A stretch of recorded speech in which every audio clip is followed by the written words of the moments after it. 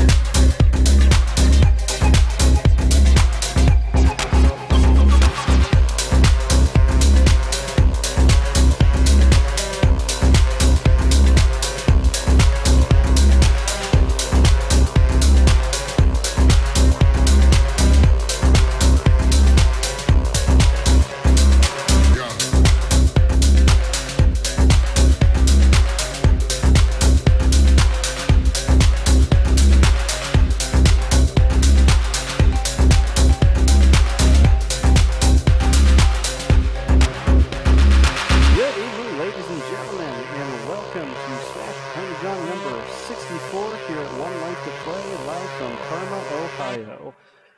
We're going to get started tonight, not with the main bracket, but actually with the top 4 of our side bracket, which is a Sora only, Hollow Bastion only, if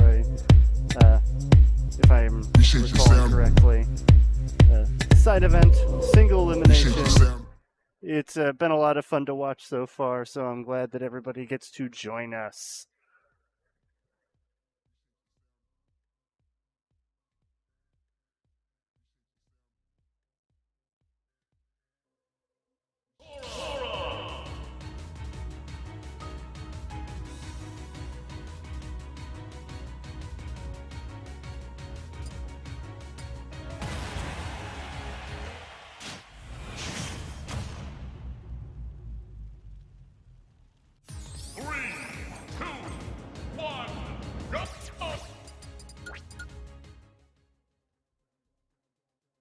No contest. Looks like we have a false start here in game 1.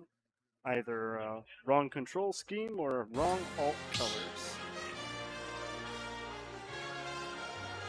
Start battle. Sora. Sora. Waiting to see the vault come through. Yep, I'm guessing that's what it was. Alright, so here we go. Non versus Valen. 3, 2, Dave 1.5 Sora. Let's see what these two players have to offer.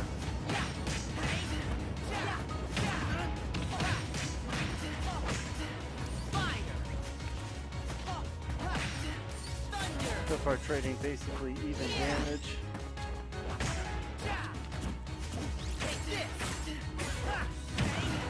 This is a raw side B. Gets punished after the third hit though.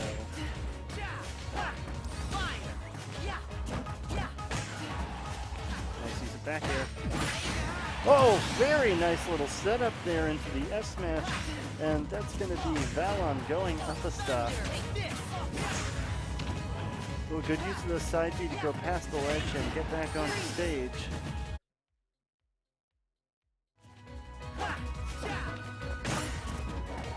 Managed to break out of Nine's corner pressure, but he's back off stage once again.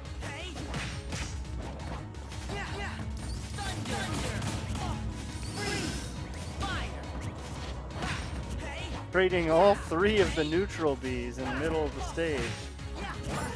Non seems to be holding the center fairly well, but Valon manages to break through. 47% Valon's already gotten himself a good amount of extra credit.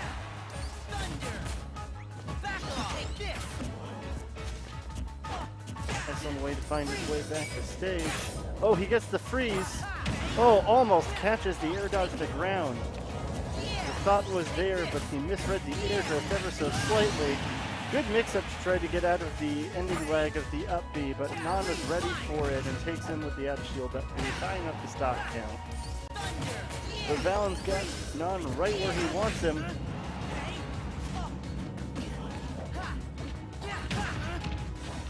Not able to battle his way to the center stage. Oh, punishes the up tilt, almost gets the kill outright with that up B. Fundaga knocks him off stage. Can Non get back in the middle? Retreat after the first hit from side B, probably a good decision. Ooh, goes right into the Thundaga. Managed to...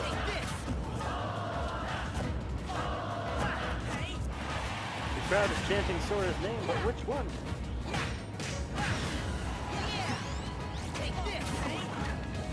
Oh! Just for a hard commitment to be up there, but manages to buffer the recovery.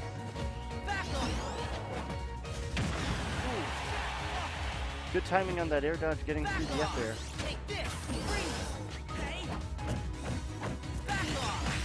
And the out of shield up B takes the second stock. Non's now on his last stock of game one.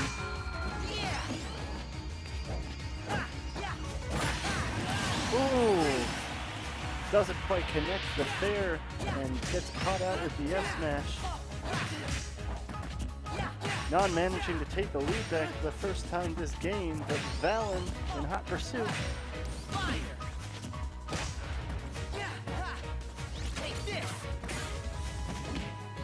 Ooh, catches him with the grab, goes for stage control.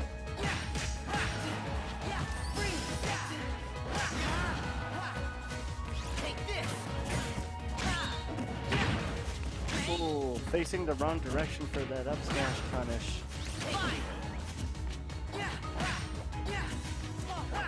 Valon can't afford to get caught out by any of those smash attacks at this percentage. Now the shield up B could also be a kill. Oh, but the wall of bears manages to seal it up, and that's game one going to Non.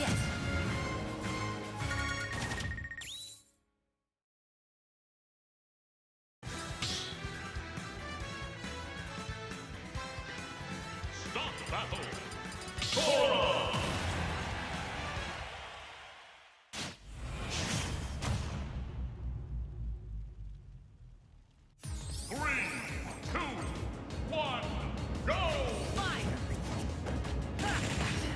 Not sure if this is a best of 3 or a best of 5 just yet. But either way, we're getting into this game too. Non taking an early lead seems to have found his footing. Best of 3.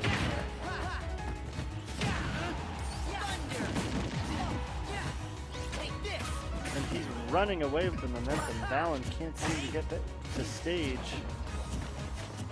overcommits with the charged F smash, though. Valen's able to potentially get a foothold here. Air stalls to get past Thundaga, manages to get the Blizzaga off and finds his way onto the stage. Oh! Takes a ton of damage from Blizzaga into up. Gets caught out by the up B. Manages to break the DI in time to not die. Oh, gets caught by the F tilt trying to get off the ledge there, and that's going to be Non taking the first stop. No problem, Esteban.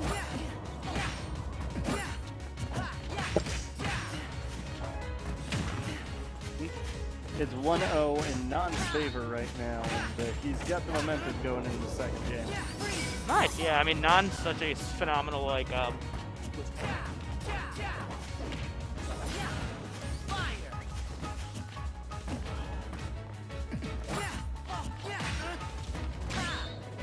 He likes to try to hold on to the Thundaga to use for an edge guard. it's a phenomenal to use, especially for edge guards, I feel like, just because it covers so many options, especially if you're coming from below. But yeah, Non's a really solid fundamental player, so it's no surprise to me seeing him already doing so well with this character. Even if he doesn't feel like a little bit weird. Valen obviously getting pretty far in this bracket as well. Looks like he's been putting some time into this character, so. The one thing I've noticed with this character especially, ooh, great. Nice fair chain. And that's what this character's gonna be so good at, like meta-wise, I feel like. Just being able to get off stage and just make the most of those edge guards, you know? I'm definitely happy to see people such as Valen right here being able to make the most of it already. Yeah, that was his dash check there, and it crosses up through shield, so it's really hard to punish, honestly. As we saw Non go for the grab and just did not connect because it was passed through. Yeah, Thunder definitely seems like the best of the three right now. We'll see if you can get some any stuff out of Blizzard, but just Thunder feels like the breakaway like #1 right now. Great up special from Non there. The up B in scramble situations definitely seems to be a potent tool for him. It's just a really solid out of shield option as well, you know. Torto's coming out. Oh, I like Valen's idea of going a little bit above the ledge there, just to expect Non to take it and then just backers him instead. That was really smart. Very nice. He's been mixing up whether he goes to ledge or comes over the ledge with the side B. And I definitely think that's something you can do with this character, honestly. Like, there's just so much opportunity just to like mix ups and just creativity with them, which I definitely think a lot of Kingdom Hearts fans are pretty happy with. That second jump still makes me nervous a little bit. Like, I think this character's solid overall, but like it's very punishable to use it on stage. So you got to make sure that if you're gonna be using your second jump on stage, you got to make it worth it. You know? Going for the kill throw. Ooh, the air dodge there. Able to come back, but ooh, that was a little rough.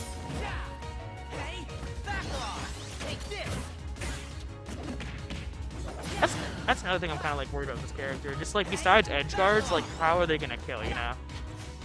Like, so far it seems like most of the kills we've seen in this bracket in particular come off by their edge guards or out of shield up Bs, right? Out of shield up B, all their smash attacks are good, it's just a matter of hitting them. That's what I'm saying, yeah. Like I think Sora definitely needs like a reliable kill option. Up tilt's also a up tilt can kill? Yeah. Gotcha. Well, I at mean, least at higher percents like this. Those are decent, but I definitely want to see how like the kill confirm meta. Ooh, great backer. And then the bear, of course. Yeah.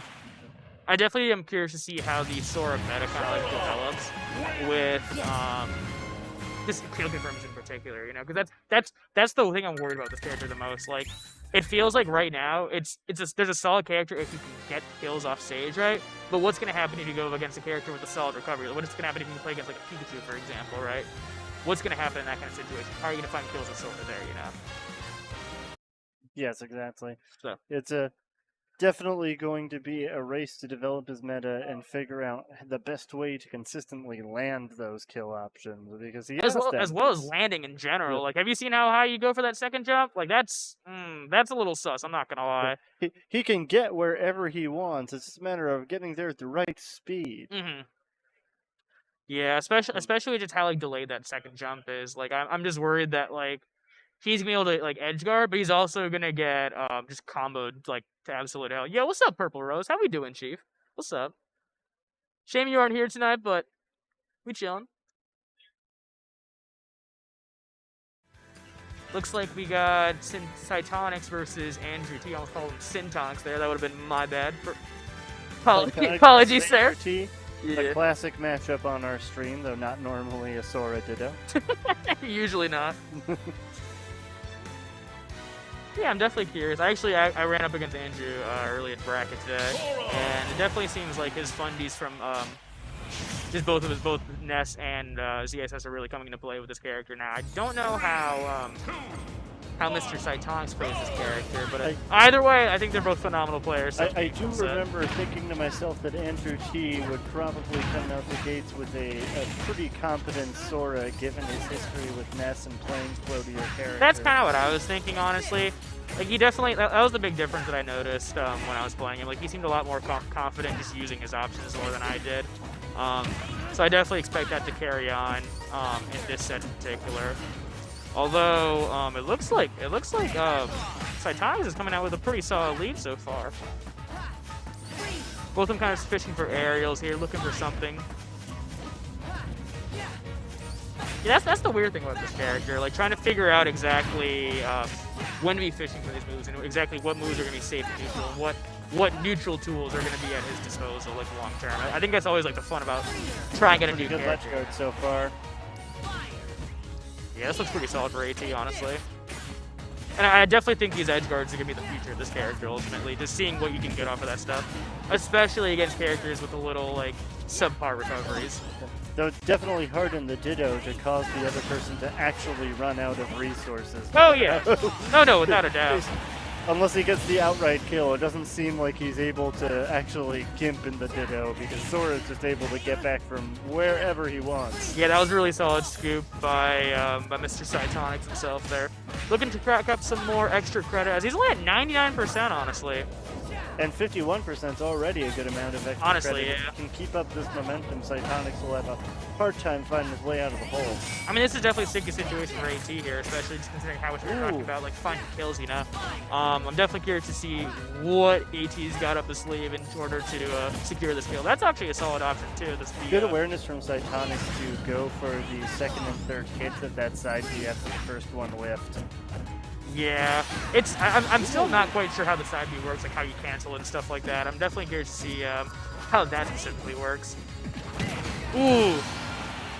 I don't know about canceling it, but if you tap the B button, you'll auto home to the opponent. If you tap it, okay. Yeah. Because there's ways to cancel it. Like there's ways to only do one of them, and I'm curious to see how those are kind of applied. If you tap the B button without inputting a direction, it'll automatically hone to the opponent, and if you just input the directions, you can customize the way that it goes. You That just makes me really maybe good now, yeah. do one hit and retreat, or fade back in. Huh, well, go figure. I had no idea that personally. Appreciate it, sir. Yeah. You could tell when they've done the lock-on, if it has the little, like, reticle circle when they do it, that means that they're tapping the B button to lock on to the opponent. Definitely looks like Cytonix has got a pretty confident lead here, although AT's been scratching with the 73% already. Got him up there, and again, that's such a very, like, bad spot to be against a Sora, as Sora nonetheless, too, just being above the Very good fair chain there. Forces him low, goes to the down air, but gets beat out by the up air. Yeah, I definitely want to see how that down air is used off stage, like, especially for edge guards. Like, I think that has a lot of potential to, like, just negate so many characters' recoveries. I'm just curious to see how many of those recoveries will work against. Sabi coming out. Ooh! This is a pretty good situation for Cytonix. Almost a kill there. He's looking for the two-frame like down stuff, but it does not matter. Oh, I have not seen that little fair chain actually get an outright kill like that, but the percentage was high enough. It definitely can kill off stage, especially like towards the ledge, you know. I think there's a lot of potential with like edge guard character, and like obviously it works with ledge traps as well as Cytonix is showing off here. Obviously we see the Soras again. Not too big of a surprise in the Sora only bracket. Yeah. I don't think they put much thought into the counter pick. I think they both have faith in the character. Yeah, they either do or they're kind of locked into it, but we'll see what happens. I've heard this matchup can be as bad as a 50-50 though. Really? Don't say. Quarter's coming out. Ooh, you see how like the Nair scooped him from the back into the other moves? That's actually really cool, honestly. I didn't realize that's how it worked. Yeah, so I see we have the lock on display from that. Cytonics is making really good use of that side B actually. Yeah, honestly, it definitely shows up that he's definitely already aware of the tapping. But Very yeah. nice anti-edge guard with the Buzaga. Oh, that's the first counter we've seen actually on the stream, and unfortunately it doesn't connect. The counter's pretty strong from what I've seen. Like I've seen a lot of people talking about how like if they just get countered by Sora and ledge, they just die. Like especially against recoveries with hitboxes. Like I'm curious to see who's negated by that kind of stuff. Hell, that might be relevant in this matchup, honestly. Like the up B into the counter, like that might be a big thing. Speaking of counter, Cytonus looking for the counter on ledge, not quite getting it, but still gets AT off stage right here. Looking for the Thunderaga, but ooh, dove deep for that. Jeez. That you can just buffer your double jump up B out of that without dying. Yeah. Tight. That back air, man. That back air kills really fast, man. Definitely one of the more spammable kill options. Oh, definitely. Oh, very nice. Drag down into that. Well, I couldn't tell if it was a drag down or not because Sora falls so slow. But I think it's just a read, honestly. Just kind of just fishing out Cytonix's options there, honestly. So kudos to AT for that play, yeah. Yeah, I don't know how I feel about that side view, man. Like it's I feel like it's solid in neutral, but then at the same time, like if you can't cancel it, like it's hard. It's really easy to punish, you know. You have to catch the opponent pressing a button. If Yeah. an action already that they're committed to, then they will more than likely be able to get to wherever you're going to punish it. Yeah, especially considering just how slow this character is on stage. It is. That killed! Wow, that was just an F smash like at like what, like 110, I think. That's insane. You can mix up where you land with the side D to make it so that the punish is as minimal as possible, but still, most of the time they'll still be able to get to you with like a grab or something. It's really hard to say right now how good this character is, if I'm being totally honest. Like, I think he's solid. The second jump being so floaty is a little weird and a little rough, if I'm being totally honest. But the test will be how he's able to keep up with pressure from like fast rush down characters that could just like throw out hitboxes, like, and stuff like that. As well as just characters that really excel at juggling, you know. I'm just worried that if you jump once, then all of a sudden you're just juggle to infinity, you know. I was actually thinking, and maybe you'll get to find out later tonight, that Greninja might do fairly well against Sora. Okay, if we're talking about that, I think Greninja probably does pretty good against this character. He's just a little bit, again, for that specific reason, the fact that, like, you jump once against Greninja, you're just gonna get up air chain. Wow! Ooh. Very nice use of the down air there, and Cytonix takes a 2-0 over Andrew T. And that's what I think we were talking about before, right? With these edge guard plays, right? Like, this character has so much potential for just, like, destroying someone off stage. So, going as deep as he wants and still being able to get back no matter what. And, yeah, there's definitely a lot of variance in player expression yet to be explored, and it's an exciting addition to the cast. I'm super excited with the roster that we ended up with. Like, looking at that bottom row and a half of the DLC characters, just like I can't believe this is the game we play now. That's fair. I'm Everything from still Piranha Plant over is just like mind blowing. Dude, I still remember seeing Joker for the first time, and I'm just like in my like college dorm room, right, just freaking out. Ugh, I was saying it to Perp before the bracket started. Is that like a year from now, like we just like won't really even remember what it was like to play the game without Sora.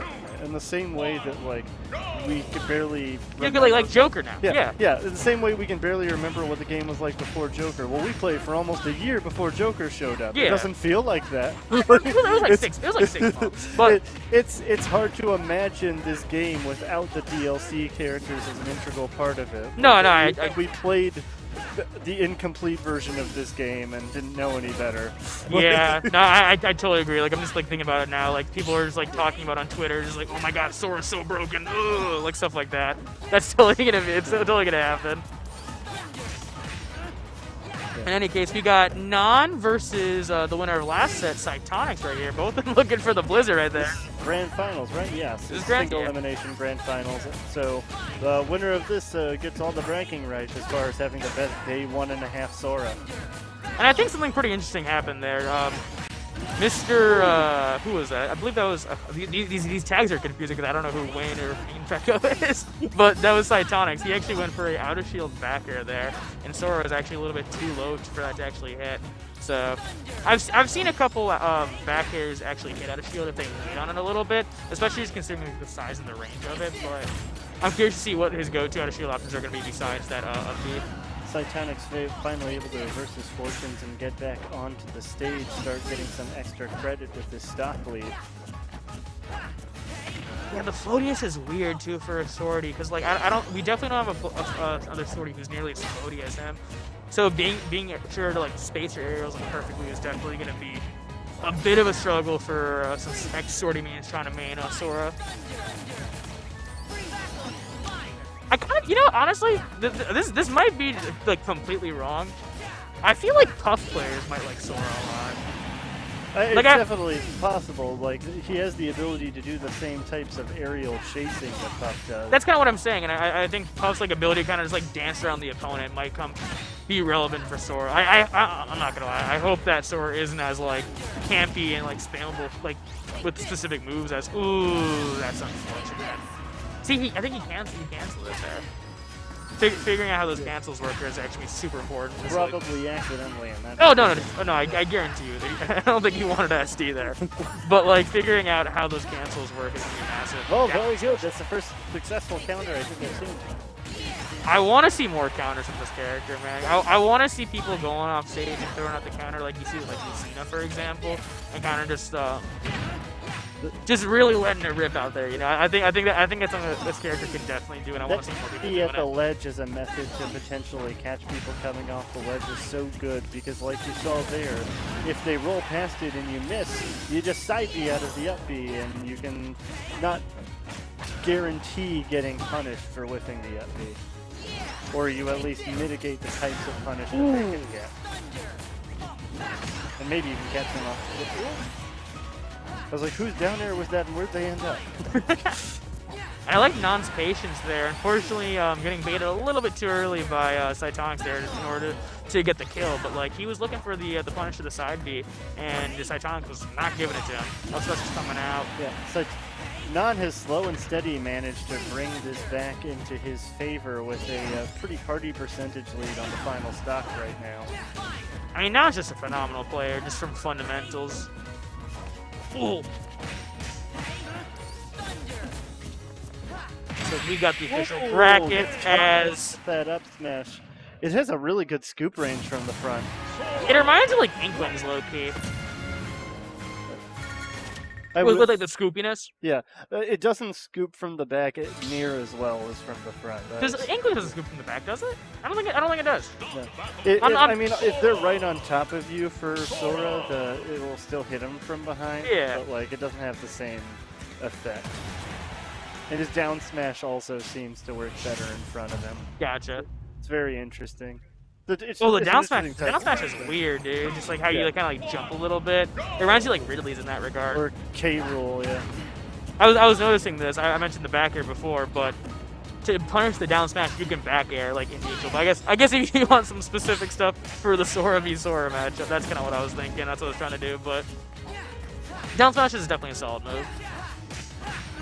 The back air is sort of like a Joker back air, but on a floaty. It's an interesting move for sure. It's solid, yeah. Just the kill potential on is crazy compared to a lot of his other moves, which are more like combo oriented. Ooh, whiffing the grab there. I'm gonna say it's gonna be a little bit hard figuring out which character is which because half these skins are literally just black and red. Yeah, especially these two. It feels like they intentionally did it to make it harder on us. It's a little. It was intentionally, but like, I don't know. I imagine Kingdom Hearts fans are super happy because. Oh, very nice catches him just overreaching a little bit with that deceptively big F smash. Countdo's coming out. Yeah, it's weird because these guys are both still trying to figure out like these basic bread and butters, So Cytonix was looking for like a combo level, I think it was like 5%, and just not able to connect. Just catches him with the raw S smash. It does seem like everybody's come with a different little bread and butter sequence that they've been like labbing maybe. Yeah. Labbing is a strong word for a day one character, but definitely playing at home. They being tested like, it for yo. 15 minutes in training mode and then Fair. decided to jump onto Elite Smash. Fair. That's the real labbing experience, honestly. I really like how Non's playing this. Not almost making me my own words there, but I really like how he's playing this character, just focusing so much on ledge trapping and just edge guarding in general. Like I think that's very much the future of this character. How long before we get used to it and we stop worrying that Sora's not going to make it back to stage in those situations? But that was like 2 times that it looked like Sora was dead in the same interaction, but like they were never actually in any danger. At some point, this character's gonna look like Bayonetta. This character's gonna look like Bayonetta, and people are gonna be like, "Oh, this character got hit 4 times off stage, but he's still living. Whatever." Like that's kind of what you gotta expect with this character. Ooh, nice F smash or nice punish, excuse me. Like we have characters that can go under the stage and grab the other ledge, but Sora feels like they could go under the stage and like just go over the other ledge and come back to the stage. Yeah, no, I genuinely wouldn't be surprised if you're able to go under the stage and just get up with just the second jump and the up B. Like you probably don't even need the side B, honestly. Got a good amount of horizontal air drift, yeah. Ooh. So good, so good. Ooh, that You're was able to close. just throw out that up B, and even if it doesn't make its mark, that you haven't actually committed, like with a lot of other out of field up Bs, like that you have an option to get yourself out of danger and potentially hit them back for attempting to punish your up B. Like that's so good. Dude, this character's offstage game is wild, dude. Like just watching how Nan's just like able to like go so far out and just go for these forward air combos or these neutral air combos and just get so much damage. What the hell was Did that? he just link a Firaga in the middle of that little jab string? I think he did, yeah. That's kind of spicy, I'm not gonna lie. Yeah, Very nice Cytonix is clearly showing that he's kind of figured out a couple of these combos off stage. Cycles through immediately to try to get Thundaga while he's off stage. Oh, down tilt up air. That's really good to be able to get at that percentage. Like, I don't know how true it is or if it was because Nan was trying to mash in or something, but it's gonna put us to a game 3. So this one's for all the marbles. Yeah, I've seen that combo a couple times on Twitter already, and like I've seen people already complaining about it. I think it's true actually. I don't think it kills on like higher ceiling stages. Like I don't know if that's gonna kill on like what is it, Kalos for example, but like Just down tilt, short hop macro up air. yeah, I think so. Or the up B as well. I know I've seen people comboing down tilt and the up B. I don't know if it's true. Cytonix coming out swinging here. I like Nan's use of that forward air. Like he stands right outside of Cytonix's shield, right? And he'll just keep doing the combo because it kind of raises him up a little bit. It almost baits him a little bit. Like I definitely think that people are gonna have to get used to like these multi-hit aerials for this character. And Nan's clearly Managed to scoop him up over the ledge with the down tilt. Good F tilt there to get out of trouble. Managed to air dodge after the freeze to get out of the fair chain. for a back throw? Yeah.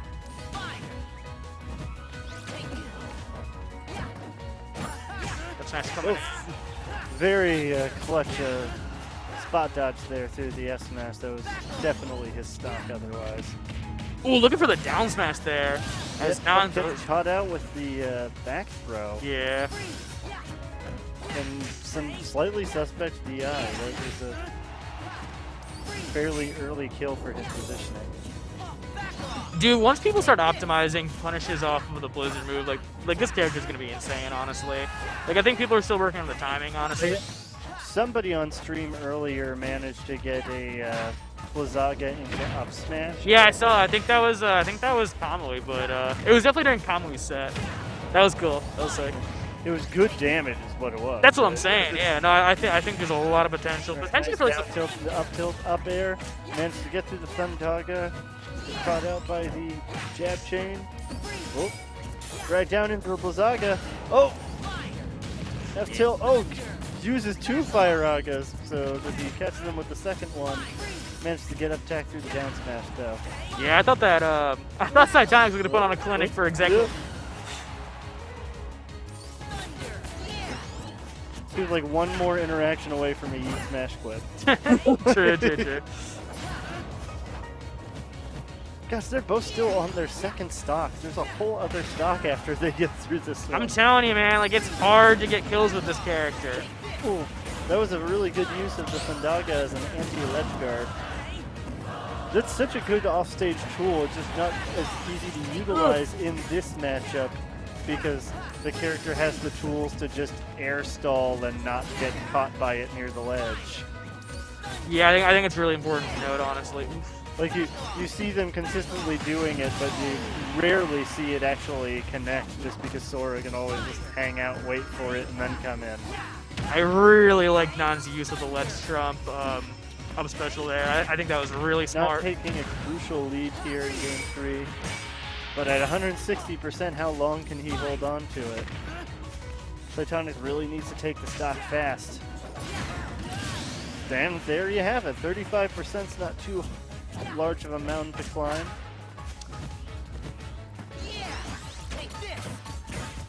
Ooh. Very good patience from Nan and managed to get his punish still, even if it's a little delayed. Ooh! Good thought from Nan, but the spacing was just not quite there. A day 2.5 Sora will get that punish. Oh, I really like the back air there, honestly. I think ledge trapping till is smart. Looking for it again, yeah. It's solid, honestly. As long as you like are able to space it correctly and just wait for a little bit, it's a really solid move. Looking for the F, or that's the jab, excuse me. Nan's making really good use of the dash attack, and that seems to be an adaptation that's making a big difference for him. His dash attack's solid, man. Like, you can get a lot out of it, and it puts you in a really good position. Oh, but he's That surviving. up special puts you in a good position, too, and that move does too. You would survive on that one. All right. Nan takes a 2-1. Are we doing best of 5? They're still... Yeah, they're not getting up and shaking hands. Maybe they decide to do best of 5 for grants. We'll allow it. Start battle. Sora. Yeah, that dash attack comes out really fast and it lingers a good amount. Like, No, I think that's the cool thing about the move, honestly. Just how long it stays out, right? I think that's the big thing about Sora right now. His moves are a little funky, and his getting used to them is half the matchup, honestly. And he's getting used to like how long they stay out, you know? Down tilt's coming after both these characters.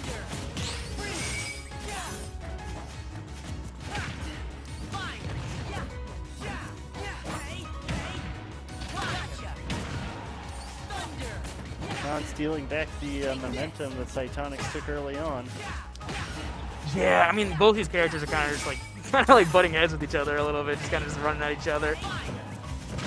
That's the weird thing, because of how like floaty and spacey they are. It's weird to like judge like how exactly they're playing neutral, right? Just because of how they're dancing under each other's like ranges. Oh, that was a really unfortunate SD there from Cytonics. I don't know if he was able to cancel that. Like, I know for a fact you can if you full hop that move, the down air, you can get out of it, you can cancel it, and you can still have time to. Ooh, wings big to make up for it and manages to put himself back in a virtually tied position despite that SD. Yeah, we've seen Cytonics using that move like earlier in the set like a lot, so it's kind of uncharacteristic of him to die from that move, but SDs do happen. This character's day 1, so it is what it is. I gotta admit, I'm surprised at both. Dog is on deck. Oh, Not yet. I'm surprised at both these these players' use of the fire aga, like right in front of them. They're trying to look for combos with those, and I think it's pretty cool. Yeah, what's good, brother? How we doing? projectile doesn't move super fast, but it comes out just fast enough to make it fairly safe to throw because lots of approaching attacks will just collide with the projectile and dissipate.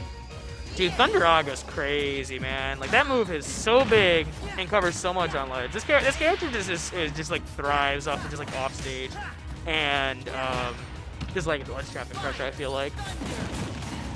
You could also call out sloppy approaches like nobody's business. Yeah, especially if you're just, like, dash dancing. Yeah, no, I totally agree. If you committed to dash attacking, it's like, oh, wait, too late. Unless you're able to be close enough to time it like that and get through with the dash attack. Ooh! And that's not the first time we've seen non-punish that sub from Cytonics this specific game. Like, he's been getting away with a couple of those, and very nice using the down smash to jump over the get-up attack. I think he's been trying to get the timing on that a couple of times, but it only had to work once. Yeah, I mean, that move's crazy as like a ledge trapping tool, I feel like. Game 5, nice. See, both these players have done their homework on Mr. Kingdom Hearts here. Sora Kingdom Hearts, full name. The real Kingdom Hearts of the friends we made along the way. Okay, it's Game 5 here. Not surprisingly, Hollow Bastion, the one legal stage for this bracket. I really like how that narrative like links into itself. Like, I think it's really cool, honestly. Just like the idea of like a character whose aerials kind of like link into itself, even though it's the same move, is really cool to me. Once this bracket's over, we may be seeing less Sora going forward, but we may still see a good amount of Hollow Bastion as it is going to be legal in the main bracket, replacing Lilat. Dude, thank God for that. Am I right? Indescribable W. I get people like Lilat, like, don't get me wrong, but like, that stage sucks, man. I'm sorry. Like, there's been so many times where I'm just assuming that my opponent's not going to pick Lilat, and they do it. I'm just like, oh, dude, you're going to be that guy? Come on. But I'm excited to see Hollow Bastion in the legal stage lineup, and I'm hoping that we see it for a long time to come, you know?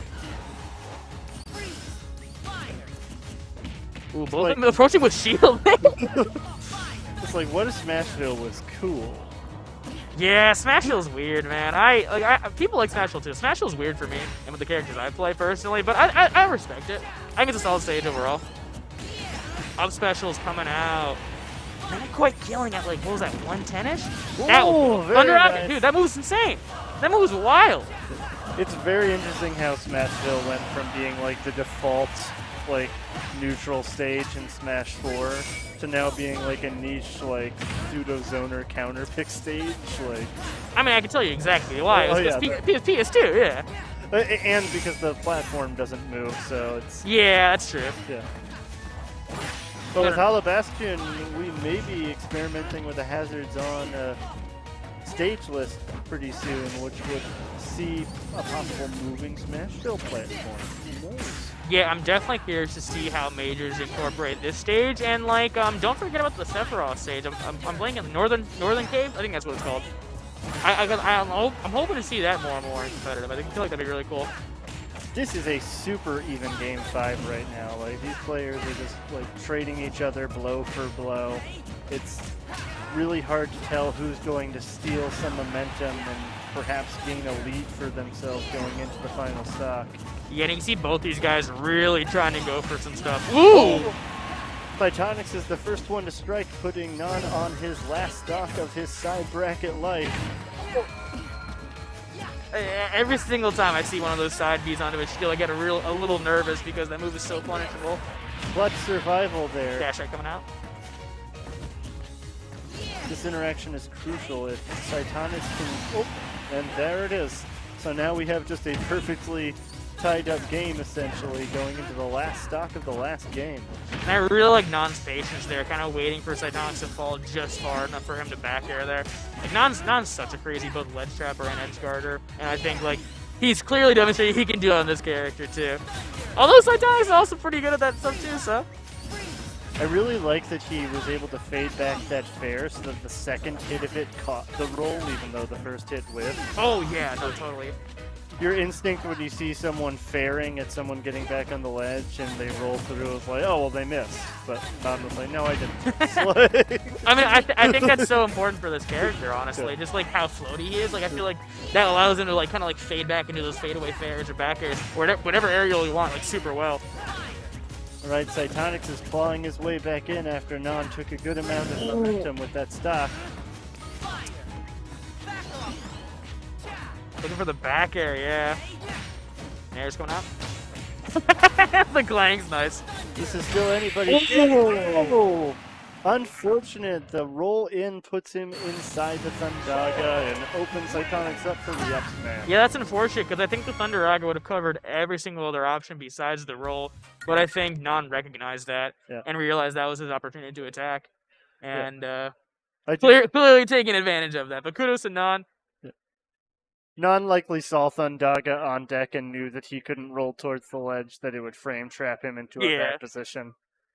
Definitely taking advantage of his situation there. This is the Sora bracket. That was just grand finals. Yep.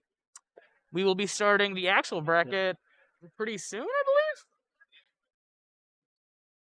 But yeah, no, I think Sora's a pretty solid character. I have no idea where he's going to be on the tier list, if I'm being totally honest. I think he's solid, but I'm just worried that so many characters are going to be able to take advantage of like his floatiness, you know, and just juggle him just like for way too long.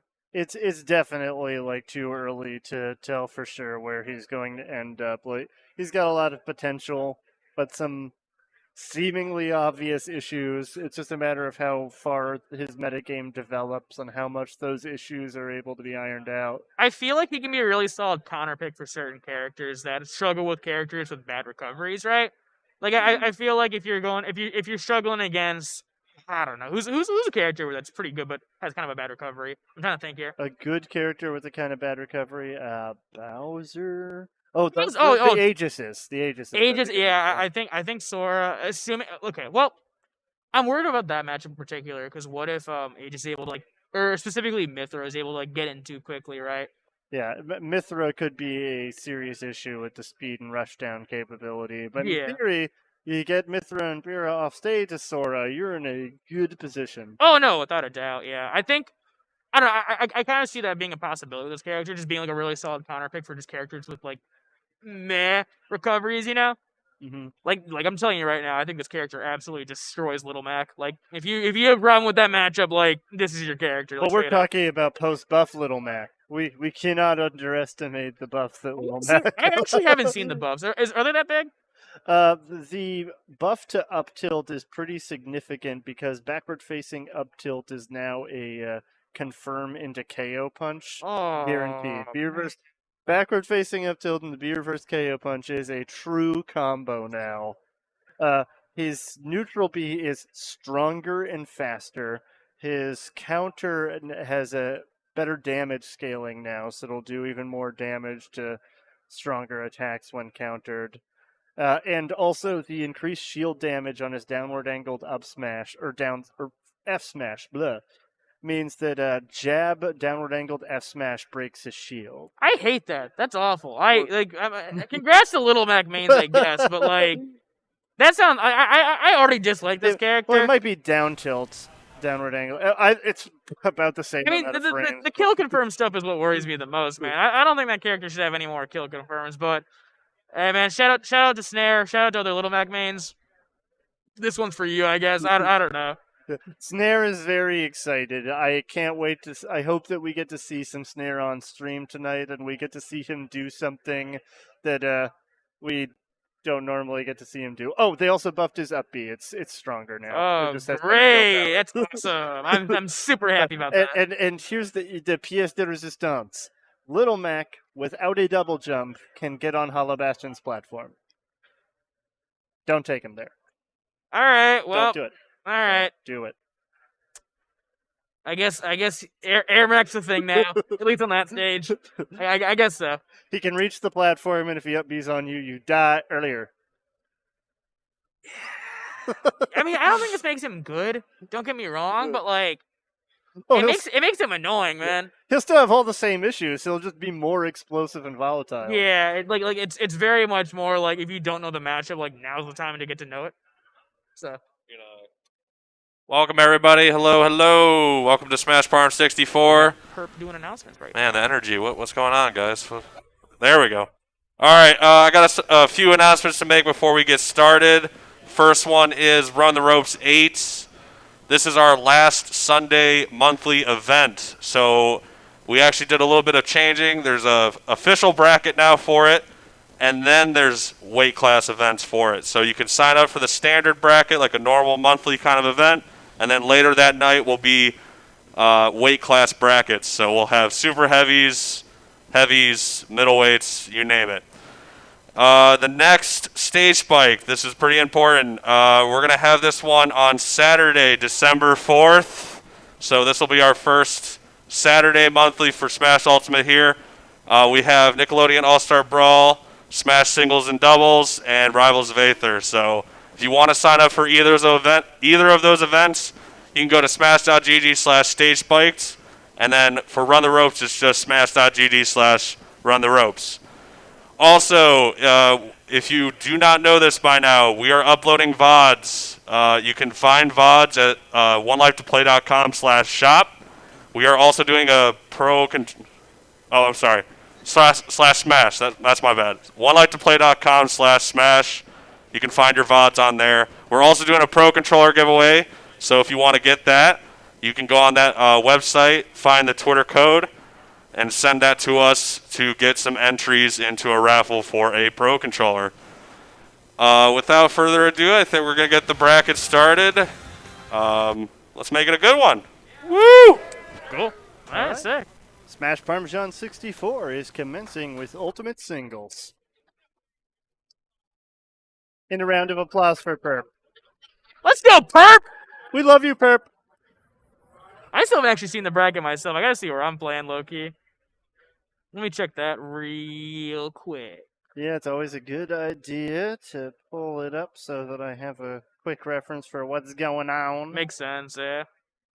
Purple Rose will be making their return soon, they promise. Looking forward to seeing it, man. Like I know I saw you at the camp tournament, but you gotta come back here, man. This is the bracket I've been fiending, low-key, so. We're holding you to it. All right. Smash Parmesan 64. I think I'm the 9th seed, so. I am the 9 seed. Cool. I will take it. Yeah, it's pretty good. All right, we got 2 pools tonight. Yeah, we got a couple players showing up again for a minute. Like what's his face? So good. This is So Good's first tournament in Neo for a minute, I think. It's good to have the Wii Fit extraordinaire back. That's pretty fun. Yeah. Cuckoo Kachu's back. He's been popping off recently. Made top 8 twice in a row now. And just in general, been a menace. Got some nice upsets last week. Last week was actually Upset City. We had some crazy matches. I believe it was Cytonics versus Colonies. No, it was Andrew T versus Colonies is a top 8 qualifier and losers. Yeah, no, I saw that. That was insane, dude. Like, that's not something that happens often. We had a low turnout, but all of the best players showed up. So it was just a bracket of like the 20 best players in the Neo Abyss region. wasn't there. Abyss wasn't there. We miss you, Abyss. I want to play against Abyss again. Abyss is sick. But yeah, no, it was a fun bracket. Definitely a lot of solid people. Estrella showed up too. Estrella's crazy, man. Oh, that Samus, you're just making up new confirms with those super missiles all the time. Honestly, Crazy. yeah, character solid. And I'm definitely looking forward to seeing what he's able to do in the future. Although I know he's been playing some other games. Like I think he plays like the Guilty Gear game. I know nothing about Guilty Gear. I'm very much a Smash guy, like just a Smash guy. But like Estrella is very much a Renaissance man, if you will. Definitely pretty solid at most FGC games. So shout out to that dude. Hey, you want to read the promo for Melty Monday while it's up on the screen? Yeah, sure. You wanna? Yeah, sure. Fellas, you ever wanted to play your favorite anime fighting games? Well, now you can. Join us at 1Life2Play Lounge for Melty Monday, an all-out anime fighting game weekly bracket for Melty Blood, Under Night, Skullgirls, and more. Register now at smash.gg/Melty Monday. Register. I don't play those games, but you can have fun. Yeah, bunch of weebs. All right, here we are. The Iron Fez versus Ampersand. Ooh, this is actually a really fun matchup. Both these guys have been fiending these tournaments recently. I believe Fez plays, like his mask suggests, DDD. I think Ampersand, like a Spacey, I think? Yeah, he plays Wolf, yeah. He plays Wolf. Yeah, both these guys are solid. Ampersand especially, I remember, had a very solid neutral when I played him at an STB tournament, so I'm definitely curious to see how... Neo has an unusual concentration of DDD players. But, here we are, game 1, our first screen matchups, ultimate singles. Let's have a good time. Yeah, it looks like Ampersand's kind of just trying to start this, kind of just get his bearings against this character, kind of just like spacing aerials correctly. I think that's the right thing to do. Ooh, kind of just looking for that right in his face. That did a good amount of damage, too. This is very much a matchup, and I can tell you because I've struggled with this matchup. This is very much a matchup that if you're not ready for it as the guy against DDD, like you can get rolled. So making sure that you're dealing with like a specific hitbox is like that nair falling nair, dude, that's insane. DD's not necessarily a traditionally good character, but he is a matchup vibe check where you just have to understand what he's going to do and like, the traps that he's going to try to set for you and consistently not fall for them. I mean, in that regard, it's very similar to like Little Mac and how we were saying it before, honestly. Ooh, I like the blaster. That was cool. The hitbox on that blaster is so huge, hitting the Gordo when it doesn't seem to be anywhere near it. I'm curious to see how Ampersand's been able to deal with Iron Fez's ability to like up air on the ledge. So much of what Wolf's able to get is off that ledge play, right? And having a tool like up air off ledge is so important for just like pressuring or just like taking the pressure off the ledge, you know? Ooh, looking for the side B there. Not quite getting it though. Ampersand's doing a good job tracking with him so that he can get in above the Gordo. Again, you look at Iron Fez's use of these Gordos, right? Most of them are very slow moving. It's very much an encouragement for Ampersand not to approach. Up B coming out, not quite killing because DDD is fat as hell. But DDD was charging the Jet Hammer. He was going for some crazy ledge trap nonsense, and Ampersand said, "Not today, sir. I'm coming right to you." I mean, that's definitely how this character is able to kill, you know? Just being able to, like, intimidate the opponent and just force them into an option that they don't want to take, honestly. Especially on ledge. Both these players live in a crazy percents on this first stuff. Yeah, I think Ampersand's trying to find something here. Oh, that Gordo will take it. I guess 146 is the limit. Yeah, I'm surprised Ampersand hasn't really looked for anything with like grab in particular. Like I feel like that's kind of what he needs to be looking for right now because Iron Fez is very much pressuring with this like approach with these shield options, and he's just not giving him anything besides that. Look at backdoor here. He's at 219. He can totally grab him, you know. He needs to be careful about getting inhaled. Iron Fez has nothing to lose at 219%. That Nair still doesn't do it. Yeah, I mean, Nair doesn't have that much kill pressure. Very good use of the up air like you were talking about. I mean, that's so huge for this matchup. Wolf wants to get off ledge. Okay, that Nair will finally clear it up. Man, kudos to Ampersand, but like, he's gonna get these kills sooner, man. Like 236 is not gonna cut it. You can't do that all 3 stocks. You don't have enough time. Yeah. I think he's just got to get more used to just using that grab here. I feel like that's just what's really important here because 236 is just that's rough. Oh, I like hitting Gordo back though. That was crazy. And also more bear. Bear solid. Any amount of bearing would have cleared up that stock about 130% sooner. I don't think Fess is getting it because he's just approaching with those shields, you know. I also think that there. No, he's there. Yeah. He must have heard me. Yeah, one thing that I keep noticing about Fez, and I think based on how Ampersand's playing, is he's already knows it too. Every single one of these Gordos is one of those. Ooh, that one's was down smash, yeah. Nice little trap. I'm telling you, man, this character covers options on ledge like some of the best characters in the game. It's like me, Gunner, this character, like basically whatever Per plays, like that character's probably pretty good at ledge trapping, low key. But yeah, no, like being able to ledge trap with Wolf is so important for what this character is able to do, and the fact that Iron Fez has an option like that up air off stage that's able to like just negate that is really rough for Ampersand, I feel like. I like the nair to like the forward tilt there. That was cool. Didn't connect, but I think that's a cool idea. Sometimes you kind of just got to take the Gordo and just be like, all right, fine, I'm taking this 18 damage, but I guess I'm surviving, you know. So this gear does really high percent. Gordo's coming out, and the side B, like the hammer itself hit too. Ooh, this could be it. Ooh. Oh, feels like he just sort of dropped it there. Yeah, it looked like it was game over for Ampersand, but not quite getting the exact punch that Iron Fez wanted there. Backer's coming out? No. Okay. Off stage here. Looks like he had decision paralysis. Like he couldn't A little decide bit, what yeah. to go for and just didn't press any buttons. A little bit. Ooh, Backer, the sour spot there. Ooh. That was cool. We were holding your breath there. Backer's coming out, yeah.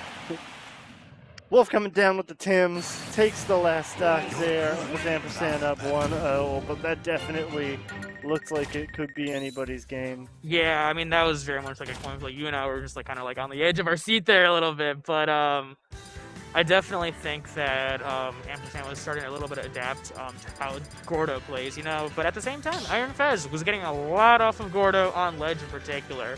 I Yes. think that really forces you to make like a rough decision when you're on ledge. You get a TDD. Am I going to take the Gordo, or am I going to try my luck with another punch? You know, it's a hard decision. You know. I really liked that high Gordo he did that baited the reflector from Wolf, and he ran up and punished the reflector that was still being held. with the Without a left doubt, foot. yeah. Small battlefield, interesting stage pick here. Less room to run away from Gordo, that's for sure. Yeah, well, this is Iron Fez's counter pick, so I mean, I think it's smart here. I'm definitely curious what Ampersand banned. Probably FD, probably Smashville, but I guess this was I guess this is a stage you feel pretty comfortable on. So we'll see. 87% already. Struggling to find a way to get in against those Gordos in particular. Yeah, just GD has weird hitboxes, man. Like you try to approach him when he just nairs. Like nairs really fast. Or at least it feels really fast, you know. Deceptively good aerial frame data. Exactly. For sure. Yeah, and you can see Ampersand, he really wants to get something on that ledge there. Well, But, the up tilt, managing to call him out on the jump to the platform. looking for something with that down smash there. Or yeah, Gordo's killer here, man. I think Ampersand had the right idea a couple times when he was trying to like approach, like kind of like just hitting his fair and knocking the Gordo like back at him before he even does it, right? But like, ooh, just misses the tech. Is able to get the down smash. Exactly the situations that Wolf likes to see. I want to see more Ampersand just getting in his face and just kind of like hitting the Gordo back, you know? I feel like he's playing a little bit too fast, if I'm being totally honest. I mean, and that's fine. Like, I think that you might be able to get in this matchup with the blaster, but like, I think just getting that. I mean, that works honestly. I don't know. So much of what Deity wants you to do is just based off of fear. He's like a heavy. It's like with a Ganon, right? Ganon. Sorry, what were you saying? Yes. No, I was going to say, it's good to see Ampersand going for the up airs instead of just trying to catch the landings. Iron Fez has been too slippery mixing up where he lands and how. So just going up there and chasing him is a really good mix-up to start adding in. And I think your word choice there, slippery, is really interesting, especially with the character as big as Deity, you know? It's hard to be slippery with this character. Ooh, very. Yeah, it looks like Ampersand wasn't exactly sure what the punch that he wanted there was. They're just kind of the hitboxes did not align for him, unfortunately, but definitely a solid parry. Up tilt's coming out for Deity. This is a bad situation for Wolf, but still able to get back down. Back air. I don't think Iron Fez wanted to land on that platform. It put him in a really awkward position. And this is a really good opportunity for Ampersand here. If he can just get some damage, I think he's home free. This character, Deity in particular, kind of struggles with being from behind because they need you to approach, right? And if you have the lead, you don't want to approach, right? Nice! Reflecting the reflected Gordo.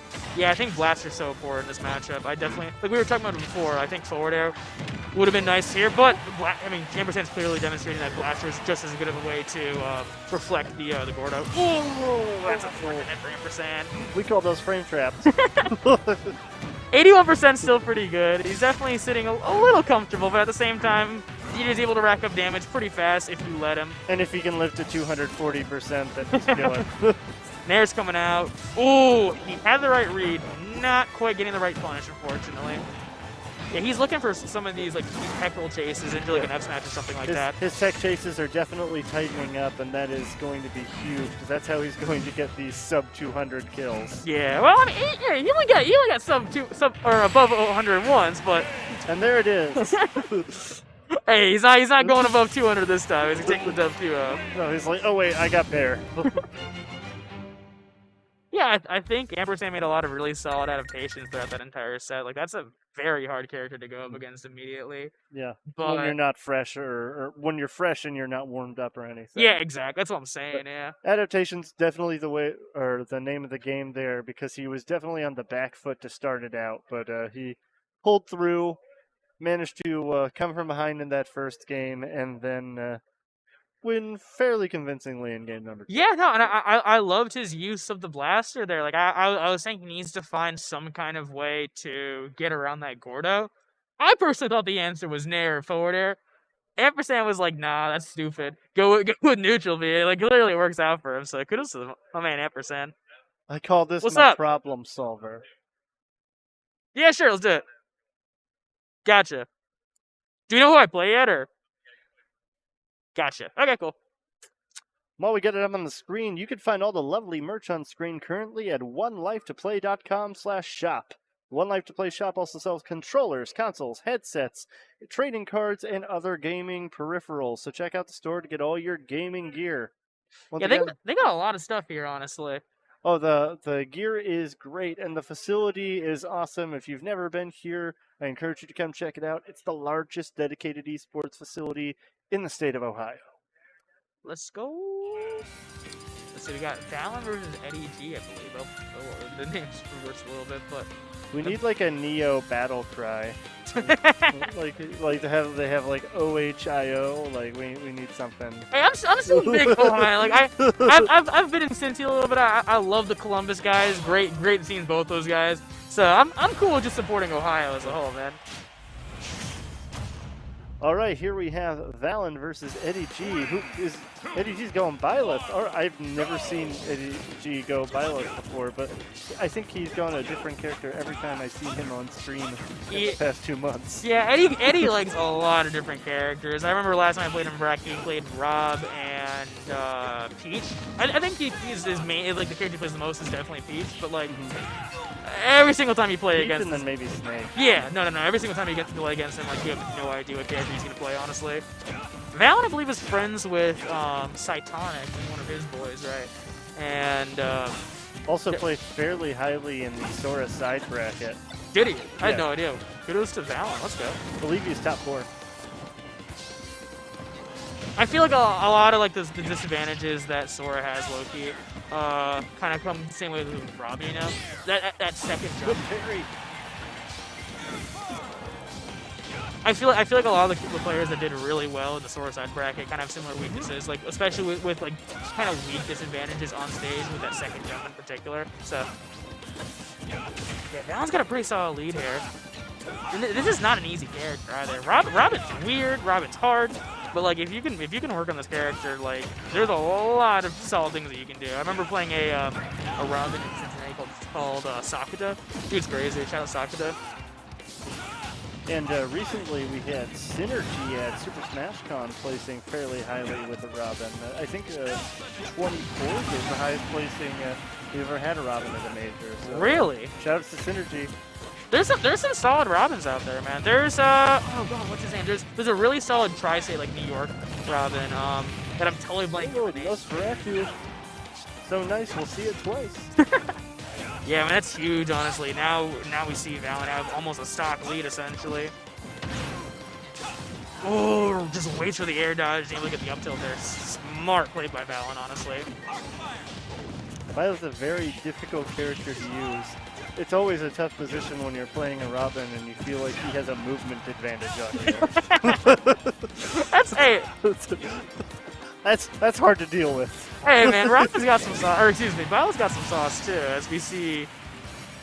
Not happen there, unfortunately. I thought Eddie G got the stock there. So. 115, yeah. Okay, this is This Robin, is a mountain decline. You can say a lot of things about Robin or Violet, but Violet has a lot of kill pressure, especially on lead situations like this. So I'm curious to see how Eddie G is able to. Oh, that's unfortunate. Unfortunate gimp there for a very convincing 3-stock as Valen goes up 1 over Eddie G. Yeah, I wouldn't be surprised to see a character counter pick. That definitely wasn't a indication of the best Eddie G has to offer. I will see. I definitely think that Eddie G has definitely got some adaptations up in the mind, cooking a little bit. But Valen clearly shown that they're pretty solid at that character that no one likes playing. I'm joking. Shout out Rob. Robin's sick. People that play Robin are pretty sick. That character's tough, and I get it. So. No, it's a very cool character. I wanted to play them really badly in Smash 4, but I just couldn't.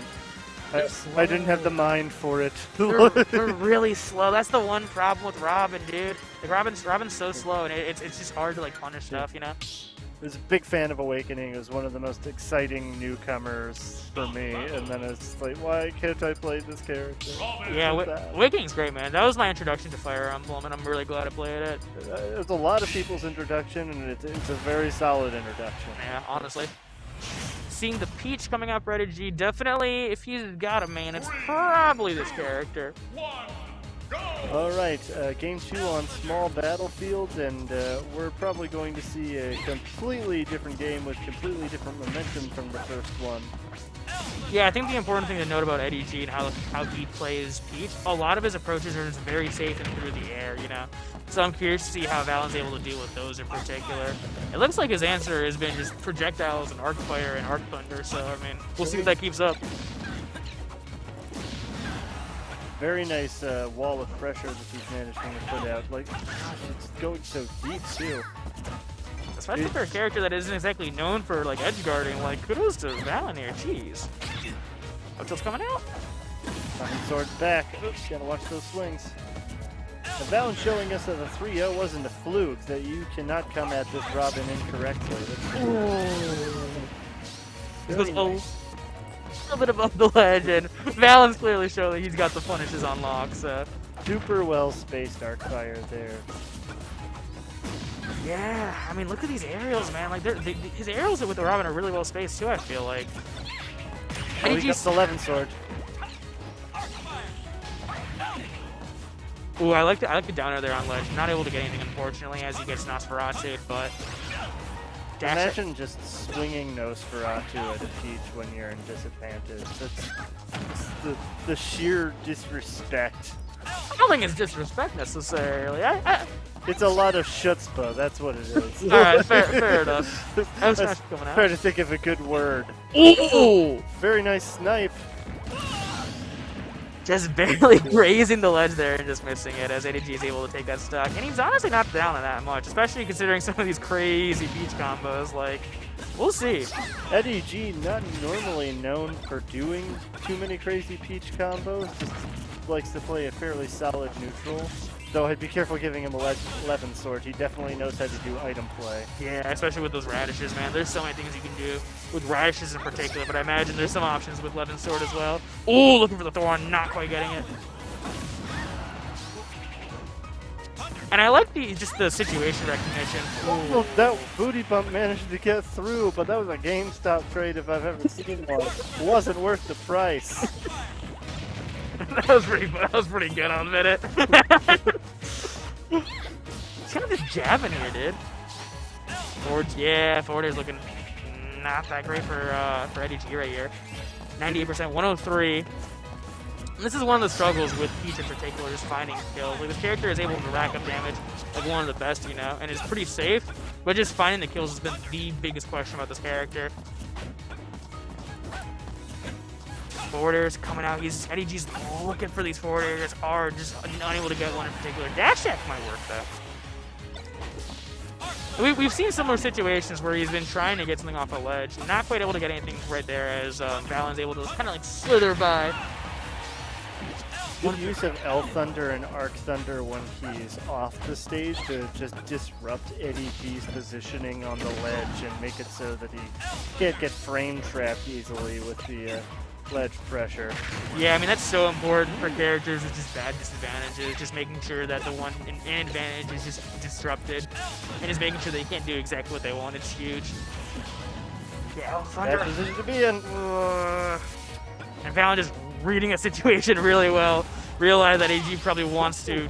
Almost gets sniped by the Thoron. Barely has enough to be able to actually get to ledge the parasol. They're coming out. Ugh. That 11 back air.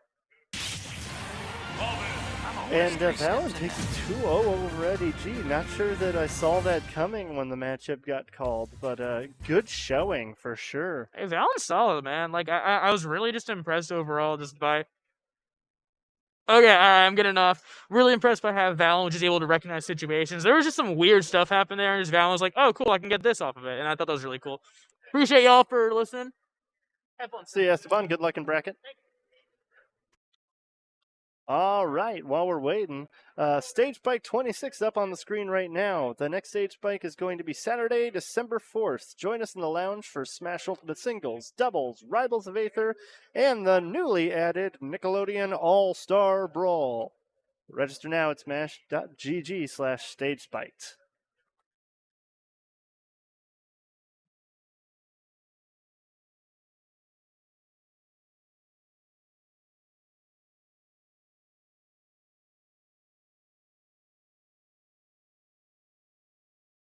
All right, it looks like we got a match coming up on the stream right now. Cuckoo Kachoo versus... What? Oh, I couldn't see past the light very well. Thought it was Cuckoo instead of Andrew. I wondered. I didn't think that he had his opponent set yet. So we got Andrew T coming up versus Moxie. Fair enough, that's it.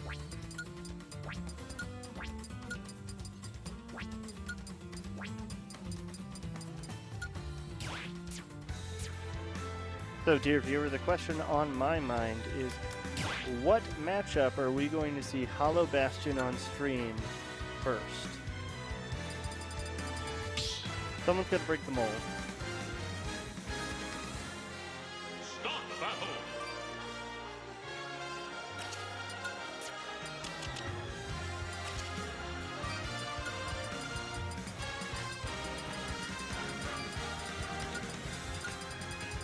So in one corner, we got Andrew T, the Zero Suit Samus that we all know and love, a consistent high performance here at 1Life2Play.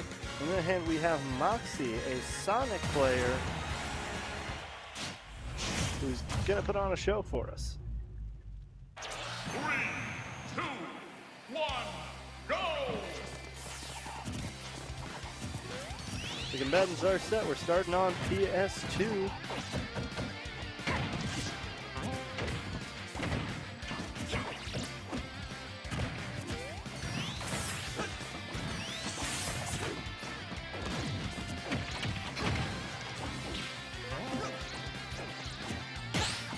Combatants are making full use of the entire stage here as they attempt to eke out an advantage over the other, mostly trading in percent, but Andrew T is maintaining a positional advantage.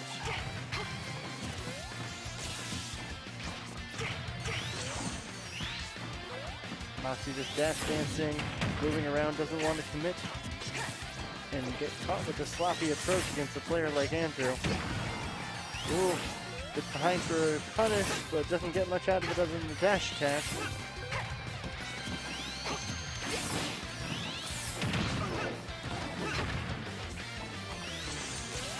Doesn't manage to combo into the fair.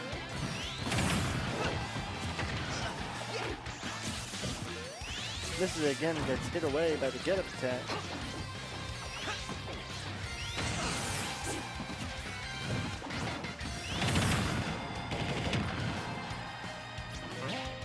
Good conversion into the fair.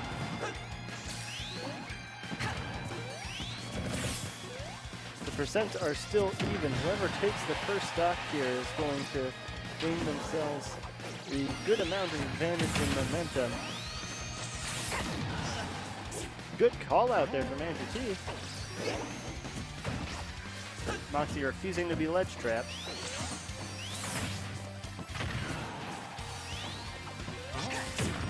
Oh, very nice back air there, getting past the down smash. Stays patient and shield, does not want to get sloppily buried. Oh! What a call out there from Andrew T. Managed to take the first stock out of nowhere.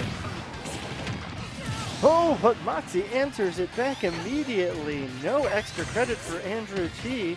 as Moxie is once again in a slight lead.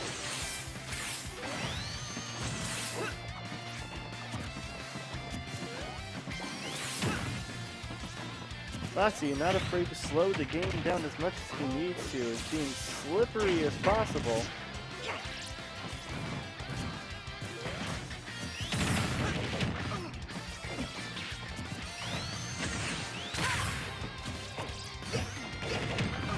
Homing attack, there at the ledge. Andrew T doesn't fall for the up smash. Spring gets him out of a bad situation, no ladders. And it's converting to the back air, gains stage control.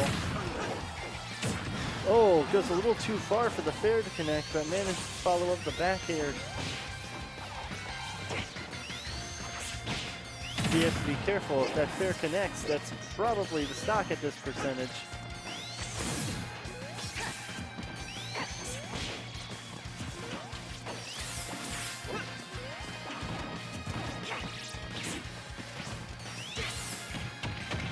Moxie's neutral is adapted nicely. If he can take this stock without taking any more damage, he'll actually have a significant lead. Oh! But Andrew T managed to call him out, capture with the paralyzer, and finish it off with the up B. But once again, Moxie answering back without a single percentage to his name. We have a tie game going to the third stop.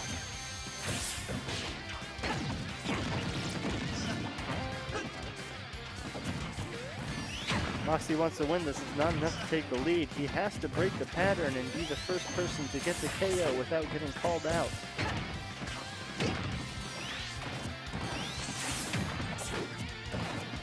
Seems to be getting more aggressive. And able to capitalize off the mistech. Needs to be careful not to get set up for another paralyzer.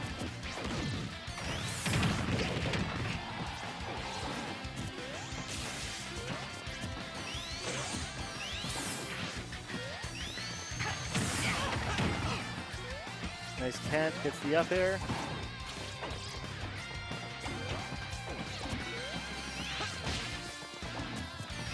Gotta be careful against the side B in the Zaire not to get called out on the approach.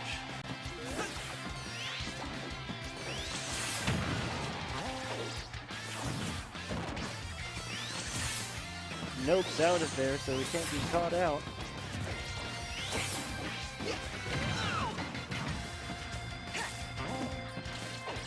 At a dangerous percent, one wrong move could end his stock.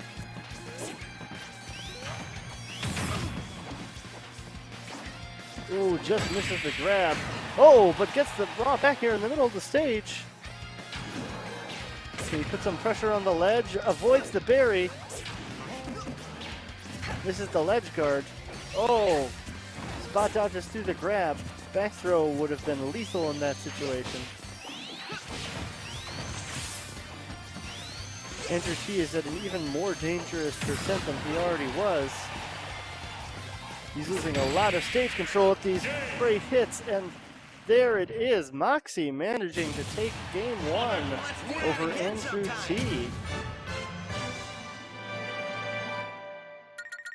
Manages to break the mold and our expectations.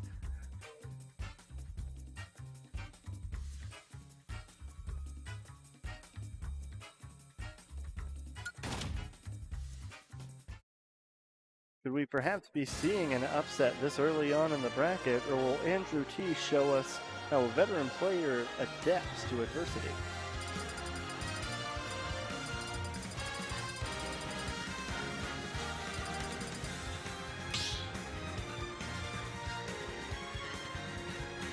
Start the battle. 0 to 7. Comment.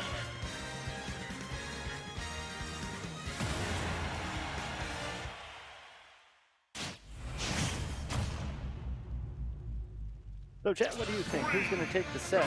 Go ahead and spam the chat. Andrew T or Moxie? Personally, I'm not counting Andrew out just yet.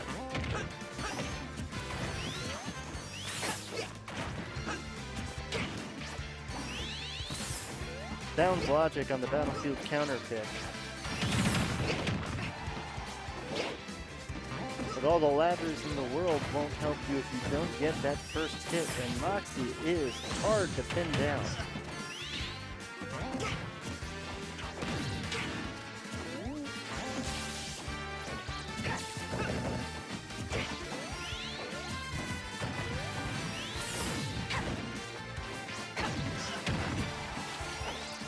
Good catch, gets him in a ledge guarding situation again. He's able to make up the percentage deficit.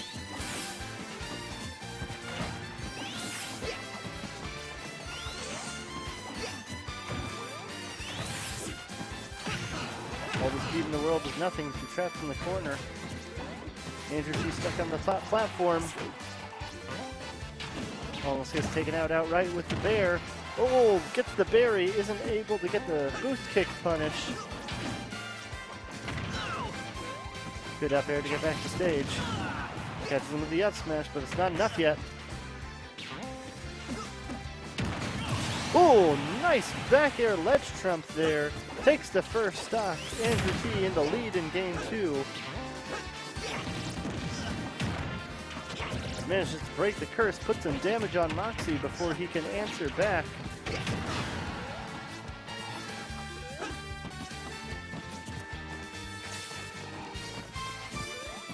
Andrew T is just standing there menacingly.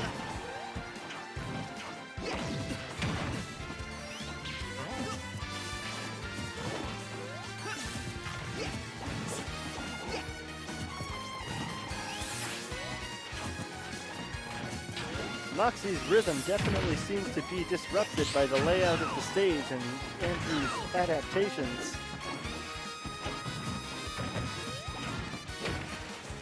Seems to be having difficulty deciding what to do and what to fish for. Andrew T able to get away with bigger swings. Oh, Andrew T making it 2 stocks in a row with that back air.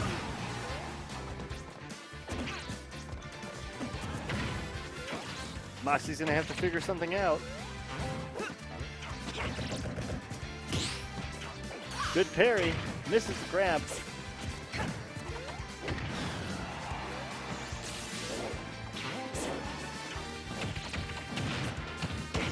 Very nice.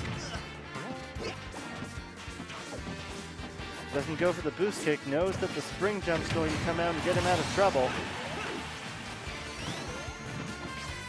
And there we have Andrew T now on his second stock. But he's built up himself a momentous lead. This interaction could be it. Managed to directly air dodge the platform and avoid the paralyzer.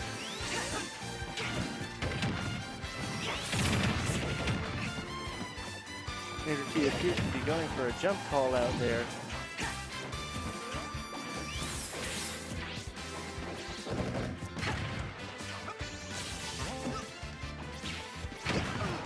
Ooh, goes for a cheeky berry.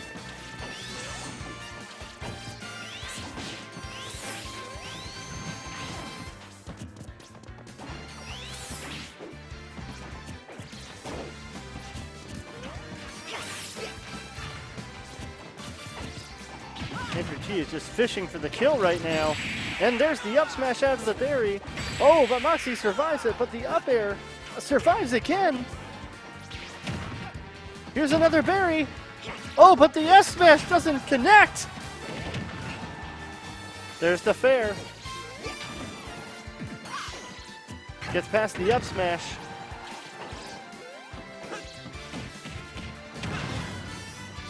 Andrew T swinging and missing, finds himself off stage once again. And there's the up smash, and that's going to seal it up. Game 2 going to Andrew T. We are going into a game 3, ladies and gentlemen.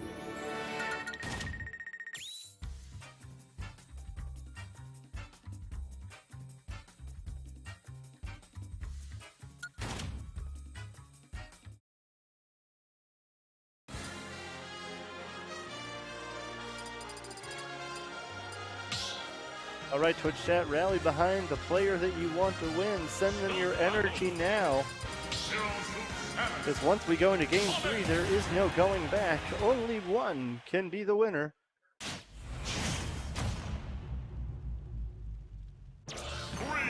Game 3, Hollow Bastion for the first time in our Ultimate Single stream. Hollow Bastion, ladies and gentlemen, our newly legal stage replacing Lilat on the rule set. It's a beautiful day in Smash.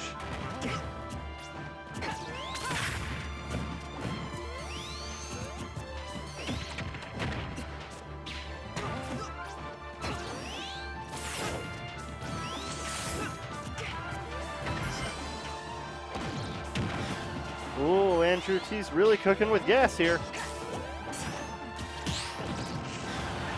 Taking a significant percentage lead. Goes for a raw boost kick, gets punished for it though.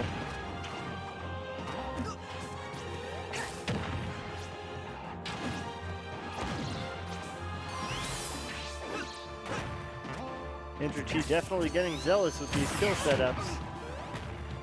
Perhaps even sloppy, almost gets severely punished for the down air.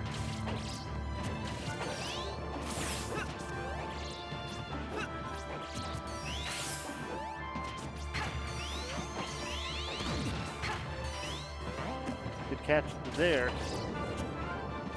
Puts Moxie where he doesn't want to be.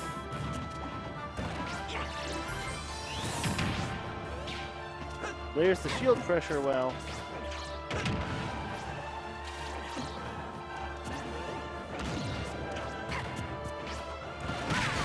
Oh, gets caught out with the S-Smash. Moxie taking the first stock, battling back after a huge percentage deficit.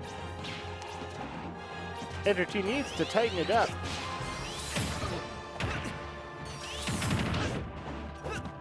Ooh. Seemed to be going for S-Smash, but it's called out by the spin dash. Already at 65%.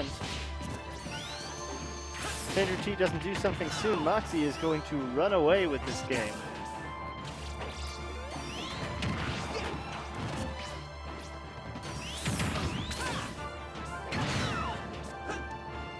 Goes for the quick up throw. Perhaps a potential DI mix-up, but Moxie seemed to be ready for it and survived. 163, but he's got plenty of extra credit going for him. Back air manages to seal it up, but it was 75% on the board already. Andrew T is going to have to play in much more disciplined stock number 2 to get back in this.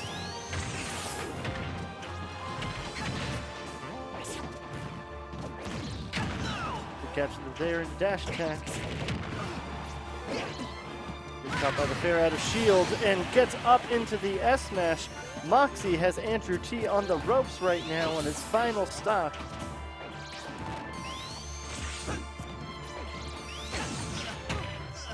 Oh, goes for a quick flip kick.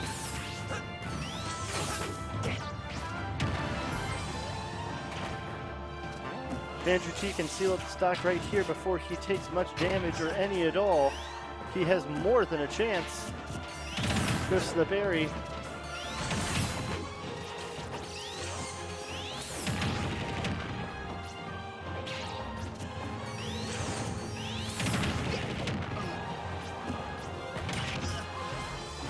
Not too late, but he needs to get back into this game right now.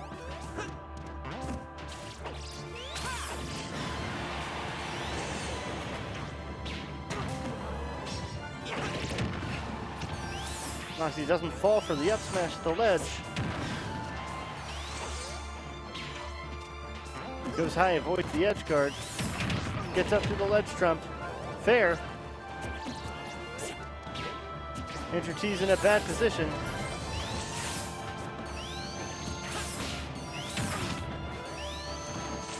He may have simply taken too much damage even if he does get the kill.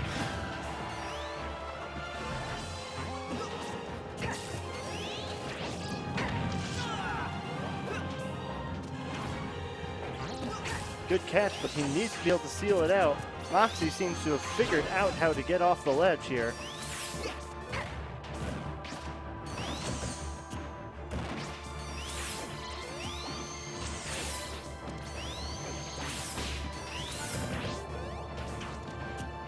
Moxie shield game super patient.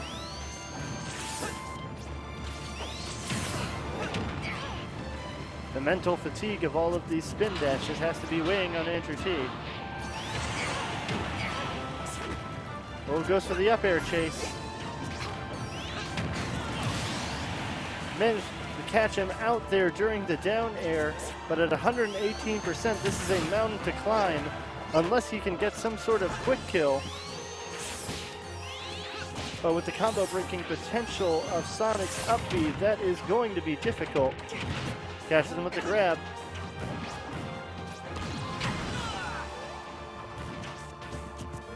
Moxie unwilling to engage in the disadvantage state, looking for an escape.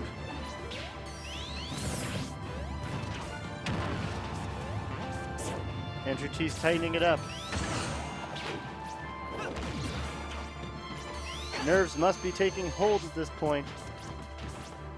Moxie has to remain calm so this doesn't slip through his fingers. He gets the berry into boost kicks though, and the DI is wrong!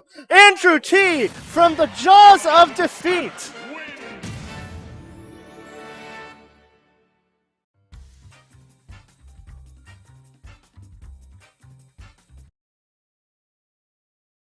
Andrew T, ladies and gentlemen. That's our boy. That is a wonderful 2-0 comeback and just a absolutely clutch last stock win there. What a set. GG's to Moxie. Gave us an incredible showing there. Whew.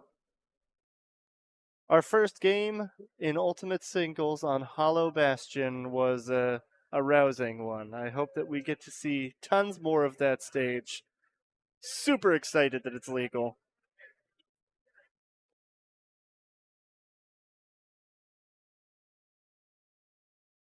Andrew T equals clutch god. You were here, chat. It was good to be here. That was a absolute hell of a showing. All right, we've got Cuckoo Kachu versus Esteban, Inkling versus Greninja. This is going to be another fun one.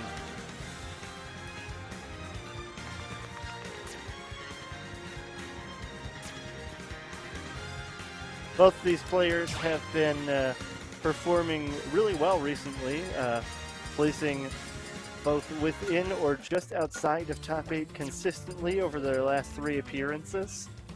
And this is definitely anyone's set to win and should be a really exciting one for us.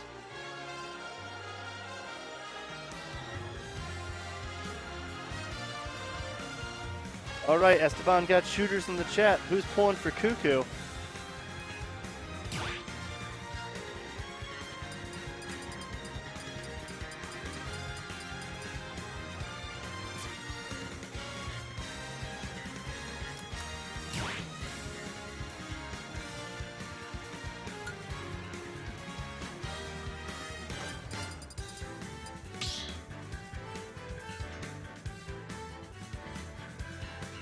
Battle.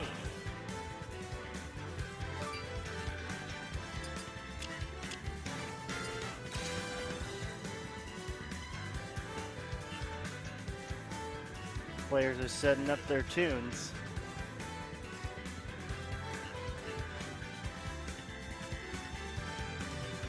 All right, Cuckoos does have a fan in the chat.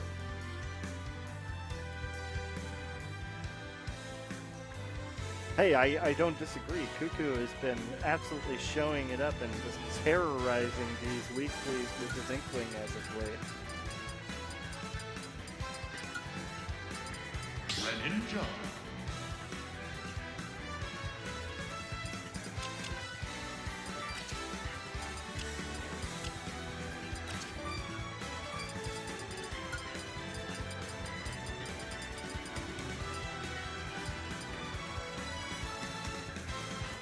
Blastoids emotes for Esteban, I guess. They both use Hydro Pump. Inkling. Greninja.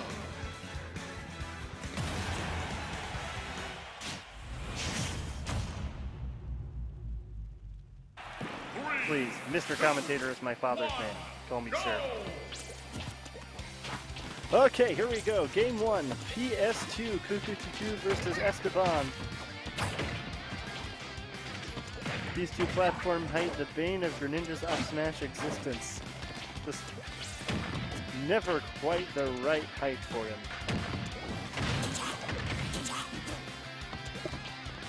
Hey, what's going on, man? Not much.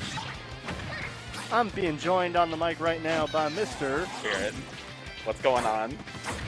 What's going on is some good Ultimate tonight. We got Esteban versus Cuckoo. We just got started in game 1. Oh yeah, I've seen both these players. I'm not too familiar with what Greninja can do, but I've definitely seen that man do some crazy things. So Greninja always a really formidable matchup, really tricky to hit. Not sure how much for Inkling. Inkling really good at getting those really cheap hits in there, so it's really easy to rack up damage with. They're definitely both slippery contenders. Oh yeah, for sure. Good up smash coming Yeah, from. very well played. Ooh. Gotta look out for their landing. Greninja really good at stuffing out your landing approaches. Ooh, good back here. Trying to snuff him out with some bears here. Throwing out like 5 bears. Got him, got a hit. Esteban doing a good job of not staying grounded so that he's vulnerable to the roller. Suichu trying to find a way to just get in there, but having a hard time trying to contest those bears. Only certain things that he wants to fish for at this point. Oh yeah, I mean, there's no really other reason to go for anything else. That's definitely, you just want to knock that stuff out as fast as you can. If you have the ability and the frame data, you might as well try it. Nope. Back air, smashes, and roller are about the only things that he's looking to fish for, unless he could potentially get a back throw at the ledge. Oh man, delete the back air. Tricky Shadow Snake There it getting is. thrown off the stage. Poor Esteban losing that stock. Probably not what he expected. Cuckoo was ready for that Shadow Snake. Oh yeah, Cuckoo knows what's going on. Ooh, getting hit with that really late hit of that up smash. Really unfortunate. The side hit doesn't have as much knockback, It but sure it was doesn't. enough against a light character like Inkling. Oh yeah, especially at high percent, there's no way. Good string off the edge. Ooh, going for the cheeky push off the side. Managed to jump past the fair.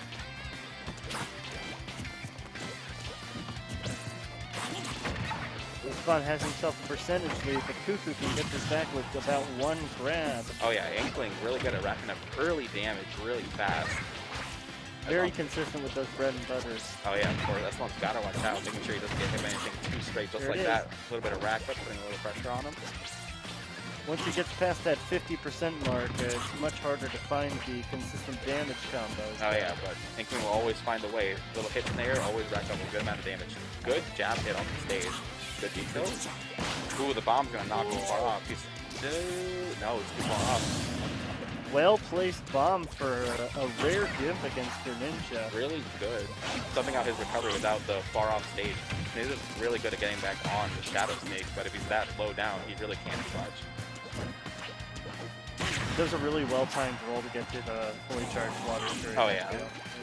Underrated little bit of execution there.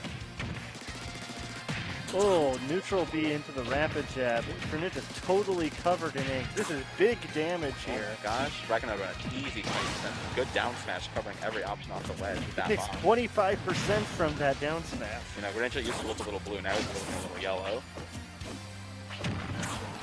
Good back air.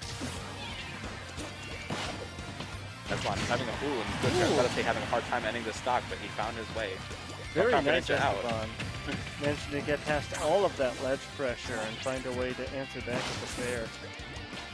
We can't ever count Esteban out. Greninja's really good at racking up early percent. Ooh, that detail Very nice really far frame. off. Ooh, good hard recovery high. Unfortunately, he was ready for it. Good land. Managed to snap the ledge that time. Drive down up there, mixed the fair though. Rage is going to start throwing off Greninja's conversions too. Oh yeah. Hit by the splat bomb, not enough to kill him outright. Oh, well placed between him and the stage though. That's game 1 for Cuckoo. Nicely done. Good bombs. Good bombs. Good way to snuff him out.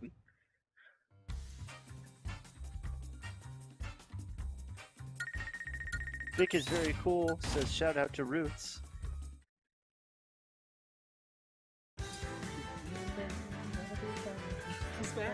The venue's got some bangers on tonight.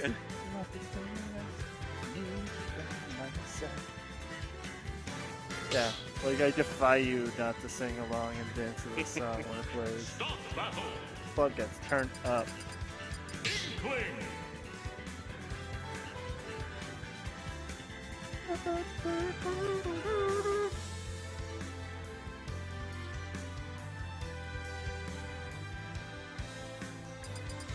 Greninja.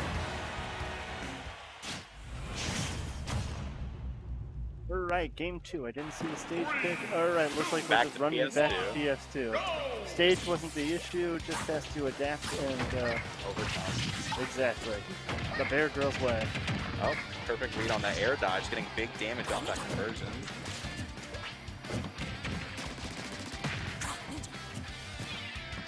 Ducking that bomb right at Greninja, hoping to just land a hit, flipping out his landing back onto the stage. Just little bread and butter almost evening out the percents. Oh yeah. Good That fair. pivot F tilt of Greninja's is just such a great tool. Yeah, he has really good range on it. His little slimy frog toe. Oh, unshields a little early on that rapid jab. Oh, but beautiful. great down tilt to the up smash. Just picture perfect.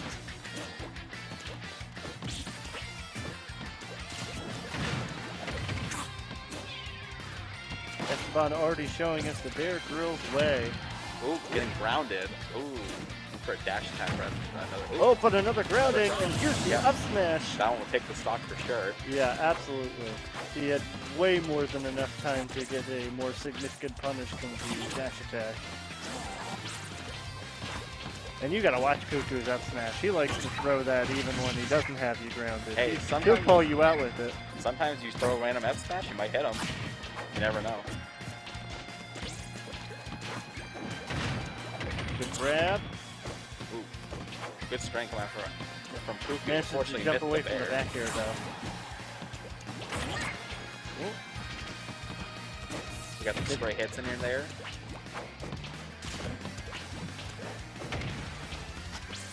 On Cuckoo off stage, letting him recover really fairly easily. Ooh, that was a very Ooh. aggressive read coming out from Esteban, getting punished for it. Trades an up smash attempt for an up smash himself, and then gets buried again. You know, this situation looks a little familiar to his last stock.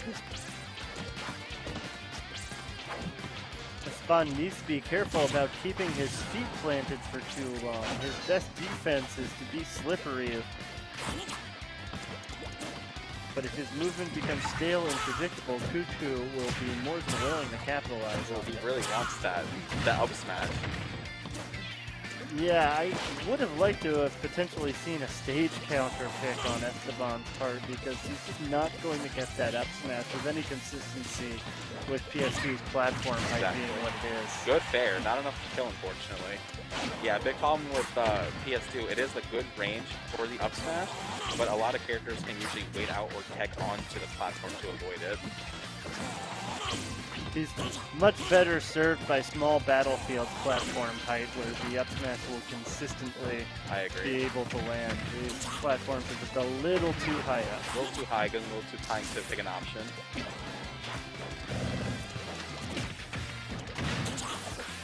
Good mix up with the neutral, be able to get off of the ledge.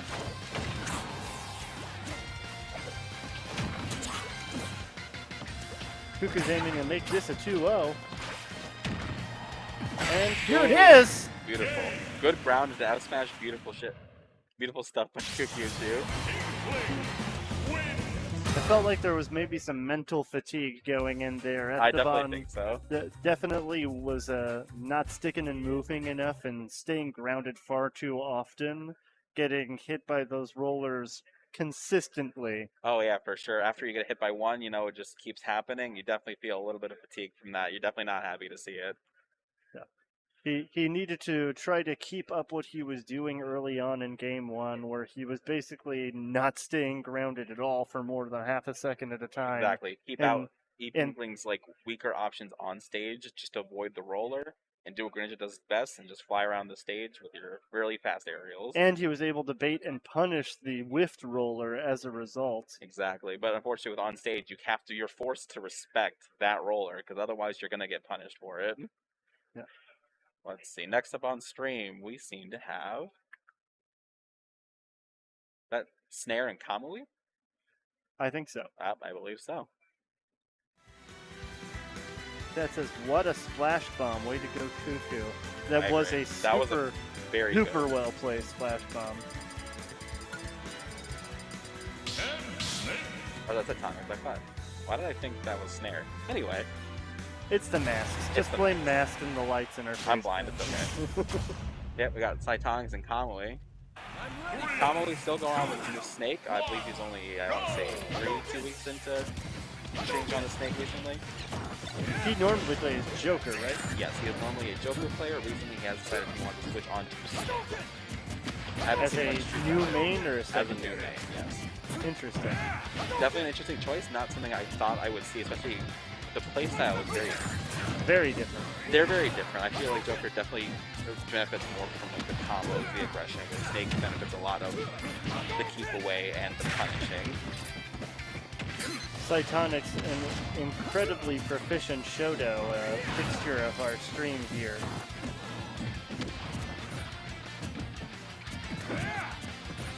Broke the mold and actually took second place at Smash Parmesan 63 last week, so he's hot off a really good performance. Saitonic's been doing really well recently. I'm really happy for him. Ken's a really good character. I feel like people don't respect his options as much as they should sometimes. But I can never count Kamui out. Ooh, that up B. Calls him out with the true Shoryu and takes a stock. Gets the grenade wall set up, getting some nice percentage in. Oh, Breathe. the focus attack. Oh, Gotta but get he's able pulled to up break by the this- count.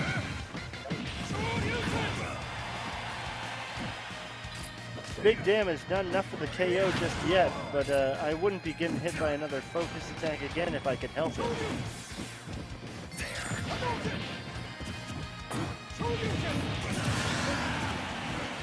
Excellent shield punish of that up tilt. It can be difficult for some characters to punish that, even point blank on shield, but true Shoryu will do it.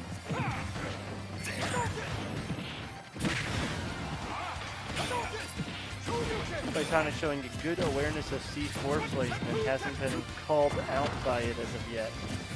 Doing really well pushing Kamui's options. Respecting his grenades, giving himself time to find a good way to get in. Ooh. Getting hit by another focus. Not gonna die just yet. Ooh, Tries to go for Tatsu. the, try going for the back air off stage. Manages to get back with the air dodge. Oh, but that jump is called out. Good stuff, Cytonic. Cytonic's going up game one against Kamui. Without losing one stock. Well done. What, that was a 3 That stock. was a 3 stock. Oh, I didn't even catch that. Cytonic's kind of nasty. Cytonic's kind of disgusting out here. Definitely calling out a lot of Kamui's options, respecting his grenades to a really respectable amount. Making sure you can find a good way to get in without taking as much damage. Snake does have get off me options for that. It's just a matter of keeping Kamui on the back foot and making him choose poor options in a stress situation. Yeah, putting up, bring up the Kazuya. Ooh, I don't know if this means that Cytonix is just feeling particularly confident, or it's rare that you see someone switch characters after 3-stocking somebody. Yeah, exactly. Never know something you want to try something new. Maybe he wants to test the Kazuya and bracket, and being up a game after a 3-stock feels like the most comfortable that he could ever be testing something. Yeah, definitely the best way to do it. You want to keep off the momentum. You feel good after one game. You want to keep that good momentum, that good feeling going. If he picks up Kazuya, he'll be very similar to Brother, who mains Terry and Kazuya, and have 2 fighting game characters on deck. Good use of the reflector on the grenades there. That reflector is kind of busted, actually. Reflector's a little silly, comes out very fast. Ooh. Conway's trying to go for these fairs off stage. Unfortunately, I don't think he's going to be able to laser. hit it fairly soon. Kazuya has really good options off stage. Saitonic's just throwing some laser beams at him. Going for a very interesting upbeat read. Good. Oh, heaven's door. That's it. Good use of Rage Drive. That takes the stock. Really proud of Saitonic. He didn't panic after he got grabbed. He didn't force to roll an option. He waited and gave it a second and chose a good option that I thought would work best. Ooh, didn't get blown up by the C4 just there. Nice air stall to avoid the C4 on the ledge in that interaction. Oh, but it's Nikita very can't hard take for it someone out. like Kazuya to get past the Nikita. Oh yeah, he doesn't have many options or many ways to really change up his recovery, so he's not going to be able to get out of the way as fast as he wants to. Ooh, good parry. Good choice to roll away after that down throw. Did he get hit by his laser there?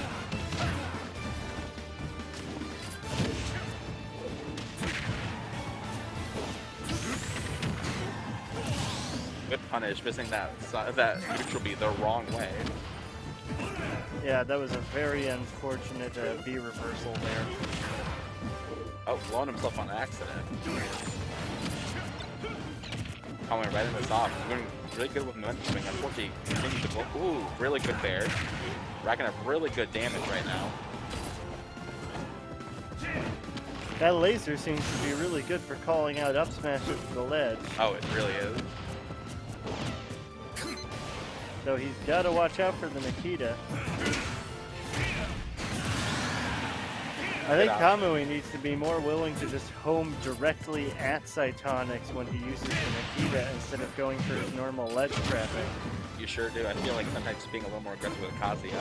Oh, this is good momentum for Cytonics. Nice, racking up really big damage really quick. Oh, gets Got caught. blocked by the C4. Forgot where the C4 was, didn't see it, whatever the case. It did take the stock, and that was the end. Kamui doing good stuff. Brought it back. I thought it was going to be a little more lopsided, but he did some good stuff. Punished really well. Got the damage he needed to take that game out.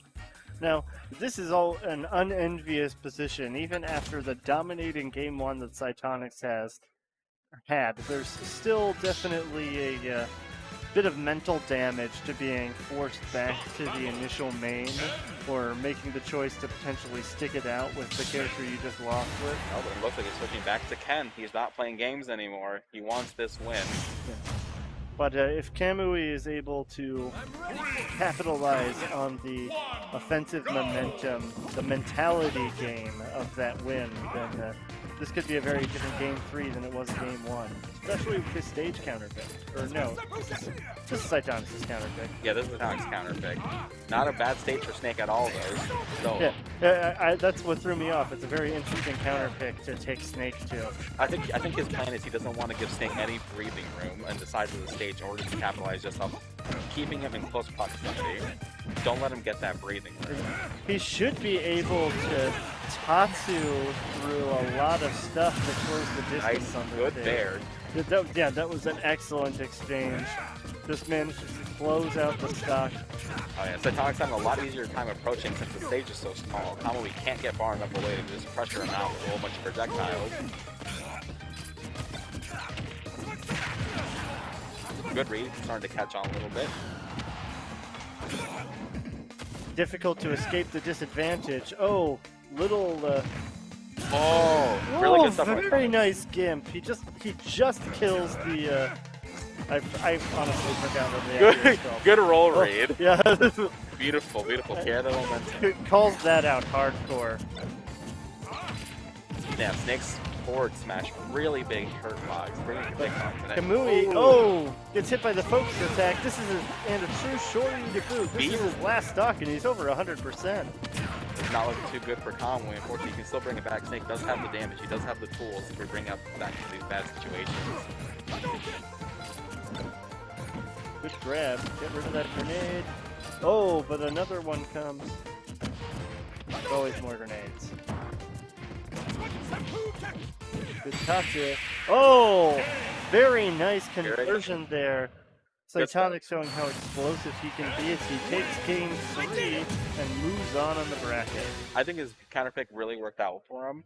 Oh, he definitely was able to Tatsu through most of Snake's projectiles without taking the punish for it.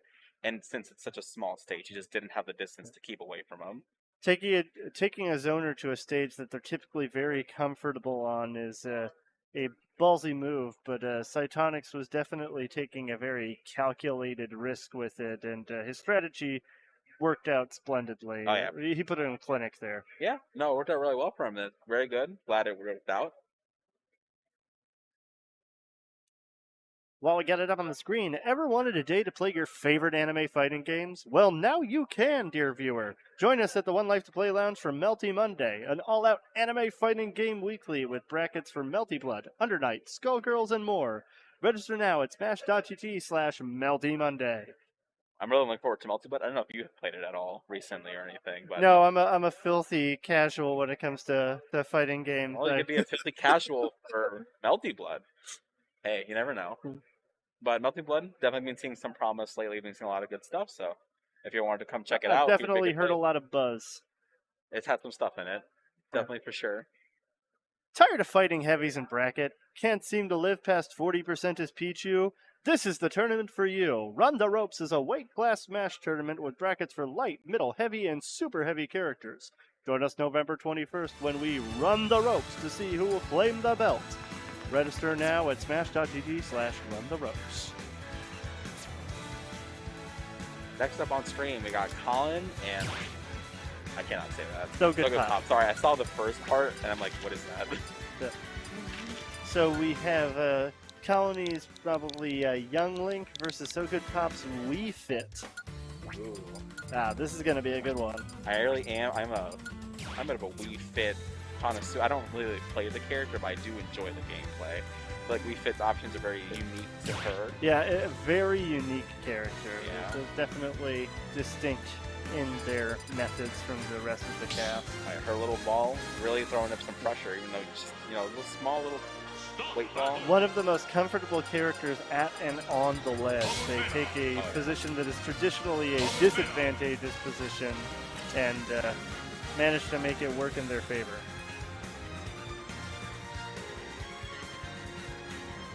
Not sure what was up with that Palutena selection. Unless So Good Pop is about to surprise us both. I might cry if he does. I haven't seen a Palutena. Oh! So, hi. Wait.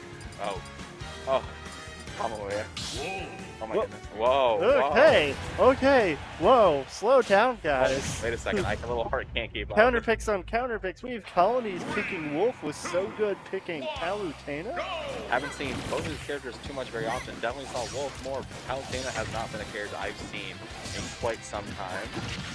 We do have a weird lack of Palutenas in this region. Yeah, in our region for whatever reason. Palutena's still we have an really abundance of DDD and Young Link, but we don't have any Palutenas. We're a weird region. Oh. Listen, sometimes it just works out that way. It's okay. We have a very interesting, diverse cast. Every region has their quirks. And we sure have an interesting one. Though the Gallon racking up really good damage really fast against So Good Pop. So Good Pop really having a hard time trying to get back on stage. Yeah, this is a clinic on advantage state for Palutena. Yo. Oh my goodness, he's more than made up the percentage deficit at this point. Very fast, really. Just took one good snuff out from the ledge. And one back air puts him right back into the blender. Very Colonies missing the ledge. Make it back. So Good taking the first stop. Colony answering right back. Brings out the Tims, closes out the stock with a back air. But So Good is putting the pressure on once again. Good read by Colin. But no sooner can I say it than that Colonies reverses the momentum and puts So Good off the edge.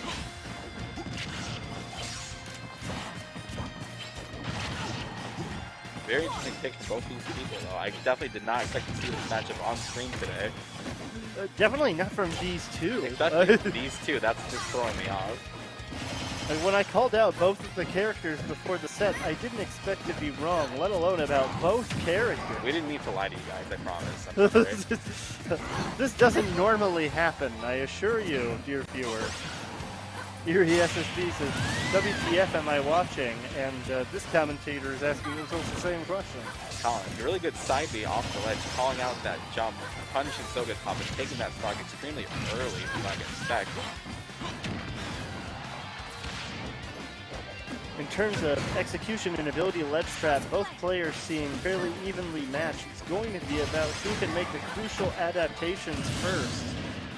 Sohop getting a really good read on Colin. He's getting him, but he already comes down from the platform. Colin racking up damage, beam it at the ledge, what he can do.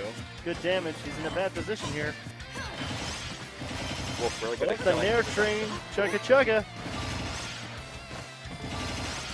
Here we have up airs. The Colin percents are more or less even now. Now they're definitely even.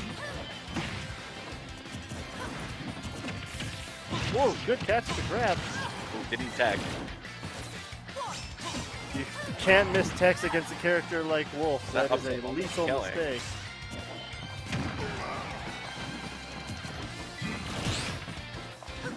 Vicious to the back air after the dash attack, doesn't get it. Good Nair.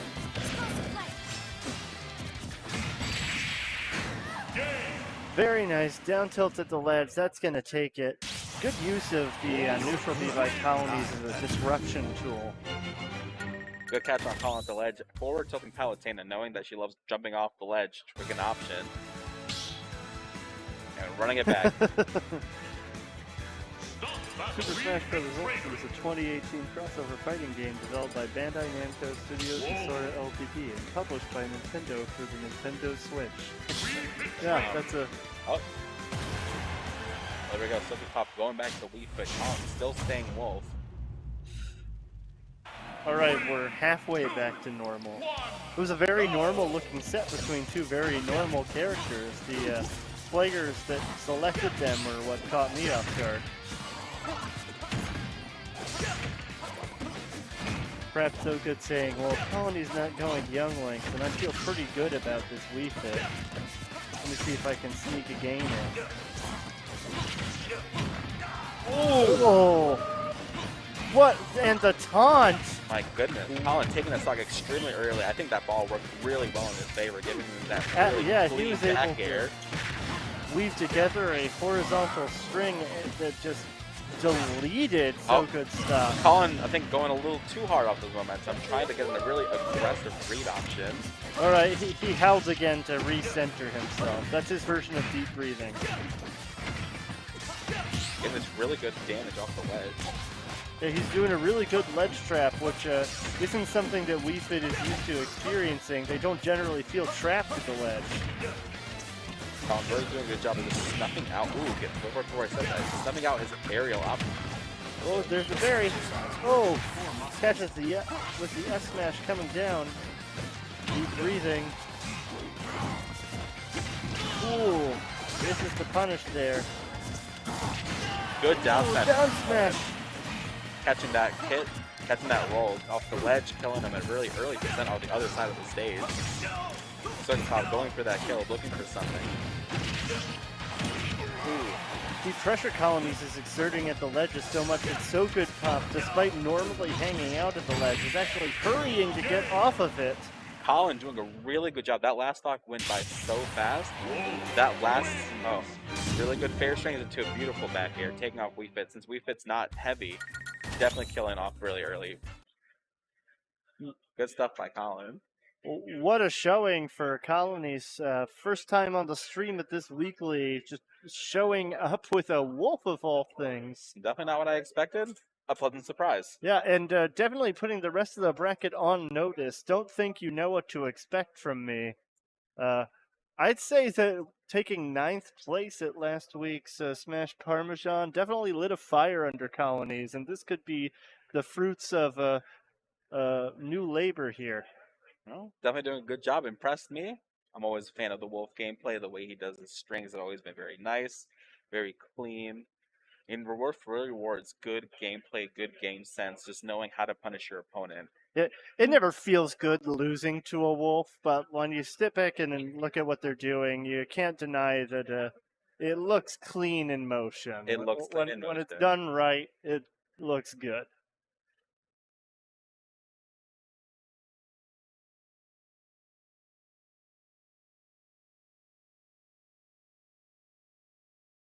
Are you guys ever wondering where to get some of our merch? Well, you guys no longer have to wonder. Now you can find all of our lovely merch at 1Life2Play.com/shop. 1Life2Play also sells controllers, consoles, headsets. Think of a lot of other things. We got trading cards as well if you guys ever want to come buy some Magic, Pokemon, some Yu-Gi-Oh! I know you're out there, Winter Shorts, I'm looking at you. And we have all that stuff for our gaming gear online. If again, the website is 1Life2Play.com/shop, or you guys can always come in and check out some stuff we have here. Not yet.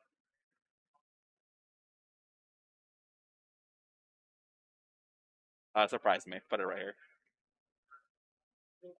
Shout out to pizza.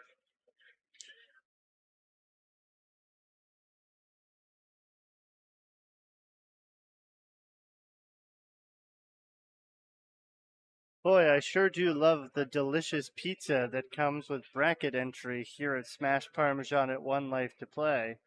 If you're also a fan of delicious flavor, you should come on out, check out the venue. It's a wonderful place filled with a wonderful staff, and it deserves all of your love and support. And if you come play, you get pizza. That's pizza, baby.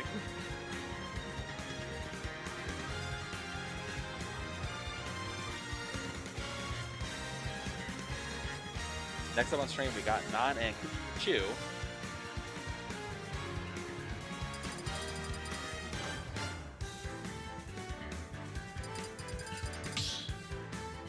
Just like everywhere else, back to PS2 we go. Start battle. Boy, Cuckoo versus Nan. This is going to be a Fun. good set right here. After Cuckoo definitely got himself warmed up in his set against Esteban, I think we're in for a show. Sora. Heiku7988 says, we want Cuckoo. Cuckoo's here, he's back. Joker. Let's see what he can do. Inkling. Teasing the Sora pick. Not committing. I don't think Sora's quite ready for main bracket yet. I don't think we've seen a single one, have we? Not on No, screen. other than the Sora only bracket, I can't think of one that's been on here just yet.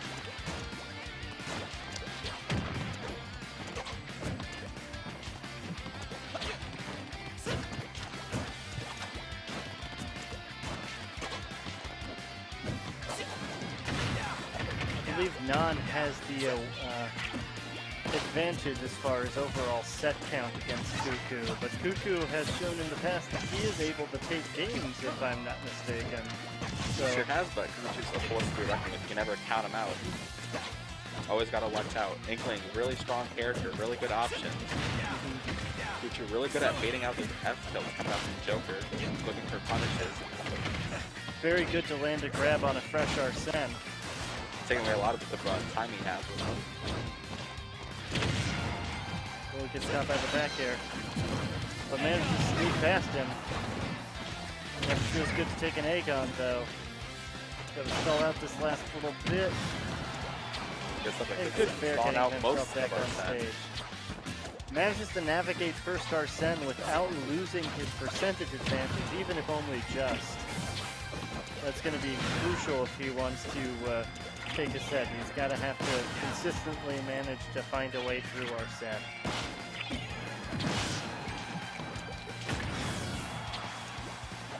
Arsene's almost back up online. You really want to end the stock sooner than later. There's Arsene.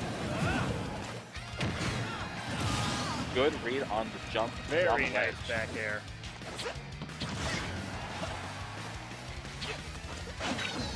Not going off stage deep for that back air. Unfortunately, could not find it. Got the jab one, misses the punish, fortunately. Oh. Ooh. Opting to counter and try to charge that Arsene up a little faster.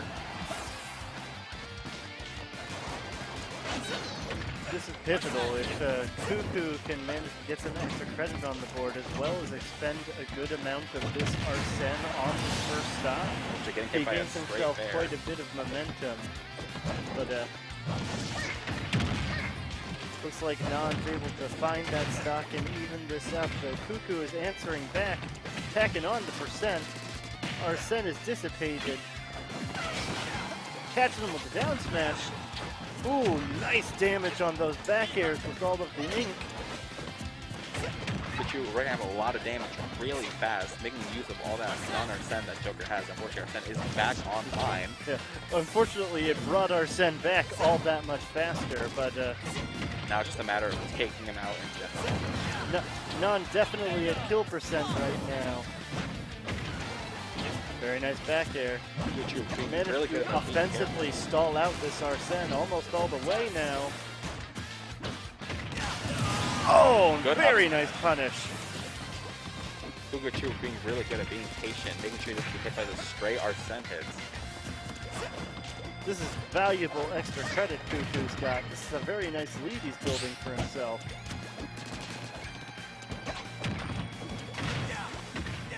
Ooh, very nice. Always nice to put the ink on before a little grab combo. Ooh. It's caught with the down air into up air. Back air knocks him off the stage. There's still plenty of Arsene to contend with. Good get up attack. He's pinned in place, manages to get out with the roller. Goes for the booyah. Back air off stage, and he Goes that down air. goes for it all right there. Not Oh! using the air dodge. Was that pre-patch down guns? Like, not Looking just like it. taking stocks here.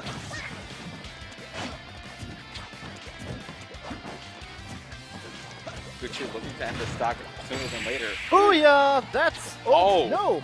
living Not good with the DI. impeccable DI. Fugachu definitely's got to end this stock sooner than later. Arsene Joker definitely could make a very good comeback. Nan, unfortunately, Whoa. throwing out a side B way too low and unable to recover without a jump. And that's not how you like to see it end, but Cuckoo is going up game one against Nan.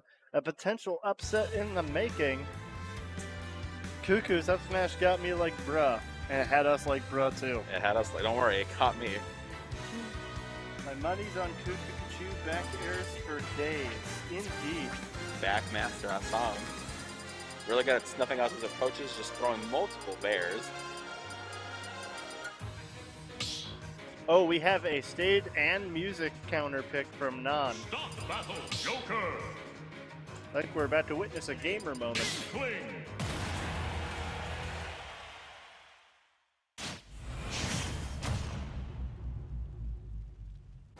Three, two, one, go!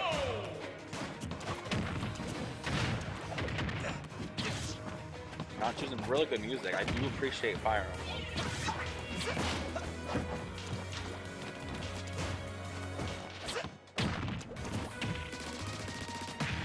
Arsene Online. There it is.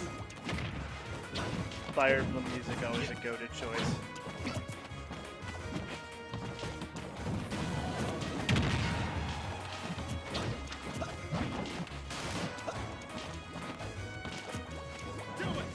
That accidentally reverse neutral be almost cost Nan. There it is again. Unable to make much of Arsene and gets caught with the berry up smash. Fugachu doing a really good job of waiting and being patient for these Arsenes, not letting Nan get any percent lead. Even on these tiny stage, that's particularly impressive that he's able to control the space well enough that Nan doesn't feel like he can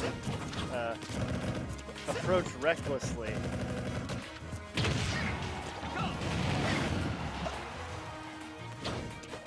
Oh, very nice slipping past him, not getting caught by a back air. Good grab. That's going to time out basically all of Arsene, I think. That back air definitely will do it. Now I'm looking for almost the last hit there. Unfortunately, wasn't able to get it. Back to the no Arsene. But at 131, Joker himself definitely has enough gas in the tank to get this KO. But Cuckoo is just so slippery.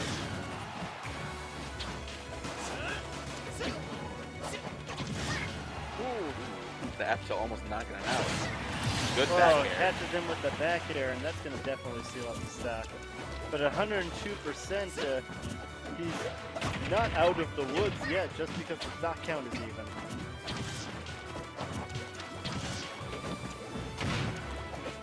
Goes to the booyah. This isn't quite true anymore at this percent.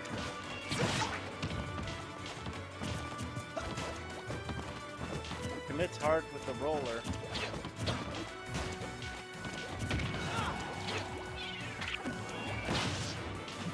Arsene's almost here. He really needs to try to get this kill as soon as possible and potentially deny the Arsene outright. Joker back up. Joker has Arsene back up online. Definitely could take the stock a lot sooner than he intended. Ooh, almost got hit with that little bomb. Dicey situation. You never want to be in disadvantage or caught in the corner. Especially not against No one Joker. anticipates his desire to shield, gets him to grab, and the back air snipes his jump.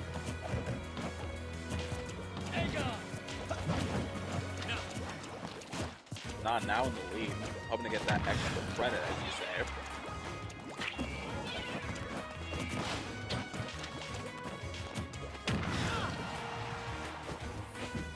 Cuckoo desperate to try to take this stock without losing any more momentum.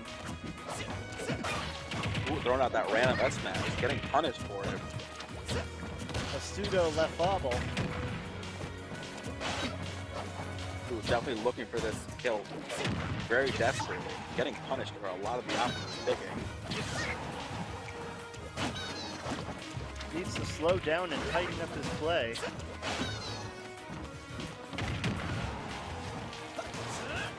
He feels the upset slipping through his fingers and he's getting a little hasty. Good back air.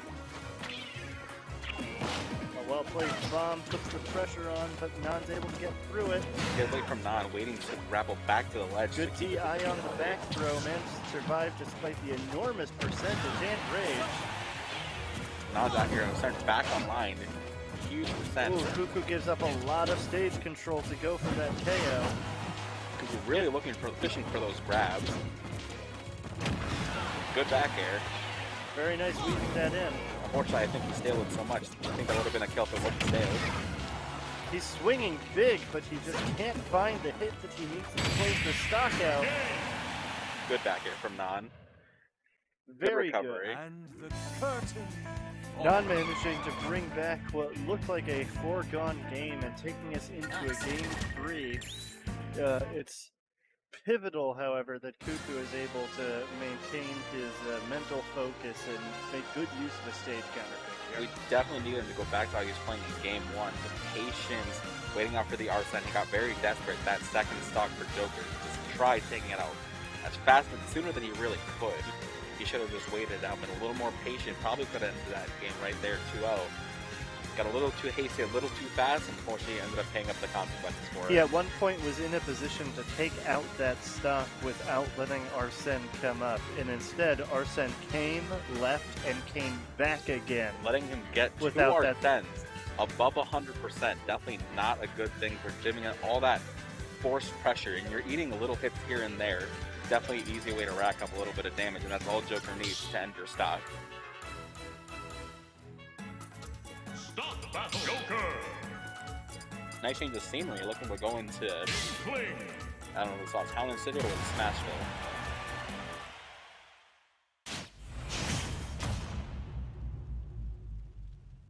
Three. We're going to Town City. 1. Go.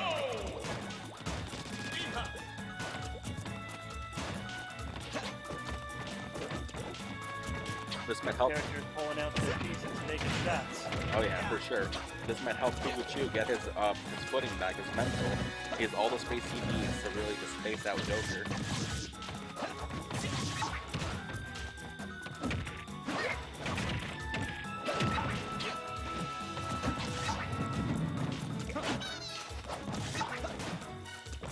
Now looking really comfortable on this stage, doing really good well, stepping out his approaches so far. Definitely making good use of the momentum it has. Oh yeah, for sure. Now looking a little more patient this time, forcing Pikachu to approach a little more often than last time. Missing that grab, unfortunately. Arsene almost online. We get the devil and Evil is here. Here he is. Good side view. Almost getting hit by that straight bear. The back end. definitely probably did need to, but it was a good wait. So I guess he had rolled. Good stuff for Pikachu. Not very good Pikachu. Good roller. Doing a very good job of not losing that stock to the little bit of Arsene he had left. Against all odds, managed to take the first stock. It definitely wasn't looking good at the beginning for Cuckoo, but he's bringing it back. Getting a lot of good damage in. I think it's going to be Arsene.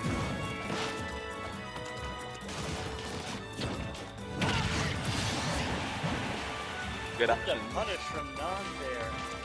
Option not opting for the F smash, knowing that he can get it, considering he was stuck on the end line for the side B or the neutral B. Not getting that stock extremely early. You can use it that one Arsene. 2 Arsene back airs in a row is tough to come back from. Oh, Not was looking to end it all right there. Non definitely has no momentum right now. He's able to take a stock extremely early without taking much damage. Careful that he doesn't get tasty here.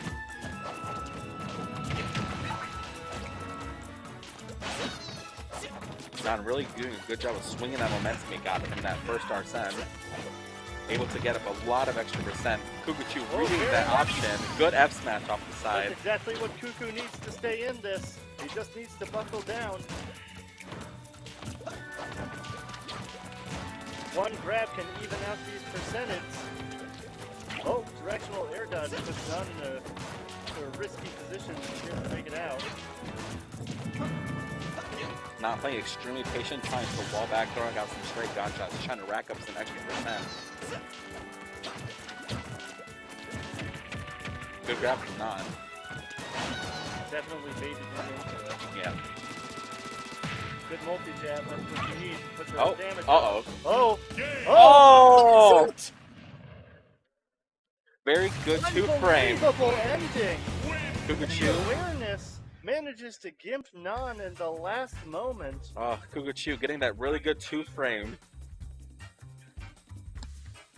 Alright folks, we're going to be taking a 10-minute break to run some ads, but when we come back, we'll be here with more spicy ultimate action. I will not be, but it was great commentating with you. It was a pleasure. And But- we will see you then.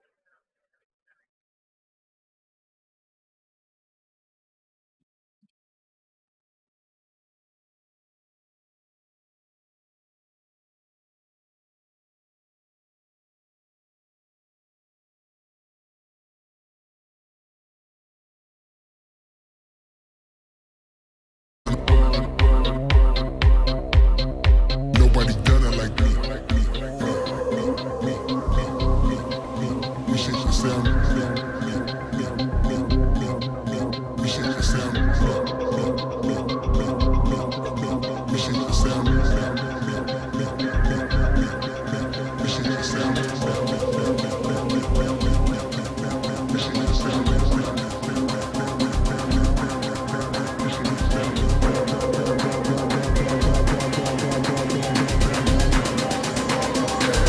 We shake the sound, need to bring innovation.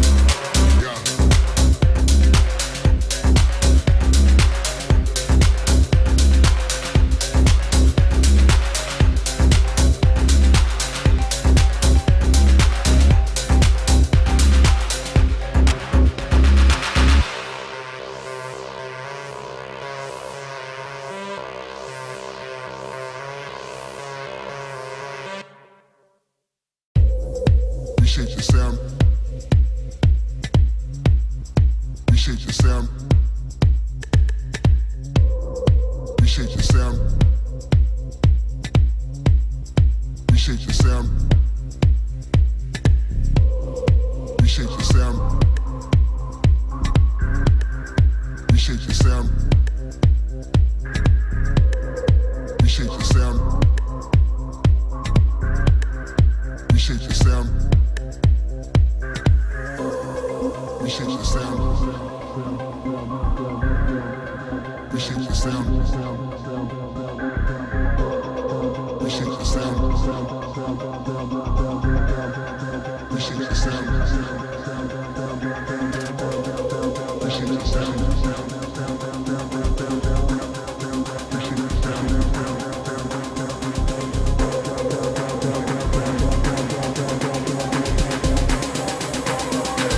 Appreciate your sound, need to bring innovation.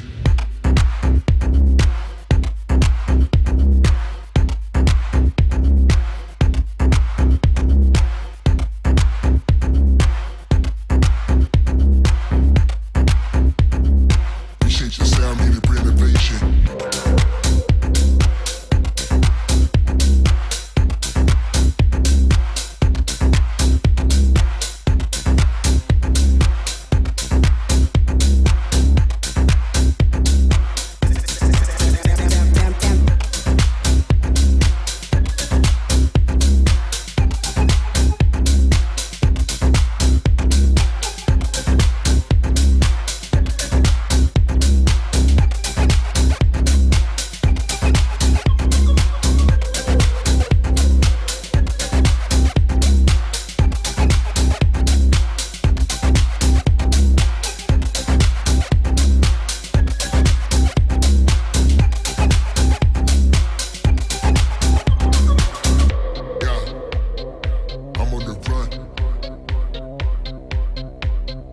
Chasing the thrills, I'm having fun. Nobody done it like me. Appreciate your sound. Appreciate your sound. Appreciate your sound. Appreciate your sound.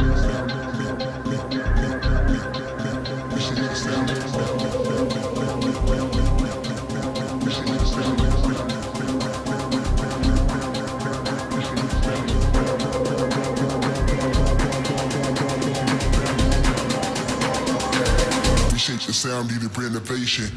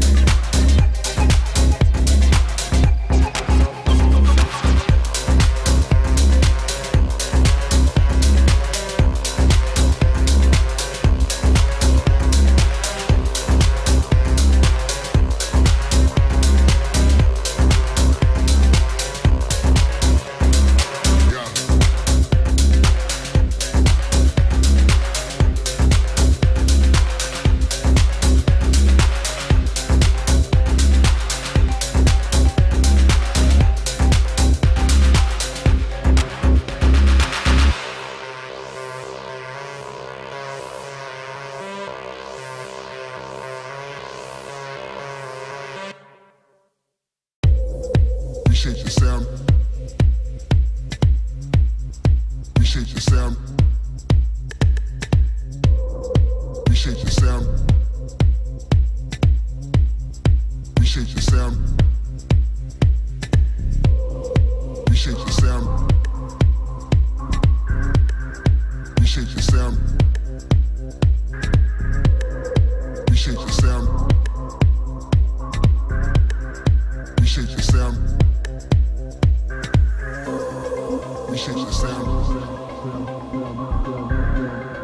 Appreciate your sound. Appreciate your sound. Appreciate your sound. Appreciate your sound. Appreciate your sound.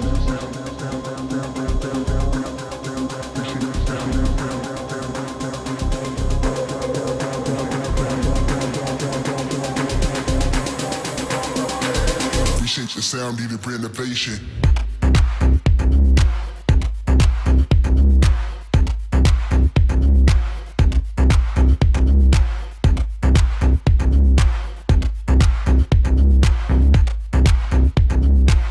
Reshape the sound, needed renovation.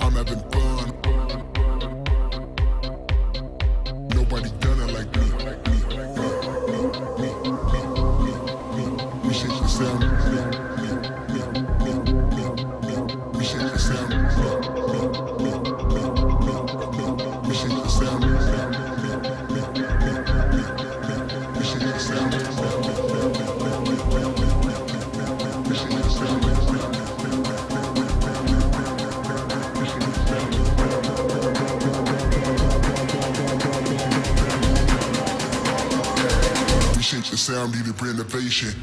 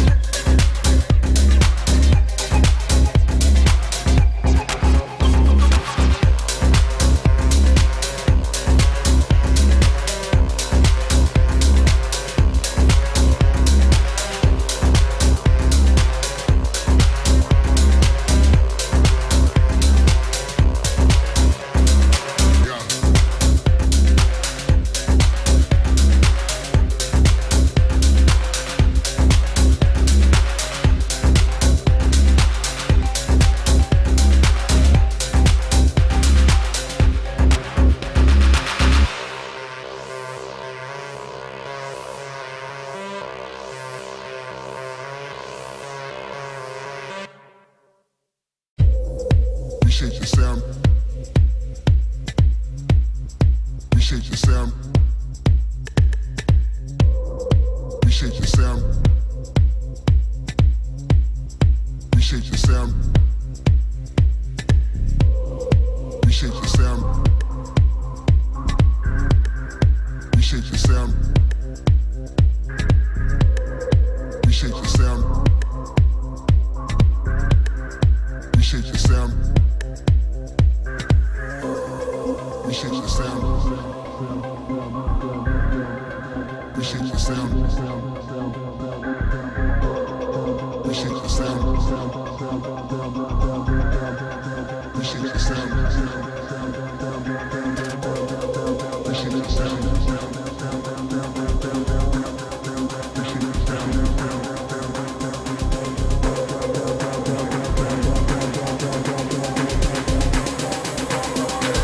Reshape the sound, needed renovation.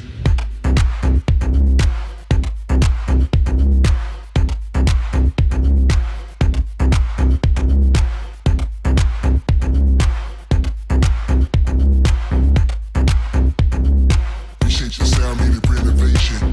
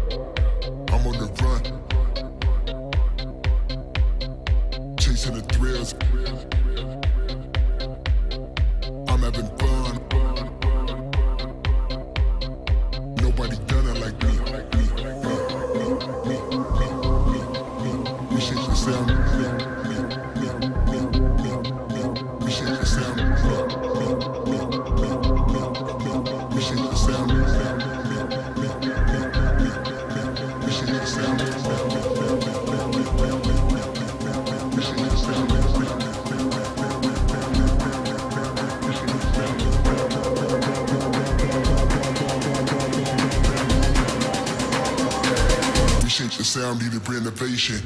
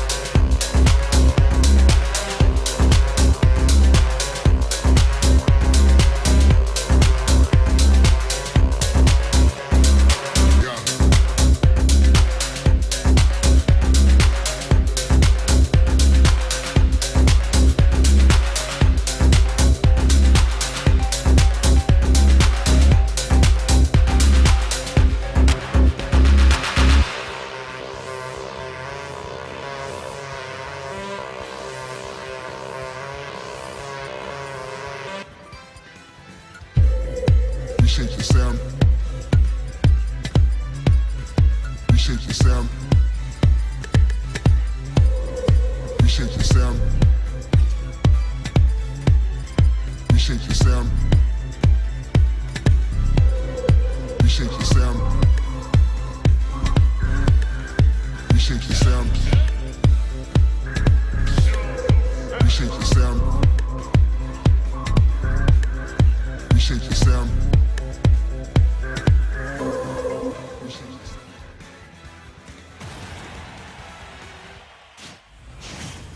Don't think I was going to leave you hanging. Here we are. We're back from our 10-minute break for winter semis.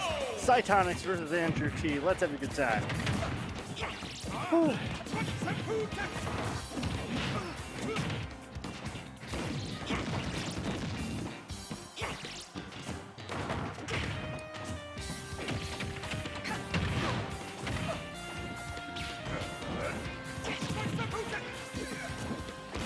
Cytonics fights his way out of the corner.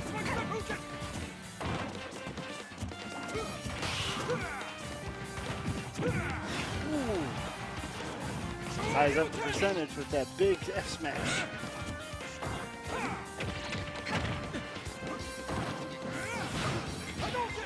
Andrew T definitely wary about how he closes the distance.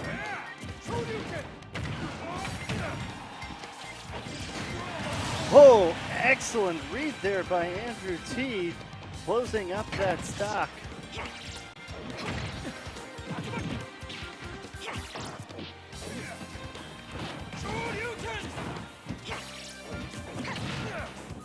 Cytonics continually reversing the Shoryu, seems to be hoping to catch Andrew T flip kicking over him.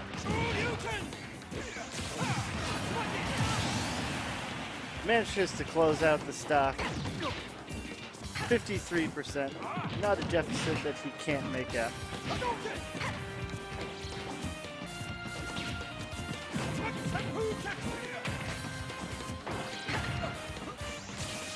Andrew T using the room he has to work with.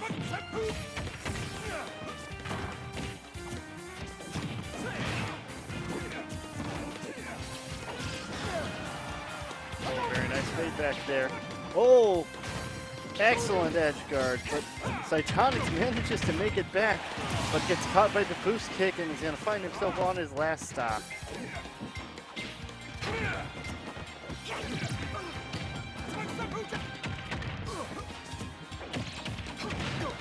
Good re-grab there. Ooh, goes for a cheeky down air.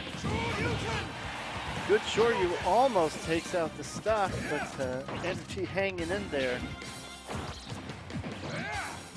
Cytonics just needs to find one good hit before he loses too much momentum. Oh, manages to duck under that after the up tilt. Very unusual interaction there. There it is, Cytonics sealing up that second stock. Both players on their last stock here in game one. One good sequence from either player. Could could have this game going either way. Ooh. Dicey situation. Percents are more than even. Is he going to be able to get off the ledge? Oh. Cytonics reversing the Shoryu once again. Oh! Very nice catch.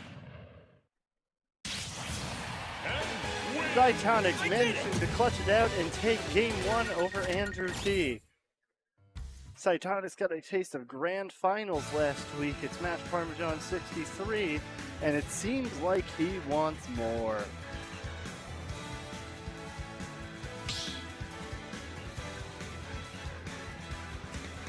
Start battle. Zero to Samus.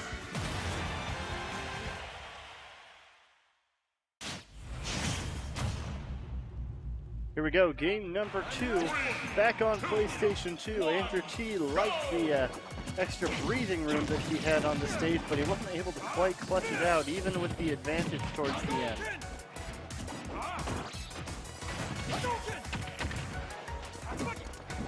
Potentially costly whiff, but it cuts both directions. Catching him with the up smash, up air. There, disrupting the approach, catching him on the ledge. Doesn't get hit by the down smash. Katsu doesn't get him out of danger. Punished by the boost kick. Oh, excellent back air, closing out that stock.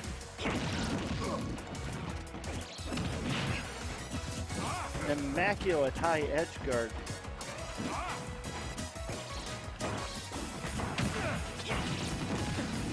Focus attack can't get through the multi-hit of that up smash.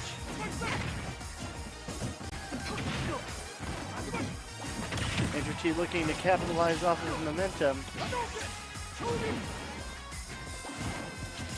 Earning dividends in terms of percentage.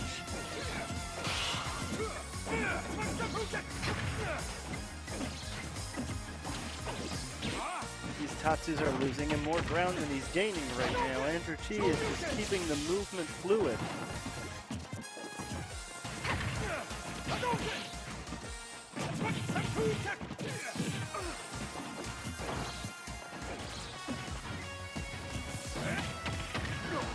Good string out of the Tatsu, but he doesn't get the last hit that seals it out. Good tech on the Shoryu there. Managed to sneak in the back air to close out that stock.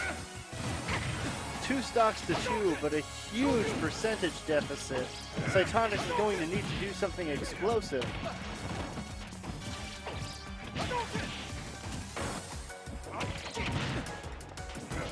Good grab, dicey situation, gets caught by the flip kick. A decisive stock taken, and a huge lead for Andrew T. Another flip kick. Cytonics is in serious danger. Good back air. Whisks the grab. Can he get back to ground? Tatsu's to the ledge. Down air. Shoryu! This is a mirror of the situation that we saw in Game 2. Cytonics can do this, and he knows it because he's done it before. Andrew T feeling the pressure. But he's keeping the pressure on strong. Goes deep! Cytonics still in it. Air stalling with the Hadoken. Manages to get back to stage. Just gets nicked by the last hit of the up smash. He's on the ledge again. Can he get back to stage and make something happen? Back airs to punish the down smash. Stays in shield, doesn't want to get called out. Zaire disrupts the approach. Oh!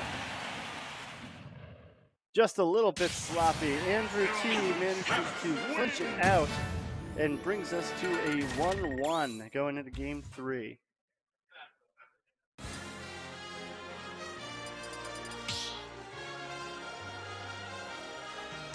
Being that this is winter semis, this is going to be a best of 5, so buckle up everybody, because we still got a haul ahead of us. I'm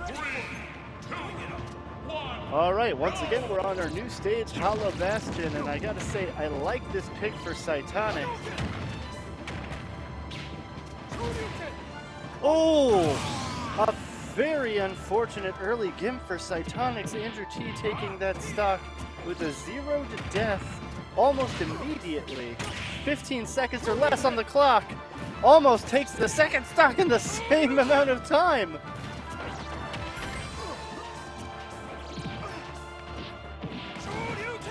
Oh, falls out of the Shoryuken. Cytonics needs that. Excellent comeback. Cytonics sitting at 55%. Oh, dodges the boost kick, but oh, falls too far before recovering and is unfortunately robbed of his second stock.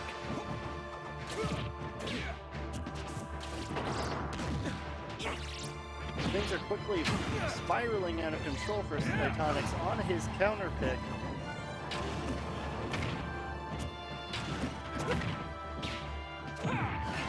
The momentum loss from this could be indescribable if he doesn't buckle down and make something happen.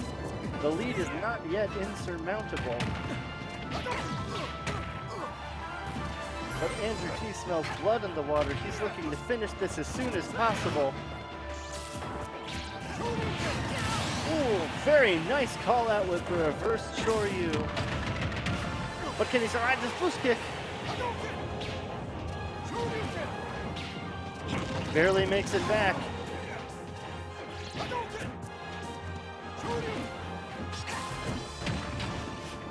Very good use of the focus attack, but he gets buried. The boost. Oh no, it's F smash.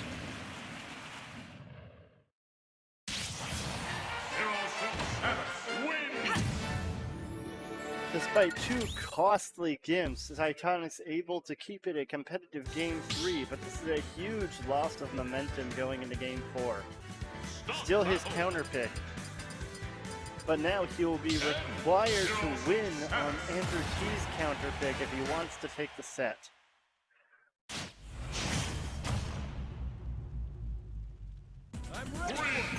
Here we are back on Hollow Bastion.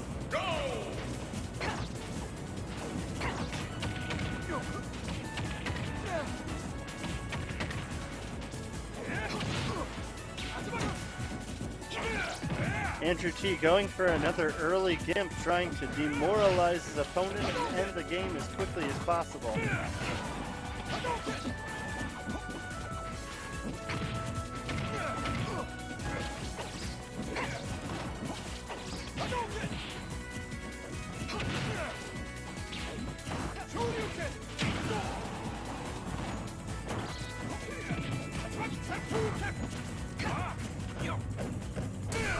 Excellent shield pressure leading to the break. Cytonics backs up and spaces the fully charged S-Smash and takes that stock with room to spare.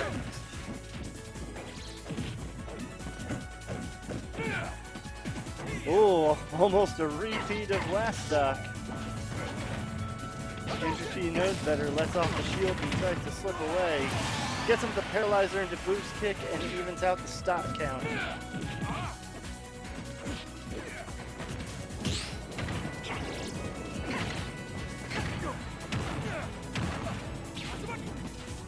Very dicey situation. Oh! Cytonic's just out of resources and unable to recover after that fair string.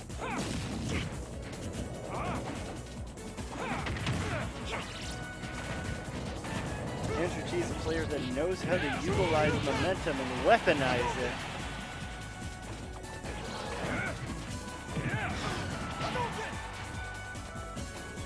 Still a shot for Cytonic to essentially tie this game up.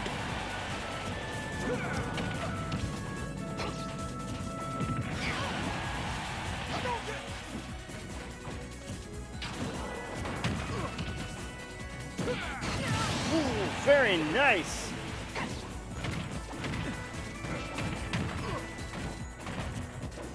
Andrew T smartly uses the multi-hit, getting through the focus attack. This string could be big. These two explosive characters. Any interaction at this point could take this game. Oh. Very aggressive tech chase.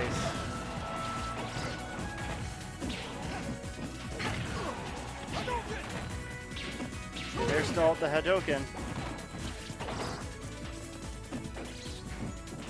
Retreats back to the ledge.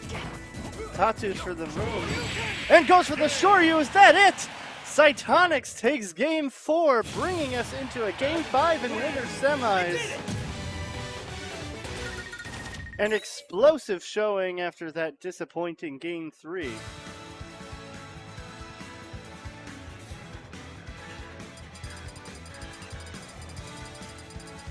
Estrella in the chat. Yo, Estrella, what's up? Why aren't you here this week? I miss your Samus.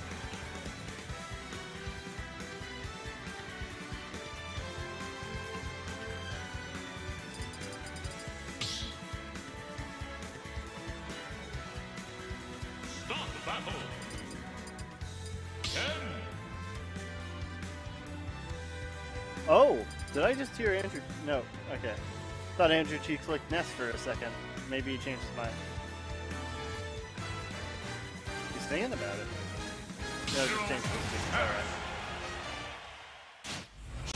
Alright, here we are. Game number 5. The winner of this guaranteed top 3, and we're on Yoshi's story. This is a very interesting choice, though I think I understand it from Andrew T's perspective. Oh. Cytonics definitely doesn't want to get caught on those ledges. Oh, very nice down air. Catches the Shoryu. Oh. We have an up air chain.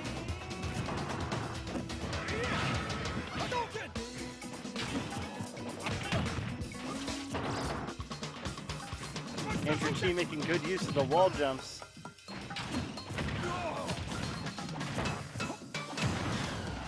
Oh, that back here almost taking the stock, putting Cytonics in a really dicey position. Oh, good Hadoken. And there's the Shoryu. Cytonics takes the first stock.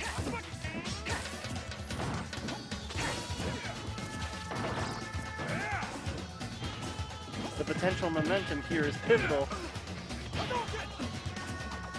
Good damage. Ooh, almost gets the DI mixed up with that quick throw.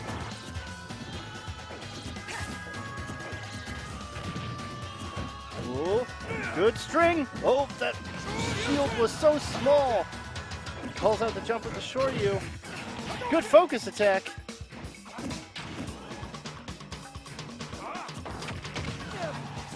Cytonics putting up amazing ledge pressure on Andrew T's counterpick. Oh! Tries to call out the jump out of shield to the Shoryu, gets punished for it. 79%, a good amount of momentum though. He has taken the safety off of these Shoryukens though. They're absolutely being let fly. Oh, just out of range of the Tatsu. Very good focus attack.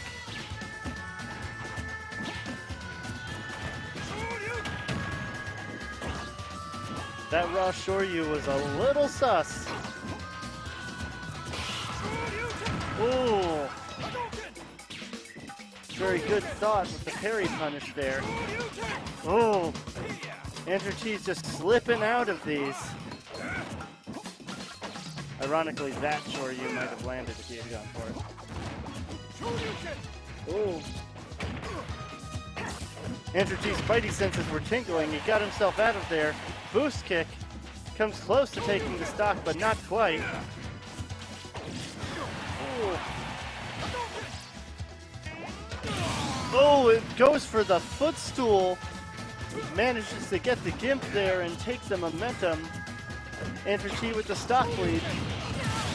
And there it goes. That's the punish that Cytonics wanted. This is it. Final stock of Game 5. Both players have to put it all on the line here. It's essentially anyone's game. The winner is guaranteed top 3.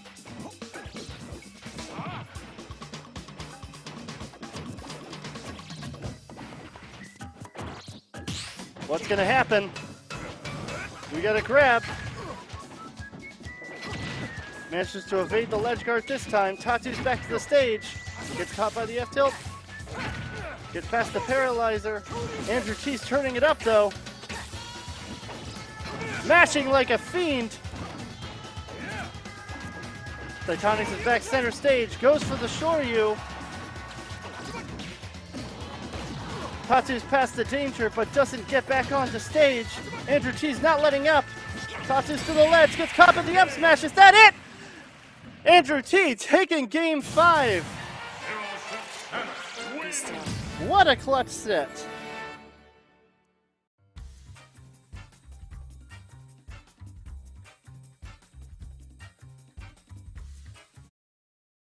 Woo! What a show, ladies and gentlemen. And the hits are just going to keep on coming as Kukukachu and Colonies make their way to the stage right now. Woo!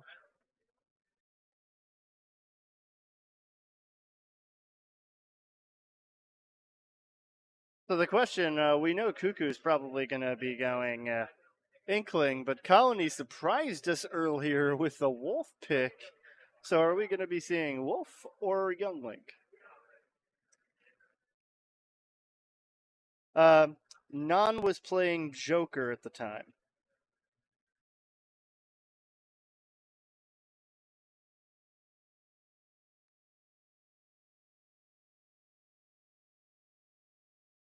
Yeah. Colonies actually beat So Good Pop in his last match on stream, going all Wolf against So Good Pop's Palutena, and then We Fit. A very interesting set. But I was able to talk to Colonies a bit about it outside during the break, and says at a certain point there are 80 matchups in this game, and it's almost impossible for one character to be able to do them all, so he's trying to expand his repertoire.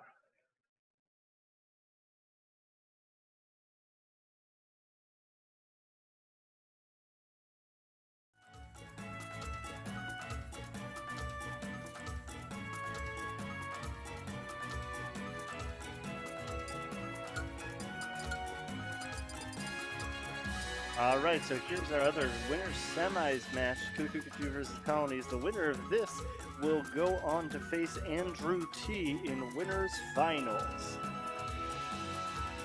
Inkling.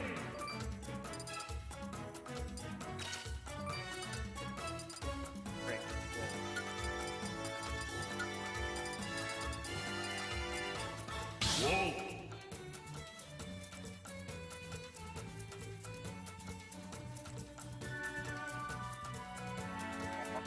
The combatants are set. We got the thumbs up. We're getting ready to start our second winner semis match.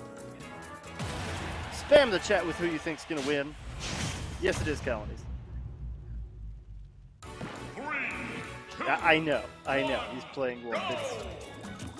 But it's a good pocket. And he was pulling off some clean strings earlier. Cool to see if he's able to keep it up against a player like Cuckoo, or if he's going to get forced back to a comfort pick.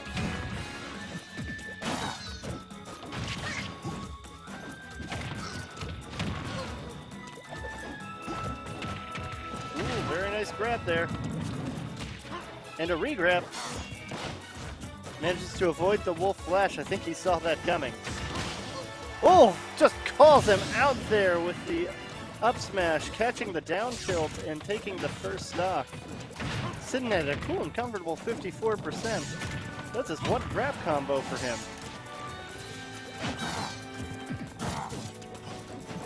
Good shield on that down smash. Ooh, you cannot miss Tex against Wolf. Very good multi-jab.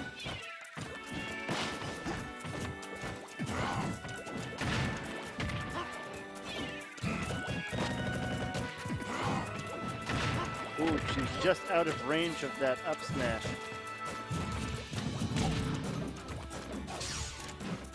Colony potentially reading the roll through there and throwing the S smash behind it.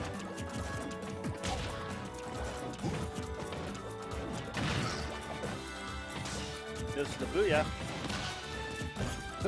Goes for the raw up smash punish again. He knows that he can take a stock that way. Ooh, punishes the up smash with the back air. Ooh, answers with the back air again. The splat bomb catches him as he gets off the ledge. That might have been preferable, however, to being caught by that down smash. Lingers just a little bit too long, gets caught by the down tilts. Unfortunately, losing a stock for it, but it does replenish his ink tank, allowing him to get off the full-powered up smash and putting Colonies on his last stock with a rather comfortable lead. Cuckoo says, "You're not the only one with the blaster. I can neutral B too."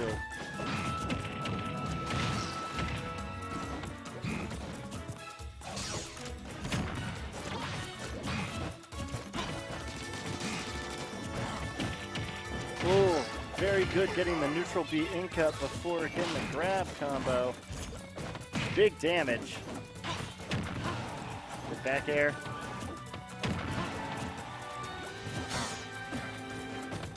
Good awareness to shield.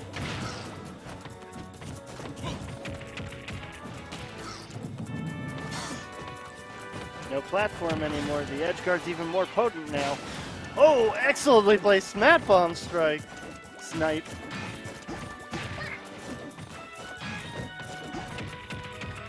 Good grab. Multi-jab. Oh, that almost killed. At 220%, a lot of things will, though. Oh, very unfortunate pineapple. Cuckoo taking game one with 2 stocks to 0.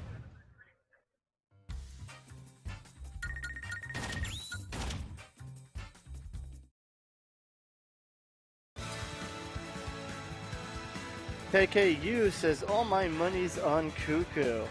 Probably feeling pretty good going up game one. It was a heck of a snipe. Stop battle.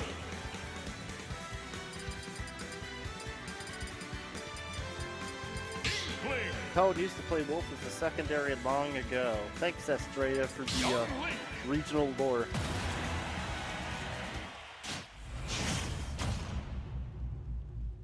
I do agree. Cuckoo does have some crisp movement. And here we've, in one game, forced Colonies back to the comfort pick of Youngling.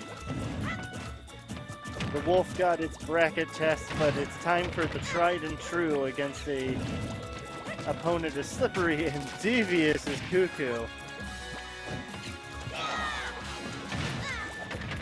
Ooh, very nice managing to punish the up B and get out of there before the bomb exploded. 0 to 94, 0 to 102. Oh, Colonies manages to sneak a hit in there.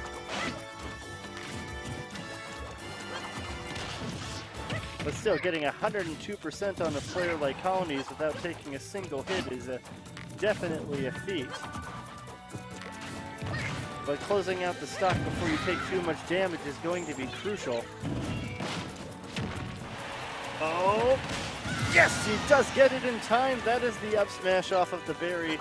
Colonies at too high a percent to be able to mash out of it. Oh, very nice re-grab there. And that's definitely going to take it. Cuckoo going to his second stock. But with a 50%-ish lead that he is now capitalizing on greatly. Good splat bomb. Colony's able to get past him, recovering high though.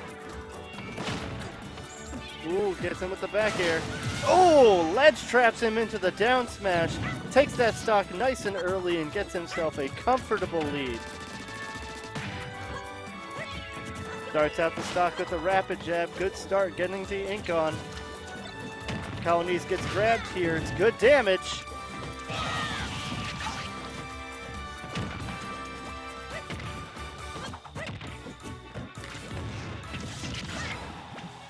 Ooh, the dicey situation. Great edge guard from Colonies. Cuckoo's able to make it back. Gets through the bombs.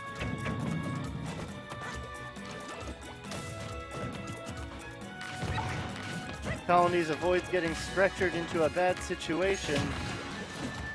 Good back air. And another one. Ooh, good rising nair. Ooh, drops the second hit of fair though. Excellent reading the roll and rolling with it to get that grab. Oh, but you can't unshield like that against the down air. Gets the grab, forward throw. That might have been a DI mix-up there. Gets the kill either way. Oh, very good, managing to punish the down air in between hits with the up air. This might have been what he was going for last stock. They're both on the last stock, and now it's a real scrap. Ooh, goes for a potentially optimal up B punish with the roller. Ooh, good down air. Ooh, I like the thought with that up smash. Hopefully it doesn't cost him too dearly.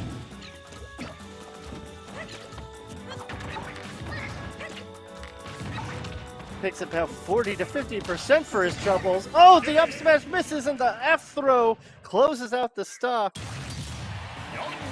Colonies managed to tie it up 1-1 as we go into game number 3.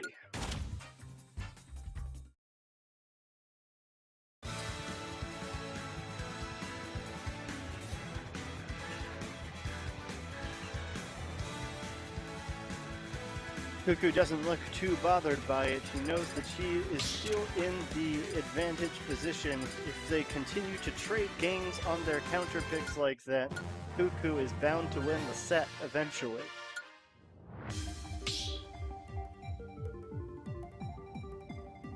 Start the battle. Young Link, Inkling.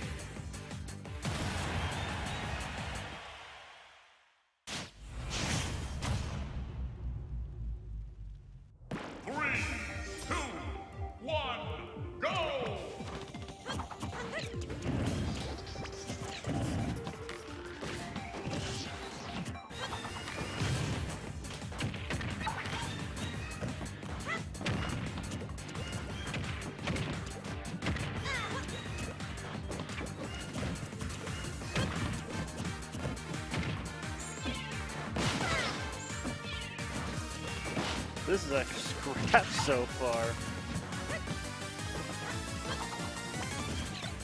Both players keeping it even.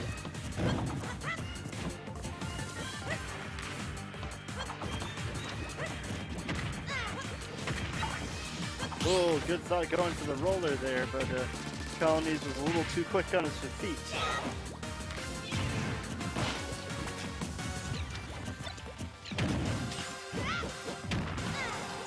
Oh, very nice punch for that up smash. Oh, just gets hit by the last hit of that B. Oh, and that up smash is going to steal that first stock from him. Colony's going up in this game 3. Cuckoo's got to turn up the heat if she's going to make his stage counter pick work for him. Oh, once again trying to punish that grounded up B with the roller and not quite making it. Just needs to move in just a little bit sooner. Oh, very nice ledge trap though. Caps him with the down smash. Seals out that first stock. This is once again a even Stevens type of game. So Cuckoo seems to be having trouble with the wall of projectiles now. Besides the stage potentially working against him as he just doesn't have the same amount of room to move around them. Taking huge amounts of unanswered damage.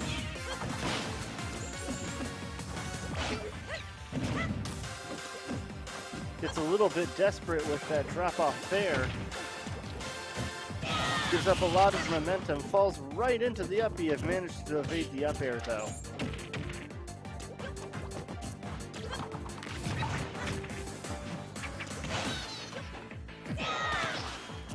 Oh, very nice gimp though. We take those. Cuckoo manages to go up.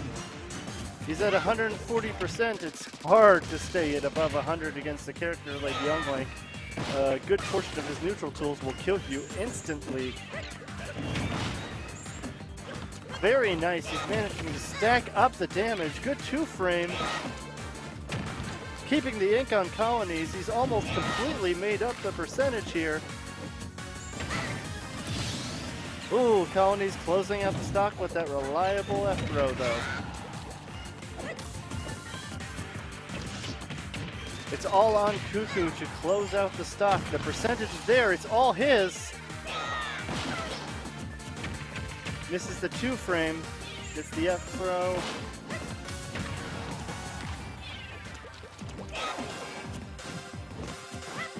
Goes to the down tilt 2-frame. Nice back air through the fire arrow. Interesting interaction there. Catches the jump with the S-smash though. Cuckoo going up a game. We're going into game 4, 2-1 against Colonies.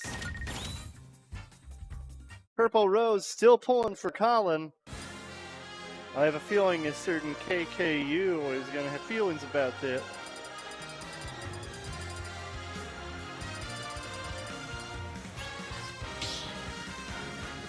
Here we are going to Hollow Bastion. Definitely a solid pick for Colonies, I would say, given the layout of the stage. Sort of a pseudo Smashville.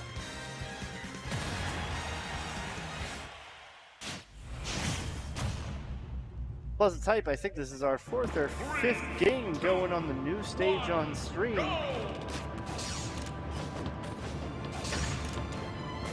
Cuckoo's got to start charging up the Booyah Bomb because KKU send them their energy.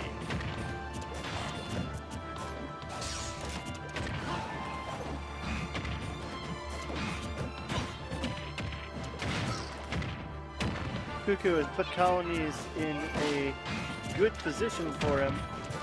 That is that in order to take the set, Colonies has to be able to win a game on Cuckoo's counter pick.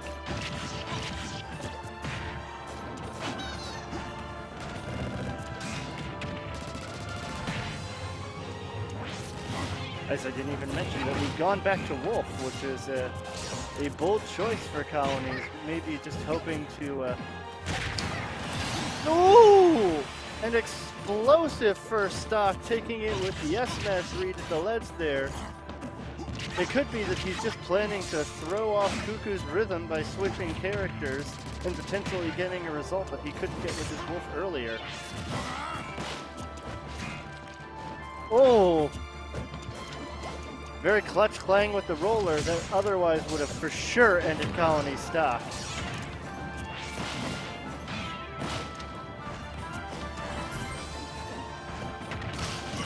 Ooh, very nice shield and call out with the up smash. But 56% damage is a good amount to make back.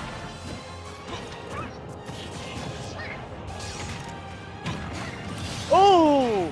Gets a little too antsy to get back to the stage and catches the back air. This Wolf certainly feels a lot different than it did in game 1.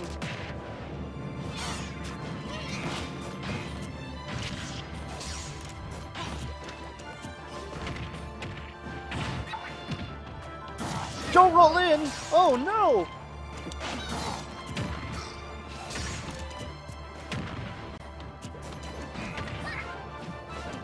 It's caught with the landing there. Oh, good spot dodge on the grab.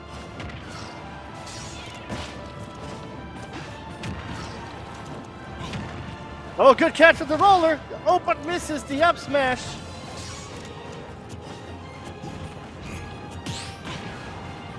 Parries the down air. Oh, the dash attack. And Colony's taking game 4 in an explosive fashion with the Wolf counter pick. And just like that, here we are in game 5. But with Colony's switching back to Wolf, Cuckoo could get mixed up here. How do you choose your stage counter pick if you're not sure what the opponent's going to go?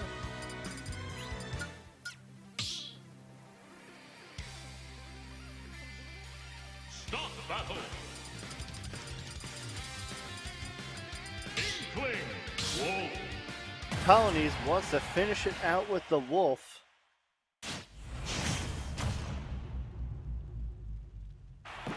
And here we are on PS2.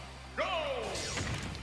Let's see if it really does make the best games as we have yet another Game 5 winner semis.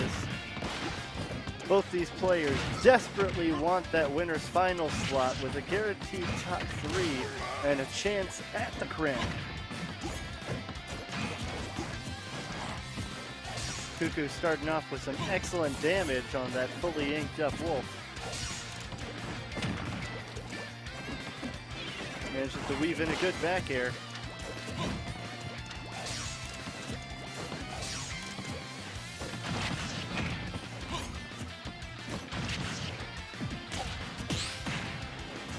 Colony's being so dangerous with those fares. Ooh, very good spot dodge to get past that roller. Clutch reverse grab, punishing that up smash.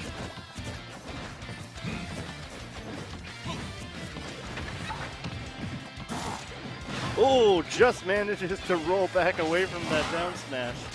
Would have certainly ended the stock. Ooh. Way to come back in with that back air. Catching the up B.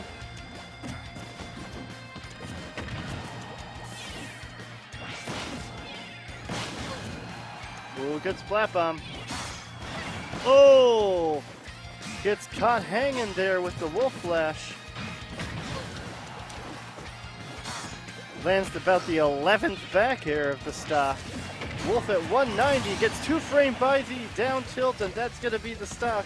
Can Cuckoo get any momentum, or is he going to get it called out and have his stock deleted by any number of options? Looks like it was a dash attack that clanged with the back air there and ended the stock. But Cuckoo is quickly answering back, tacking up 71% unanswered.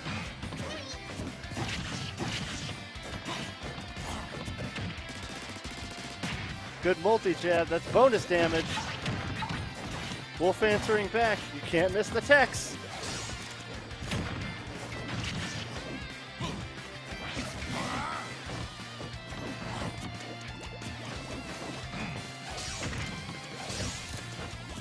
Colony's managed to bring the percentage right back to a tie game.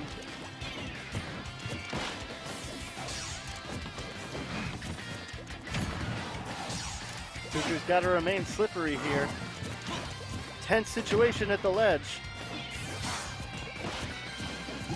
Wolf Flash manages to get him out of danger. Ooh, almost baits him into that up smash. Using the neutral B to practically invite an aerial approach. Oh, gets caught by the up tilt when he goes for the platform. Colony's going up. Cuckoo on his last stock. Goes for the up smash. He knows he needs to clutch this stock out soon before it gets away from him. Staying slippery, gets caught by the grab into dash attack though. Manages to avoid the down tilt. Answers with the bear. Oh, but the spot dodge on the up smash. This up smash catches him, but it's not enough. Bear off stage. Can he get the ledge trap? Down smash. Good snipe. 54%. He has to make it happen here and now, folks. This is the last stock. There are no second chances. Game 5 of winner semis. The winner guaranteed top 3. The loser has to battle it out.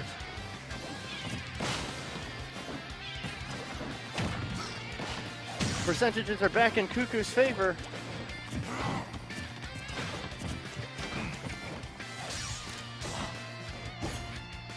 Any interaction could seal this up.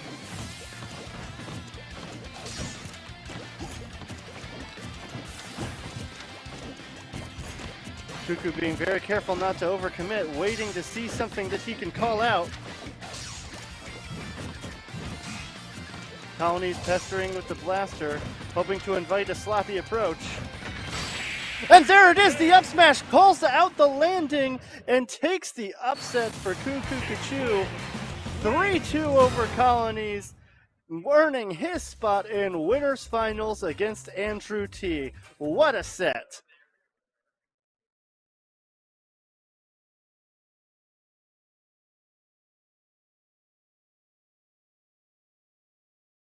Woo, absolutely incredible, folks.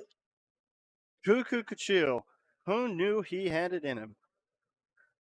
Well, KKU7988 actually definitely knew. They've been rooting for him the whole time. But still, incredibly exciting stuff. I believe this is Cuckoo's first time breaking into the top 3, and it's a pretty stacked Smash Parmesan to do that at, so big time props to Cuckoo. Definitely earned it.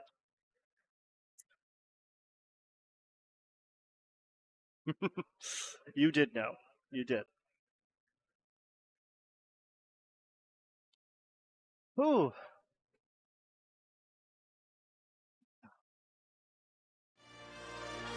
With that, we're going to shift over to the loser side of the bracket. We have losers quarterfinal match between Cytonics and So Good Pop. What is up with it to the people of the Twitch chat? What's going on, sir? Doing pretty well. Here to help join this commentary for our top 8 of this tournament. Yeah. They can't see you, so introduce yourself. This is just me in a box here, the only solo wolf main I think nowadays in Ohio. I mean, I'm seeing a lot more wolf players now though, or at least people bringing out secondaries. Bringing out the wolf. Yeah, I kind of wish he stayed Young Link for that matchup. Personally, I don't think Wolf Inkling's okay, but it's not favored for Wolf. I would say it's slightly disadvantaged for him. Well, it definitely seemed to be working for him in that game 4, and I think switching characters as he had adjusted to the Young Link really threw off the rhythm there for Cuckoo Kachu. Couldn't think of the attack for it. Yeah. All right. But that being said, we're getting right into So Good Pop versus Cytonics. Very interesting matchup here. Kind of the zoner archetype versus the rushdown. So Good Pop's just the onus is on him to kind of keep Ken out. Otherwise, Ken will rack up that damage. Just a couple combos, and that could be your stock real quick. As I say that though, 86% on Cytonics. So Good Pop looking comfortable in this first stock of this game 1. That's there. You know, I wonder. I know I've been seeing yeah, that was the deep breathing. That was one of the fastest and strongest back airs when the deep breathing is on it. Oof.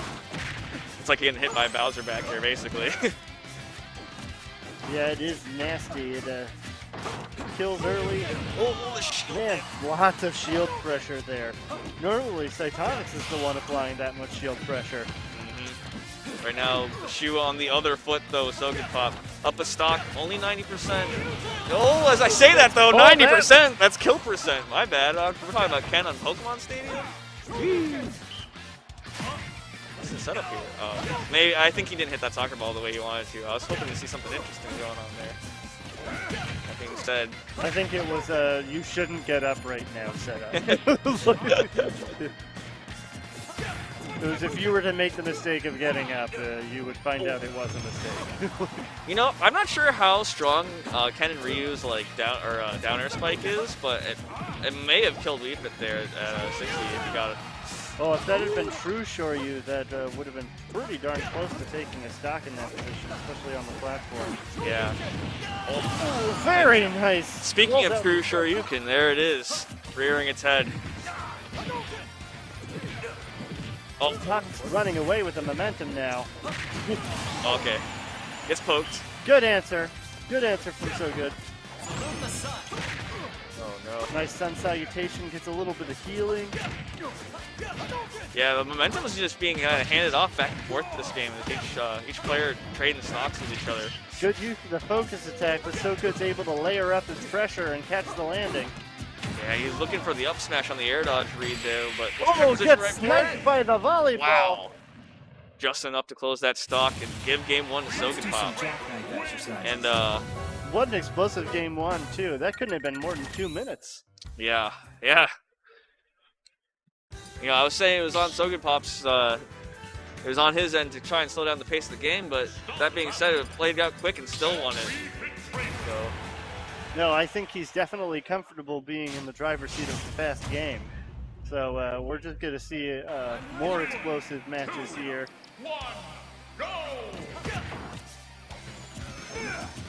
Yeah, you know, one thing in our current rule set, it's kind of hard to pick stages against Ken if you're also a character who doesn't primarily kill off the top. Because a lot of the stages are either small or have a low ceiling. And the ones that are exceptions, Ken players have enough bans to kind of get rid of all of those. You're better off focusing on the stage that you're most comfortable with in neutral and trying not to get hit by the things. Yeah. One thing, you know, with Wii Fit Trainer that definitely like floaty enough and has a decent enough recovery to kind of go out there and edge guard. But very nice. The raw kill power of Cytonics there, just taking the first stock. He's at 90, but honestly, it's not far off from kill percent as that forward kill gets close to closing it out. He just barely makes it back, dodging that forward air. That was a heck of a ledge guard and really good on Cytonics to be able to weave his way through it. Oh, that spacing was immaculate to dodge the hit of the focus attack after back airing him. Very nice poking to the stage to shore you. You know, lately something I've been fascinated by watching like really good players is seeing how they utilize roll, because it's kind of a resource that has a lot of understated uses. You kind of either get escape pressure or sometimes even just like get an approach to someone autopiloting movement. But as I'm droning on about that, we have a quick answer from Cytonics to get the stocks back to even.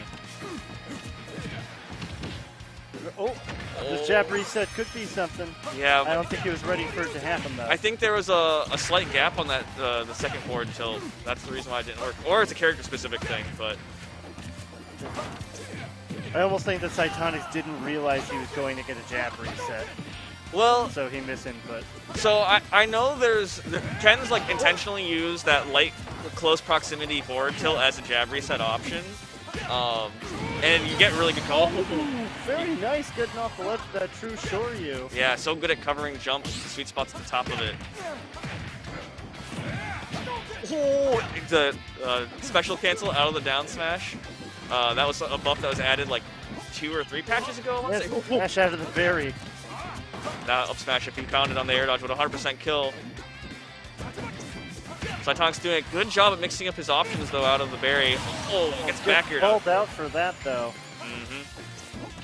I was gonna say, Cytonic's not afraid to fade off the stage and come back on with an aerial. It would be easy in his position against something like Wii Fit to not feel confident in doing that. Man, he's looking for any kind of aggressive poke, getting hit by Kent at the center of the stage. Yeah, that'll close it. Very nice. Even without rage, it's still enough to kill. Cytonic's managing to answer back and take game 2 on the same stage that he lost game 1. That time it was a 3-minute game. He slowed it down significantly. Yeah, getting hit in the corner by Ken is actually a kind of a scary situation because you have the risk of getting either Shoryuken or getting hit by the roundhouse. And the DI mixes each other up. So if you DI from one and you get hit by the other, you're going to die much earlier than you would otherwise. Yeah, absolutely.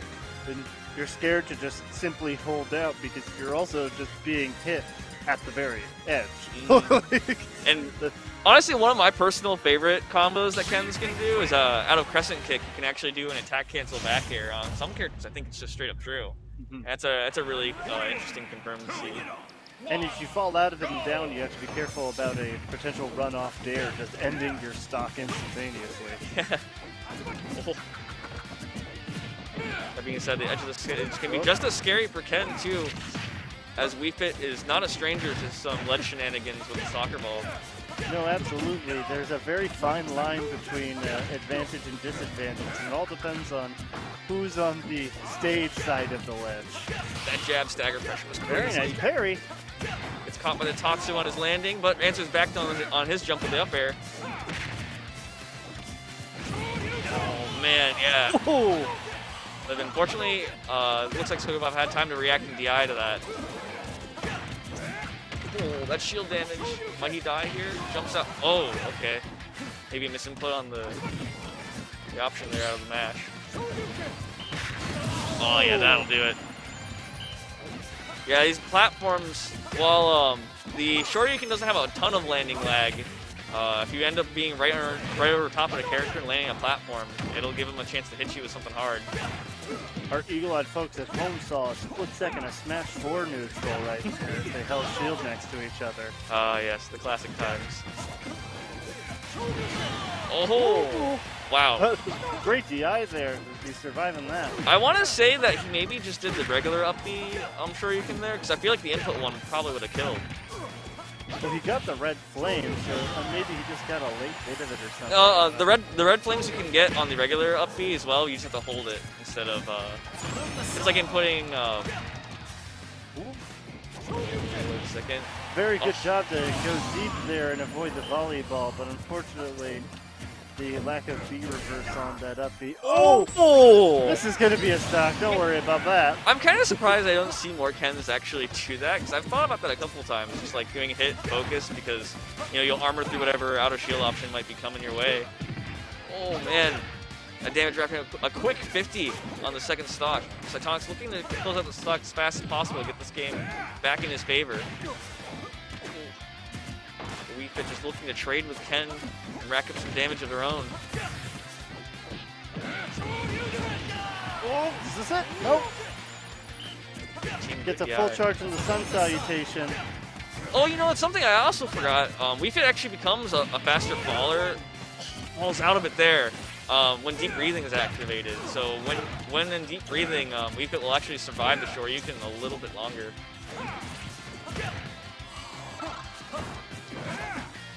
As I mentioned, it comes out the deep breathing.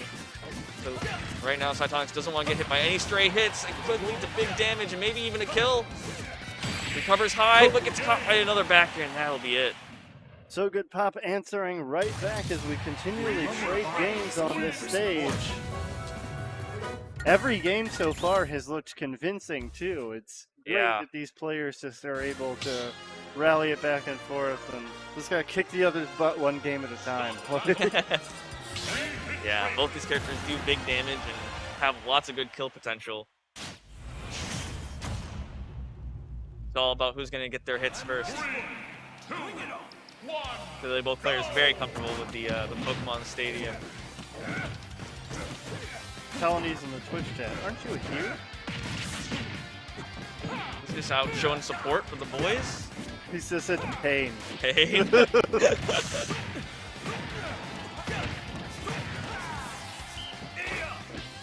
my goodness, that was a well-timed air dodge because the forward smash hitbox on Wii Fit actually hits on both sides, but Cytonic's timing it just well enough to avoid getting clipped. Oh, good snipe there. Cytonic's still alive, manages to get back to stage. Yeah, that is a blessing we'll take in I don't know where I was going with that sentence. All I'm saying, he's trying to make the most of this with 84% racked up after that first stock. Or after Good head Ogun. Man, oh, you looked for the stage spike. I don't think it would have been, yeah, it would have been anywhere near close to untechnical, but still, a good threat. It definitely would have been a surprise. Not everybody would have teched that one, that's for sure. Yeah. So good Pop managing to clinch out that first stock, but 92%. He's gonna need to step on the gas here if he doesn't want to get left behind. Oh, I don't. Yeah, Tatsu is definitely not the intended input there after that down tilt. Oh, very nice ledge trump back air. Yeah. That's also harkening back to the Smash 4 days. Oh, wow. What a clutch confirm.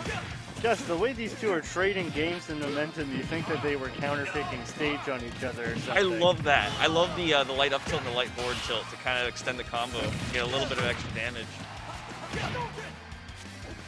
That falling up air manages to reverse his fortune and leave Cytonics in the back foot, but the... And answers back with a 2-stock of his own, just as you were saying earlier. I did it! Well, at the end of the day, the only game that matters is Game 5. Yeah, it's basically a best of one at this point.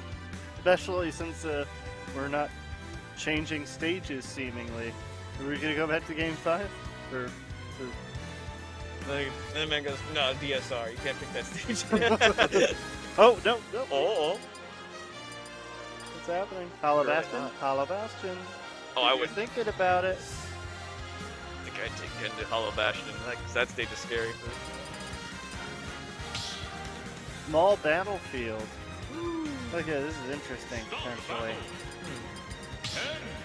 I'm not really sure what the merits of this stage are for a Wii Fit. For me, it makes sense as Ken. I feel like as Ken, I'd like this stage. The small ceiling. I think the side blast ones are relatively close too, but that being said, you know, Soda Pop is happily playing the game from the edge of the stage here. You'd just think he'd go for a stage that had a wall that he could also wall jump and layer in his ledge game a bit.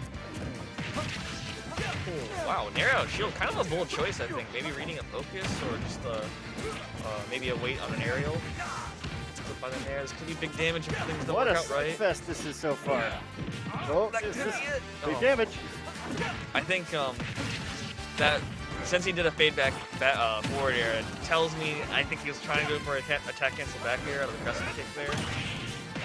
Oh, gets the spike in the forward air. I have lost track of the number of ledge trumps that I have seen in this first stock of Game 5 already. Yeah, both of these players playing at the edge of the stage, but the first stock and the momentum going Soga Pop right now. Iconics looking to nip this one in the bud before it gets too far out of hand. No extra credit for you if he can help it. Oh. Whoa! There it is! Crossed the Only DI. taking 11%. Oh man, that nair is minus on hit, really. The pressure. Combos, how is he gonna reset it? Nothing, back to neutral.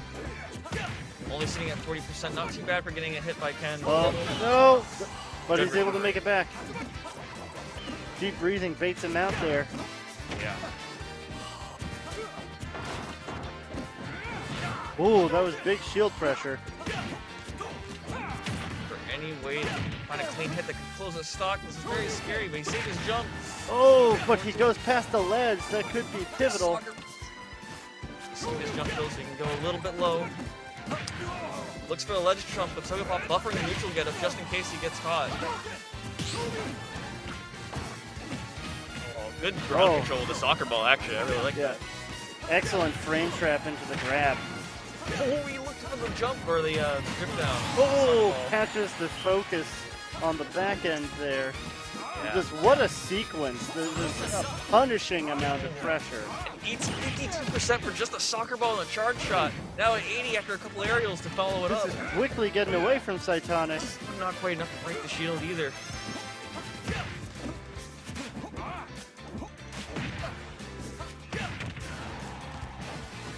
And 100%. This is kind of looking very rough for Cytonics now, especially. Oh, very good down air. Yeah, and that'll close it out.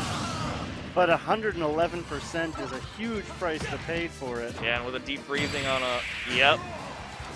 Oh, it just barely lives. Ken just Oh, had but enough, that's that'll gonna do do it it. for sure. Very No solid chance. stuff from Soga All Pop. right. Yeah, you gotta watch for those down tilt traps Soga in Pop your shield. taking it 3-2 over Cytonics.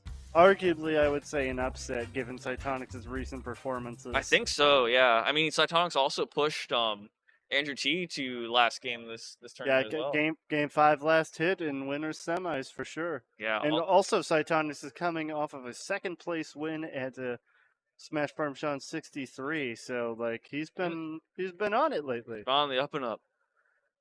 Yeah, I know a thing or two about that. I had him as my round 1 today. That was pretty rough. Oh, yeah. Yeah. Yeah. No, for sure. I could see that. But Sogapop, no slouch himself. He's been doing a lot of grinding lately. I've been seeing him in a lot of these tournaments, especially like pre-Riptide and stuff. He's been on the grind, so and we're seeing the results of that here today. We'll see who he's got up to bat probably in a couple of minutes here. So it should be Colonies versus Kamui for our next set on stream, as long as they're not playing off stream right now.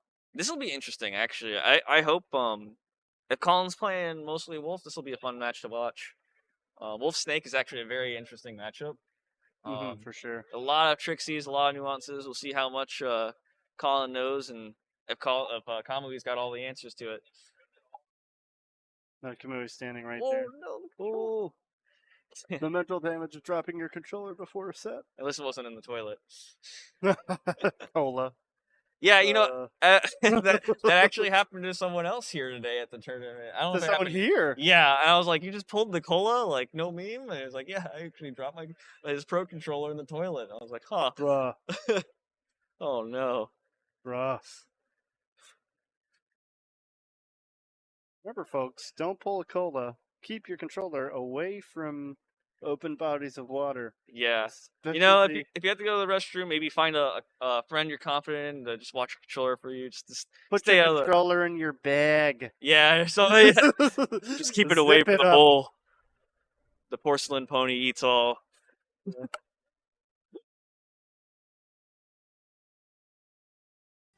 I'm expecting the all-consuming throne. Another good starter stadium. Truly a classic. Start battle.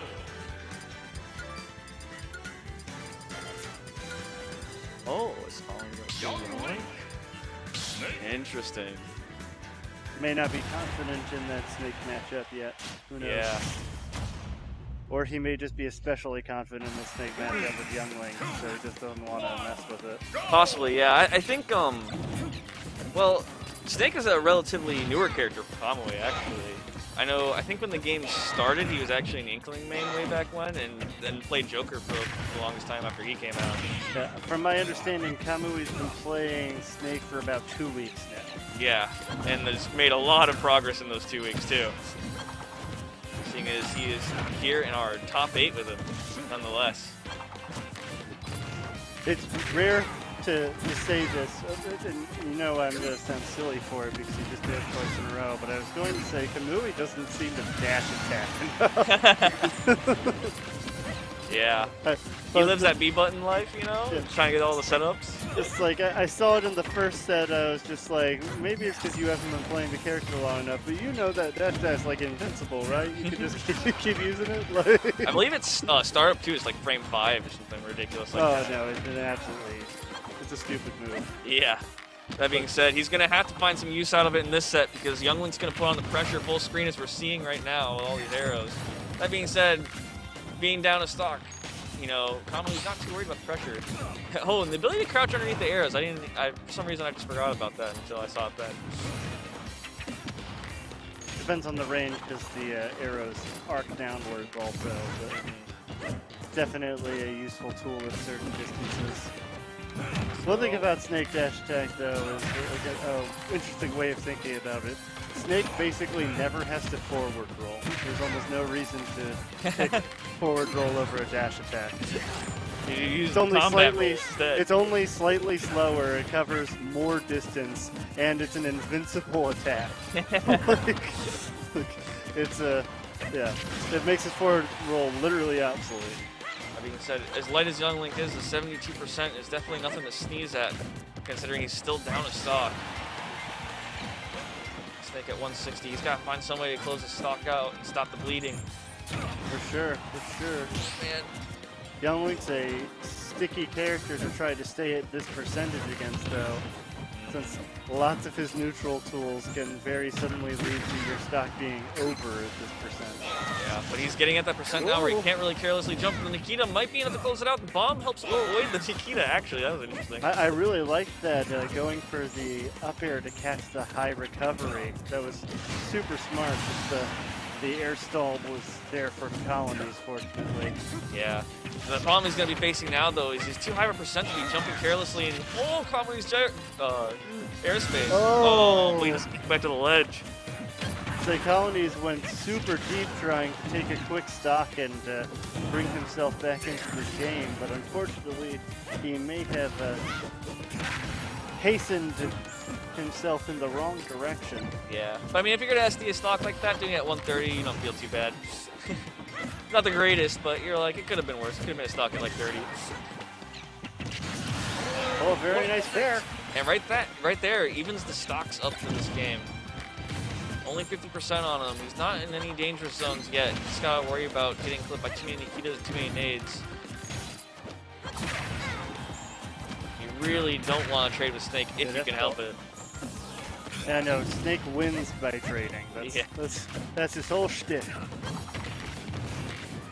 Kind of a questionable there. I wonder what Kamui was thinking with that, or what he was trying to cover. Oh, good bomb. Yeah, Colony is facing very nice projectiles is looking very solid right now. Boomerang to fair. Layers up the bomb pressure. Yep. Still the armor on the Cypher strong enough to armor through it and make it to the ledge. But sitting at 130 down to 40 is gonna do it. Now what you saw with that projectile pressure that Colonies is putting on there, he didn't get any hits, but the shape of his pressure wall forced Kamui back into the corner so that he could rinse and repeat. So like he could keep doing that and he doesn't necessarily need to get the hits with the projectiles. If it forces the opponent to move into the kill zone, the place that he wants him, then eventually the opponent will make a mistake. Right. You know, I think one of the things that separates the really good younglings like Colin or Toast is they can play the projectile game like that, but they're still ready to confirm if they do happen to get that hit from the projectile. Just being ready to combo off of like a stray arrow or stray boomerang. Yeah, the biggest thing is just knowing when you're actually going to get the hits and being ready to convert. Like, it's easy to just get the hits and not be ready for them so you don't get conversions. Right. Man, up air doing 14 on its own? Wow. Oh, man. Once again, looking kind of similar, reminiscent of the start of Game 1. A lot of percent racking up on Colin early. He might have to tighten up his gameplay here on these early stocks to try and get the momentum before he starts going off. Oh, blitz it out. Colonies is up right now, but I definitely wasn't expecting as much fight as we're seeing from Kamui against Colonies Youngling. This is a very exciting set so far. Yeah, it's been a real treat seeing the momentum swing back and forth like this. Both these characters so used to just relying on zoning with their projectiles, but it seems like the difference maker actually has been the clean hits up close. Oh, spot dodges the up tilt. That could have been a stock if the timing was slightly different. Ooh. Oh, bomb into up smash. Wow. That was super spicy. Yeah, I was actually really surprised he got sent that way, so good recognition from Colin. He was expecting it to send that way. He was ready. I wonder if that was a spot dodge read, if he thought he was going to cross up or something there. That pivot grab. Ooh, hanging below the ledge just to stay out of range of these projectiles. Finds his way back up and back to center stage. 148. Colin's going to be playing lockdown. Does not get clipped by any of these up tilts. Oh no. There's no way he meant to dash tech there. Surely not. Oh. Accidentally reverses the neutral B, lets the pressure off. Oh man. Getting sliced up right now at 60%. Oh, the time! He didn't even set it up, it was just the timer! That was super unfortunate. He planned that 30 seconds ago. He knew he was gonna be right there. You have to wonder if Colonies knew it was there and just thought it wasn't going to explode, or didn't realize it. I'd be willing to give Colin the credit. He probably was aware of it, but very, very nice little sequence there, catching him at the combo. Triplat's working out for Colin right now. Oh, he very subtly set that C4. Where is it? It's on the side platform somewhere. It was on the side platform, but I think it stopped blinking.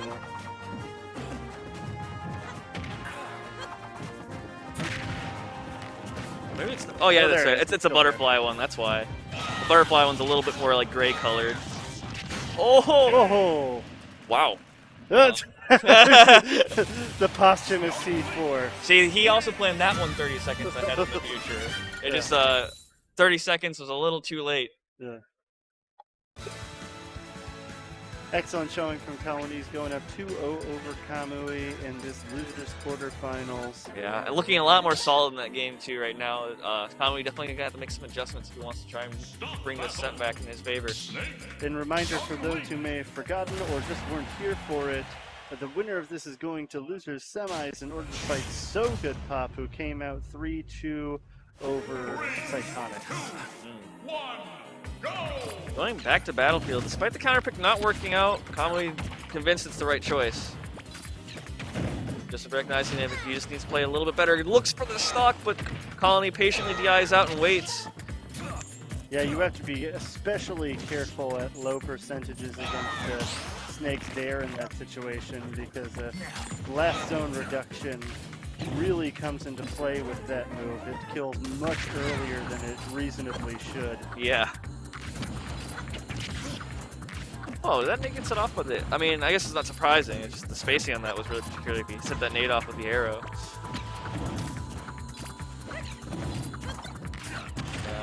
Colin trying to contest the center stage, right? Staying in it, but gets reversal on the position with forward tilt. Oh, you know, I like the idea there. I feel like he was trying to punish, and that's gonna kill you mad early. Big time, yeah. Definitely a start that Kamui was looking for right now. Only at 50. Well, if I say it's gonna rack up the percent real quick, but Snake a heavy boy, so he can take a little bit of punishment. Rounded up the into Boomerang, a very interesting choice of. I think that can't be true. That has to be like an air dodge read, I'd imagine, right? Yeah, I think so too. Oh no, but Young Link a little too short in the Battlefield platforms, just high enough to. I mean, maybe it was the horizontal spacing, but I think Young Link was just underneath the C4 explosion there. Oh, it's caught by the up tilt. Yeah, Snake kind of like throws his upper body down as the leg is coming up. Oh, good tech. Oh my god, nasty. That was a super sick sequence. Colony's super clutch for that. Yeah, reacting to the footstool with a tech. He would have been his life if he didn't get it. But that being said, 150, not even taking the first stock off of Snake yet. Probably just playing patiently, not giving Colin anything to bite off of. Oh, an amazing recovery to use the Zair and the air trip on his. That was so narrow, avoiding that up tilt. Das Boot. Almost dies to the grenade afterwards. Yeah. Young Link actually, you know, living to 192 is pretty crazy too. Especially against a character like Snake. Oh, he's trying to cook! Okay. I thought 100%. Oh, he gets Oh my goodness! Reversal of fortunes. What an incredible edge guard, 0 to death, sitting at 192%. Yeah, Colin got the maximum value he could get out of that stock. He instantly makes this an even game, what seemed like a hopeless deficit. But And Kamui is just answering it. Getting some momentum going. Going Nades a up by ledge almost trap. 80%. Nothing but the pressure. By over 100%. 132, but that's not it. That's yeah. it. Wow. Kamui taking game 3, bringing us into a game 4 situation. Now it's on Colonies. This is his chance to utilize a stage counter pick and hopefully find an answer here. So I imagine Colin's probably gonna want to go to some bigger stages to get some space away from all Snake setups. Small battlefield. But say almost the opposite. He doesn't want to give him any room to breathe. I suppose so. Yeah, I mean, I guess both game plans are valid as Young Link, to be honest. He's got the really fast, good frame data and just really good combos up close. But the thing is, the trade-off is against Snake is you're giving yourself less room to navigate around all those nade traps. And C4 takes up a lot larger percentage of the stage. For sure. Young Link.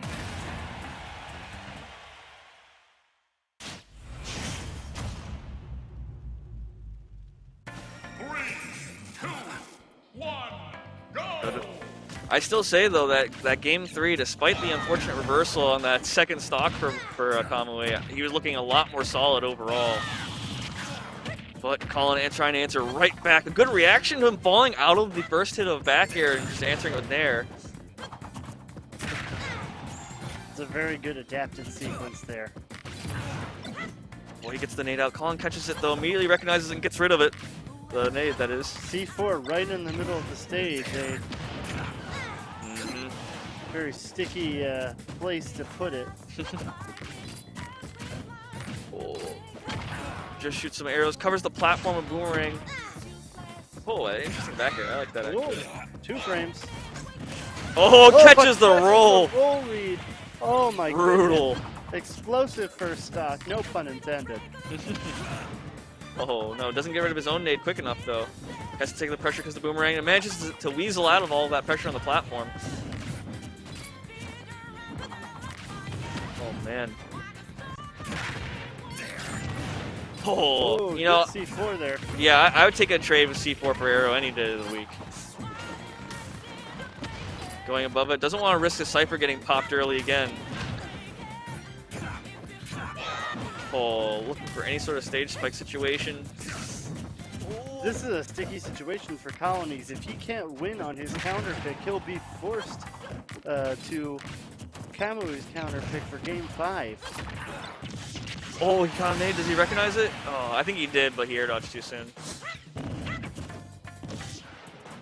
6%. This game, too, is looking much closer. Oh! I did not know that was there. There. Oh my gosh, and he catches with the up tilt and just takes that stock. Yeah. As soon as Colonies can claw back the momentum, Kamui just seems to blow him right up. Yeah. Kamui has some very creative setups, pressure with Snake. Definitely a lot more free flow than some of the other Snakes I've seen in the past. And mind you, this is only his week 2 Snake. So, you know, not too shabby if I have to say so. No, not at all. Oh, gets his head clipped by the boomerang. Right now, Colin just used that little window of opportunity to create some pressure, but gets reversaled. Oh no! Like that, we're right into a game 5.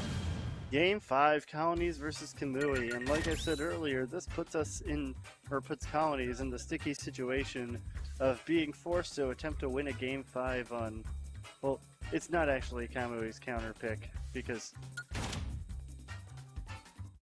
he does have less stage picking options though in this situation.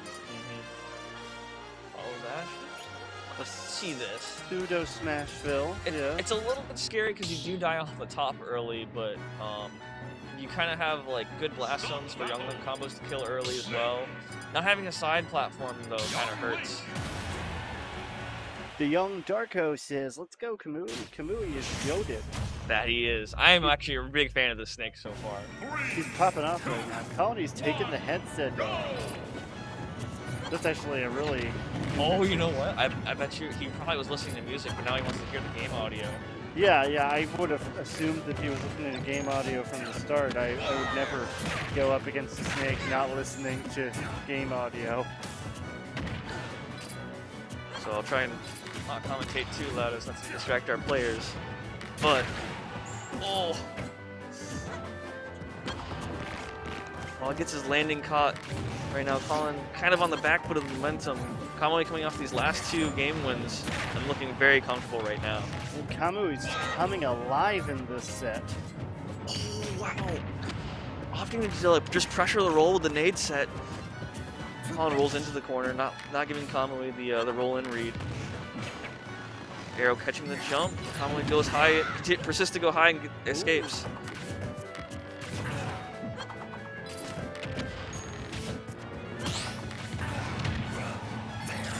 Oh no! Shouldn't have pulled out that bomb. That just left him standing there a little bit too long.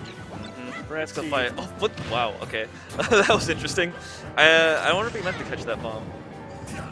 You know, this low platform makes that C4 cover a lot of the center stage when it's sitting up there. For sure. Oh, yeah. He almost caught Kamui, or Colonies rather, jumping back towards the C4. Forced him to air dodge in towards Snake instead. Okay, but the small blast zone working out there for Colin, the forward air killing off the top. That was a surprise kill. Yeah, there was no spark there, so it was probably DI related. Oh. Nice sequence here. Colin recognizing that Kamui's been going high and adapts to it, moves underneath him to keep the pressure going. The Nair strings. Hope he saw that pace. A very good string. Doesn't need to see the C4 if he gets the KO. Right. Colony's going up a stock now for the first time in 2 games. Yeah. Yeah, I think that big combo kind of brought him back into it. Kamui not looking too shaken though.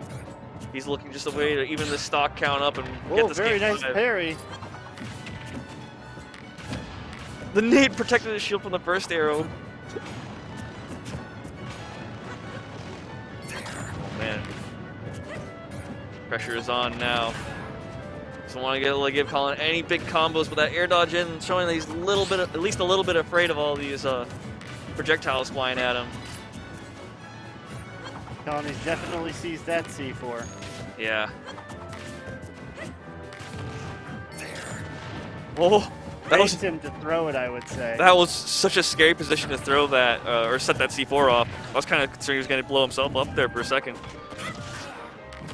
Oh, the mortar actually protected him from the combo from the down tilt. Definitely, he didn't want to swing at that. Bomb goes I off. forgot he had the bomb. I was like, yeah. But does it end up mattering? Nikita has enough time to get the second one out and closes that stock up. 115 is no small amount of damage, but it is Snake.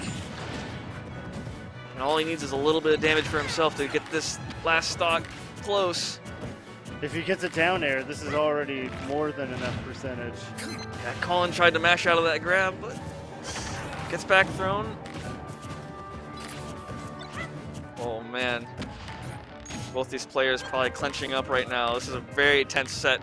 Last stock, last game. This is everything. Whoa. Oh, just goes right underneath Younglink doing the short hop arrows. Oh, the pressure. Good up air. Let's say she's landing really close to that C4. Watch it. Oh man. Oh, Colony's getting this No, fire. misinput there. Don't go for that F smash. Doesn't get Bomb colliding with grenade. Oh man. Oh, nice catch. That's it. Colonies takes it 3-2. Ooh, what a clutch game. Ooh. I was sweating a little bit. No, I'm sure both the players are.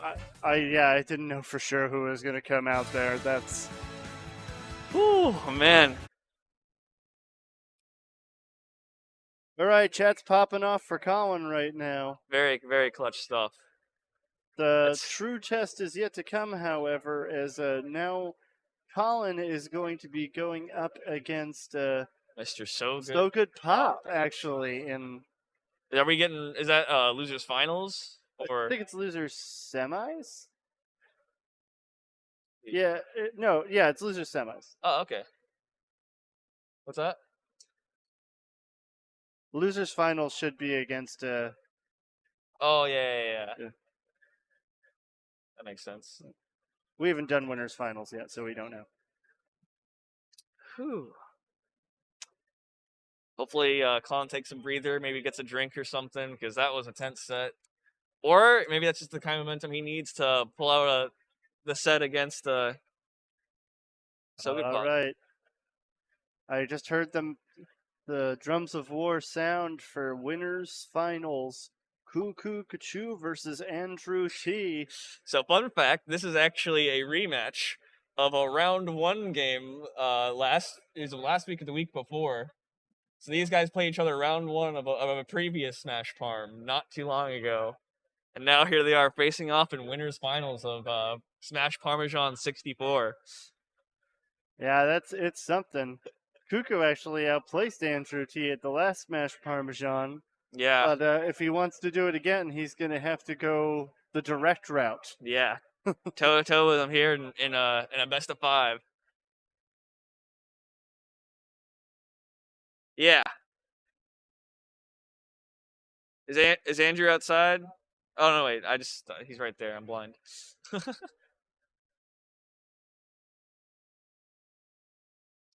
All right, so let's hear it from the Twitch chat. Who do you think's gonna come out on top in this winner's final set? Is it gonna be Cuckoo Kachu Aw, she. or Andrew T? Dude, everyone's dropping their controllers today. What the hell?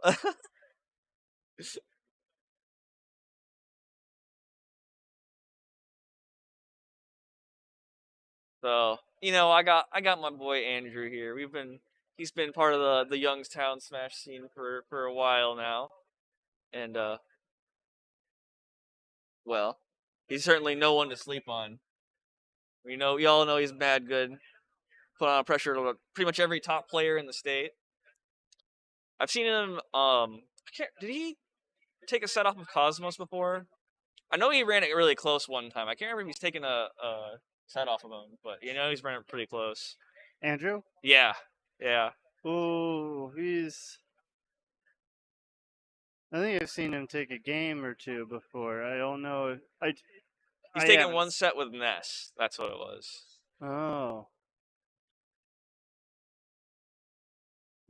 If my girl and Andrew T both drowning, catch me at my girl's funeral screaming, pivot F tilt. Up-tilt. Or F-tilt, yeah. Oh. Up-tilt, F-tilt. Make up your mind. He's taken one set with Ness, yeah. There we have the confirmation from Erie SSB. That being said, Kukuchu being a new face around here, and certainly someone who's been getting explosively better every Making single waves, Smash yeah. farm, yeah. He's been consistently within the top 8 or just outside of top 8. Basically, since he showed up, he definitely just came out the gates swinging and letting people know, like, hey, I'm here and you got to watch out for me. Mm-hmm. Yo, Erie out of quarantine tomorrow? Oh, snap. I don't know if Neo's ready. I better see you at the next Smash farm, my guy. Number 65. Number 65. Seriously, hide them. They don't want to see me. Can't work. May come tomorrow, though. For Nick for the Fight Wednesday? Night? He might be talking about our Wednesday event, actually, over in Warren. Oh. Which, if people want to come check that out, I don't know if I'm allowed to plug it. But, if you're looking for a tournament and you live around Warren, check out Who's Got the Sauce on Smash EG. But, that's James said. Yeah, or Nick Fight Night. Yeah, if you're looking to try and get into the Nickelodeon All-Stars, the Wednesday tournament here is definitely worth checking out. It starts at 6 p.m. So, definitely a good place to try and learn that new game, especially with all the big prize pots coming out for it. But that being said, we're going to get back on track with Game 1 here. The percents are looking even between Cuckoo, Chu, and Andrew T right now.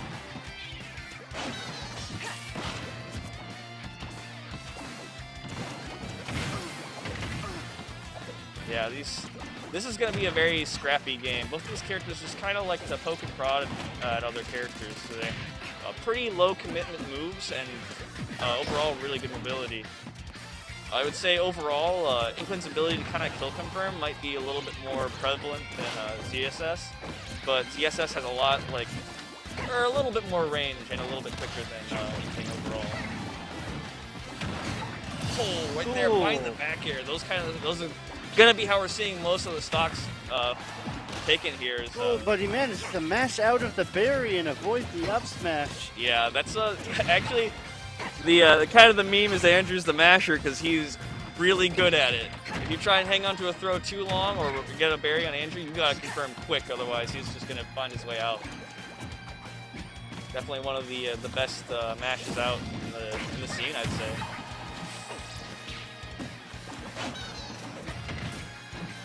The best masher west of the Allegheny Mountains, that's for sure.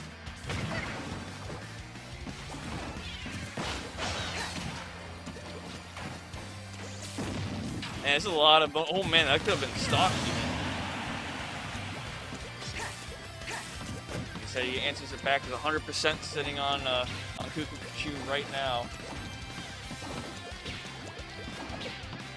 I don't know how much more percent Andrew needs for an up B to kill. It might even kill now at the edge of the stage, but Inkling is pretty light, so it's definitely within the realm of possibility. I'd say it's got to be there now. yeah, for sure around 115 to 120 range. I can't imagine Inkling living too much farther beyond that. Straightforward airs, but wasn't quick enough to find the punishment taking place. Reaches the option afterwards. Goes deep for the edge guard. Catches the dash back into the grab, actually. Good pressure at the ledge. Leads in a back air, but flip kick gets Andrew T out of any kind of danger. Oh no, he doesn't get the eye fast enough on the up throw. That'll take the stock. That animation's so quick. Boy.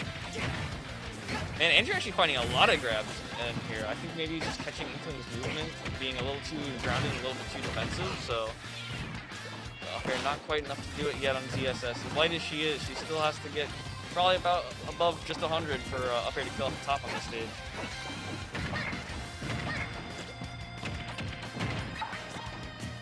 Throw, no punishment taking place.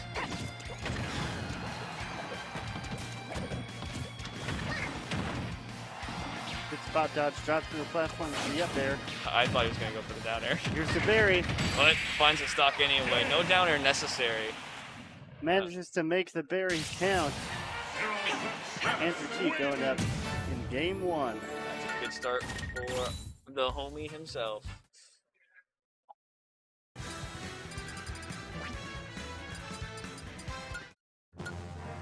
Music counter picks coming out. Corneria, Star Fox. Start battle. I want to see the music counter pick meta develop. I want to see more people doing it.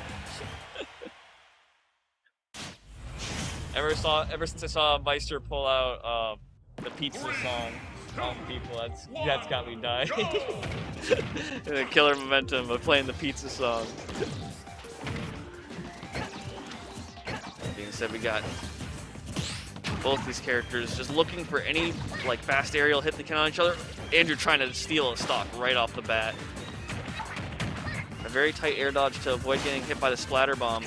I think that splatter bomb hitbox actually is only active for like 2 frames or something like that. But it's not out for super long. No, it is pretty big. Yeah, it's definitely big when it does come out. Ooh, Andrew T smelling blood with his edge guard. Yeah, he just seems to have a read on every option he's trying to find to escape the pressure. Oh. I honestly thought he was going to get hit by the bomb. Ooh, going for a fair string. See, so that's just slippery enough to avoid getting clipped. Oh, that's going to seal it up. Andrew T taking the first stock. Andrew's been doing a lot of forward smashes at the ledge today.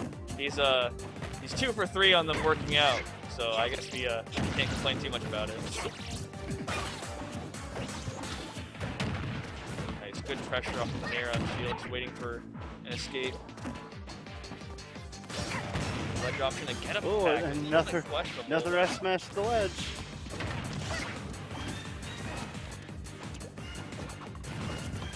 Rising back here to try and control the airspace. ZSS Oh! That'll close up the stock.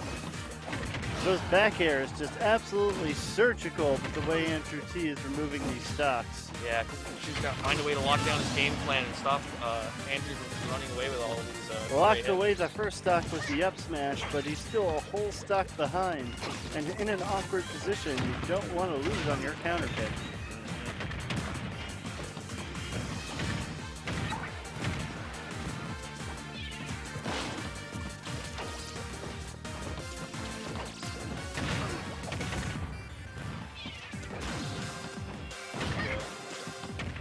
Oh my goodness, what a read. That was, it just was a little bit tricky looking. Catches the wall jump. Very nice. Oh, the berry. Oh, but that mash You could see by the time that the roller stopped, Andrew was already out of it. Yeah, I imagine you probably. Oh! What a catch! And now the stocks are even Great up. whiff punish. Even though he's down quite a bit of percent, this is still doable for Kukuchu. He just needs a couple of good open-ups. Maybe even a Gimp. I mean, he did get the Gimp against Non when he needed it. But there you have it. The Paralyzer.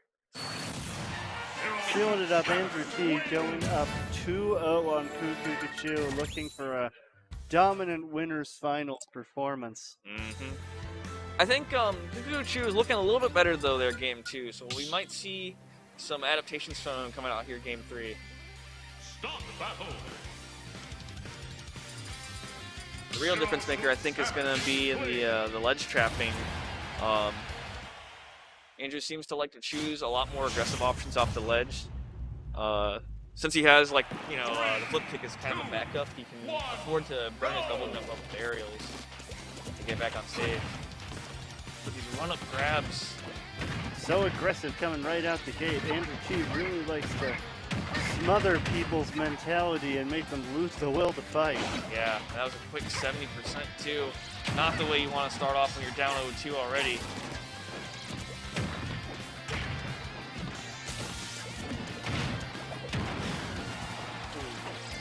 Ooh, so dangerous when he runs off the stage for those.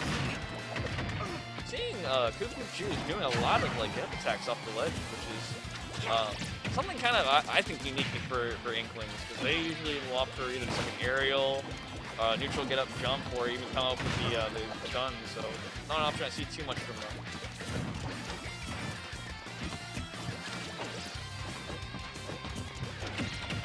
Going for these back airs, but he gets caught trying to escape. Very nice catch with the up smash. Yeah, finally Kuku punishing. managing to take the first stop.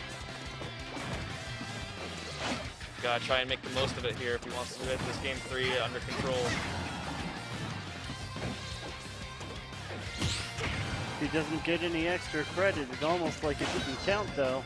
Yeah, and they'll be playing Smash 4 for Glory with the 2 stock match. I guess Smash 4 was Smash 4 was too low. Yeah, Yeah, it was 2 stocks.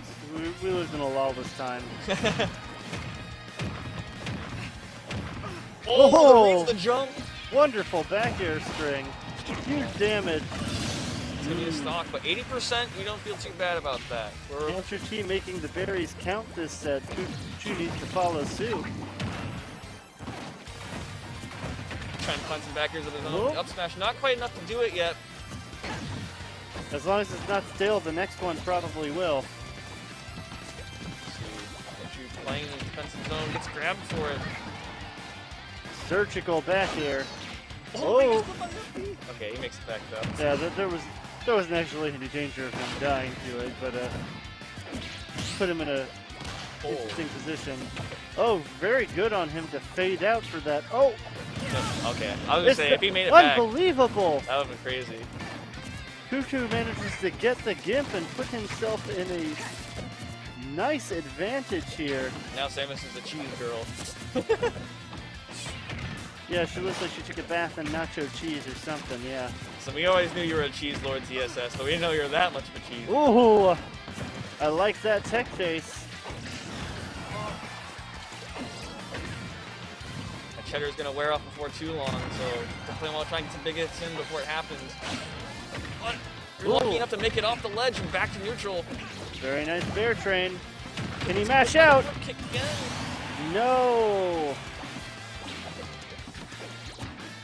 Gotta up those mashing numbers. Those are rookie numbers. 7. We only need a couple more hits though before Roller becomes a threat to the stock. Back here, just throwing it up to beat out CSS's. Good snipe. Oh, That's no. it. That's the stock. Kuku takes game 3. And to bring it to a game 4.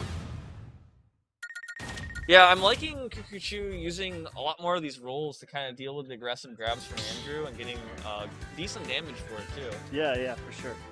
Start battle. to manage to gimp a character like ZSS twice in that game, super impressive. Though at the same time, it can be said that it's impressive that it took that to only barely take a game off of Andrew T. So Yeah. 3, 2, 1, go! That we're right back into it here with game 4. Choo just trading blows with Andrew from the get-go.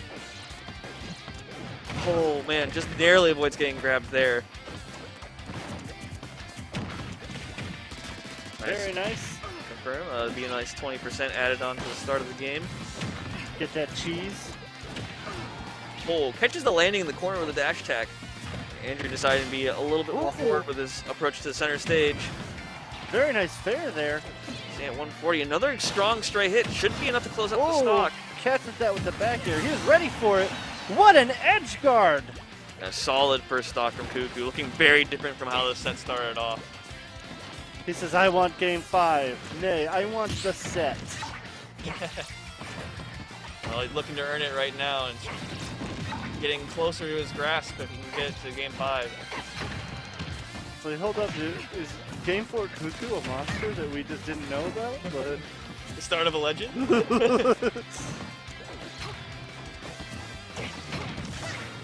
Wow. cue the Ultra Instinct theme. Ooh, very nice punish. Oh! Oh, was But fortunately catch it. airborne, so didn't get grounded off of that. Oh. Andrew trying to set up a zone of his own, being a little less aggressive this game than the previous ones. Good space fares. Catching the second place, yeah. That'll be it.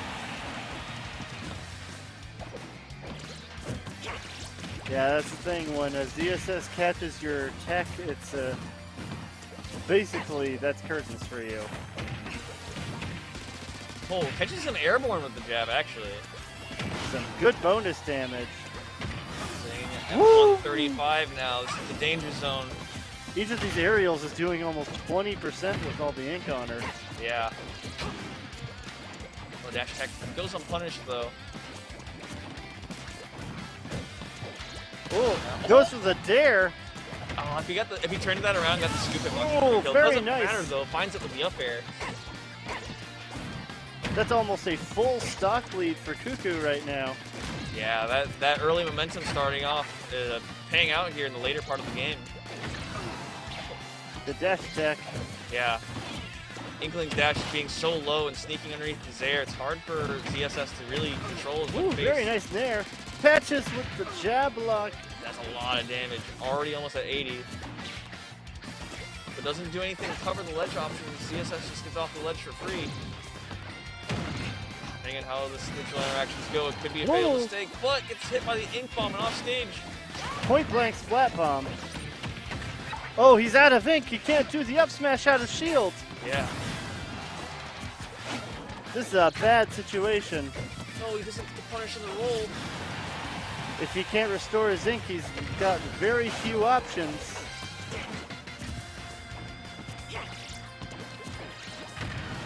Oh, Just a little bit of ink is enough for a splat bomb. yeah, you could tell the way Andrew was playing. He was looking around for it to see what was going to happen. But Chu manages to get away with getting some more ink Manages back. to get the ink back. The execution just looking a little bit shaky on these roll punishes. They can be costly in the long run. Ooh. Managed to weave impressively, but gets caught by the back air. Immediately answers with the up air, though. We're going to game 5. Yeah. That's the thing you have to be careful when you get about those percents above 130-ish or so. Inkling's got that up air that's really big. As slow as the start is, it covers a lot of space. And it's pretty KKU 788 or 7988 says, "Don't call it a comeback. Oh no.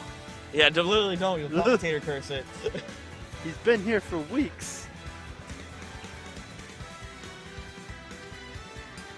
I wonder what the counter pick's gonna be here. I actually don't know. I feel like Inkling and ZSS like similar stages, so I don't know exactly where they're thinking, where I'm thinking they'd pick. Pokemon Stadium 2 is definitely a solid choice. Yeah. Yeah, I mean, in the matchups where you know, it's kind of like I described with characters kind of like similar stages, I think PS2 is pretty, it's just a comfortable pick for most people. 3, 2, 1. Here, the final game. Once again, we're in a situation that the only game that matters is Game 5. Everything that happened in the past, it's only legends. This is where you're entering the real world. Ooh, interesting choice. Ooh, The DI in to avoid getting clipped. That was interesting. Looks like he still had momentum from the slap bomb to the down tilt, then come all the way up to the ooh, the boost kick. So close to the top of the screen, incredibly dangerous even at that percentage. He's fortunate he's not getting hit by the grounded ones. Boost kick is actually, when you start it up in the air, it's actually weaker than the version you start on the ground. Oh, very nice use of the roller. I liked his use of neutral B to push away the down smash at the edge, giving himself a safe space to land. Oh, footstool out. Ooh. Was that intentional? That's hard for me to call. Oh. First hit fair into back air. Gonna close that first stock. Such tight and surgical execution from Andrew T. As good as Oh, Cuckoo Pikachu is. Fair into multi-hit, or multi-jab. Between these two players, though, the one who's seen more time in these clutch situations and tight games like this is probably Andrew. So we'll have to see if Pikachu can overcome the experience gap there. Ooh. Tries to call him out with that up smash. Now Andrew looking a lot more comfortable than he was in the past two games. So it doesn't get a punish. I think he's looking for footstool down air there, actually, which I'm a fan. Oh, good bear. Yeah, catches the jump. Oh, smartly timed get up attack there. Yeah. Staying at 147 though, Andrew's again in that percent where he can't jump carelessly. Oh. But as I say that, the rage is probably going to help him here. Just Ooh. barely, not enough to close out the stock though. But the edge guard will. Oh, what a persistent edge guard from Andrew, and right now taking a 2-stock lead. Andrew is coming alive right now. He knows, man, the only game that matters is Game 5. Ooh, good catch with the back air, denying a potential 3-stock. And potentially starting a comeback? Maybe sort of. Oh, but catches the nair. Oh, but none of Andrew T's playing like this. Yeah, that'd be scared. Such aggressive ledge trapping. Pikachu finds his way out. Andrew T is swinging like a man possessed. Now he's cheesed up, but he gets a grab. Good there. Oh, that might do it. This could be it. Yeah, That's it. definitely. Andrew T takes our Game 5 and moves on to the Grand Finals. Man, but Pikachu definitely showing that he's a force to be reckoned with, and he still has his loser's life, so he can make this run from loser's side if he wants to get a rematch.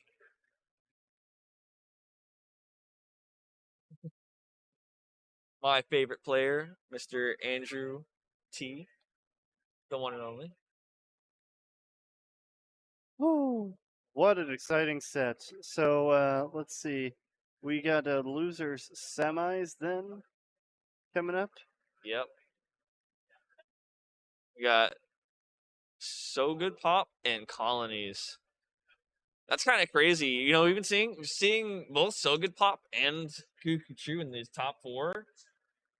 And potentially even top 3 for So Good Pop if he can overcome Colin. Seeing all Who did non lose to in losers that he didn't make top 8? who did? Oh man, I literally saw a set. Was it Moxie? Moxie knocks him into losers. Okay. Oh, Andros, wasn't it? I think it was Andros. He was in the other bracket.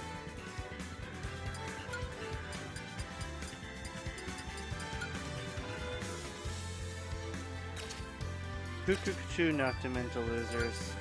Okay. Yeah, Angros won. Rand. Okay, yeah. And that's how he got into top 8. Yep. Well, you know, these Neo tournaments, they're pretty stacked. Even good players, they have to put in a good amount of effort if they want to try and make top 8 in these tournaments consistently. But that makes all the effort so worth it, pushing for it every single Tuesday. We always have good weeklies because they're always so top heavy. Yep. Makes for good matches, fun sets, lots to learn from all the players around here. Colin's starting off with Wolf here against Napolitano. You can be in the top 3 or 4 seeds of this weekly, and top 8 is not a foregone conclusion. Like, Yeah. you could easily not make it. It's sort of crazy. Wow. A lot of defensive options coming up for Colin before he decides to commit to the down tilt, but he got punished for it. And no, doesn't get the trip. Yeah, down tilt, one of the most better grounded pokes, but you only get a big reward for it if it happens to trip. It's about a 30% chance. Yeah. Well, reads the jump with a real well-placed back here. You can actually get a better combo off of it, but Whoa, keep the Colin pressure finds up. himself in a good position here. That was sketchy. As I'd imagine as Palu most times in this matchup, you probably just want to like go high and then up B down into the ledge so you don't have a vulnerable 2-frame window. Yeah, you can't shield grab that dash attack in space really well. Oh, good air dodge, and that's going to close the stock. Excellent read there from Colin.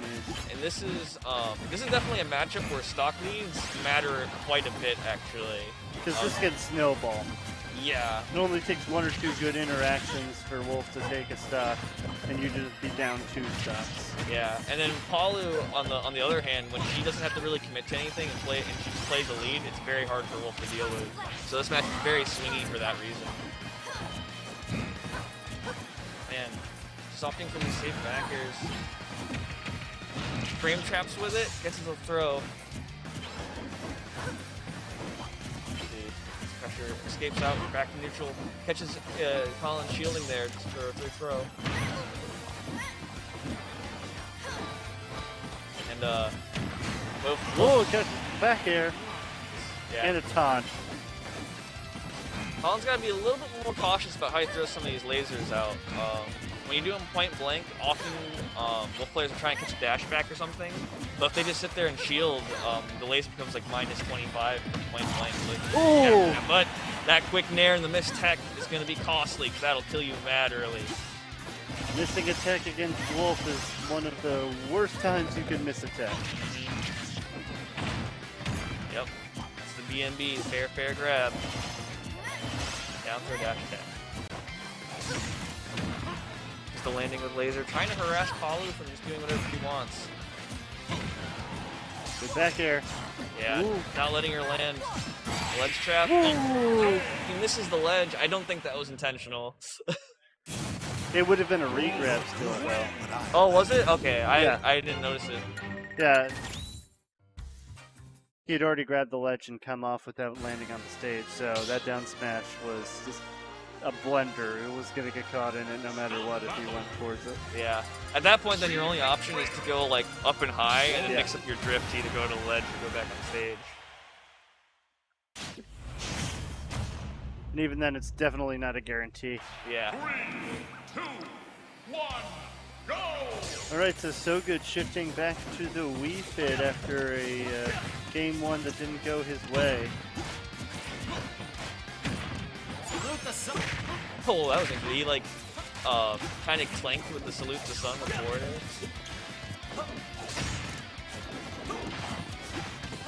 Oh, it just occurred to me that this is actually a rematch of the winner's set that knocked so good at the losers in the first place. Oh yeah, that's right. Now you mention it. And it's playing out a very similar way, that the Wolf forced him off of Palu and onto Wii Fit in game 2. Yep. Oh man, those nairs are a little bit sketchy when you do them from that full hop in the corner there. Nice down tilt. I've been a fan of that lately. Just like when you're on a platform, just throwing out ground and you kind of stuff someone like pressuring you.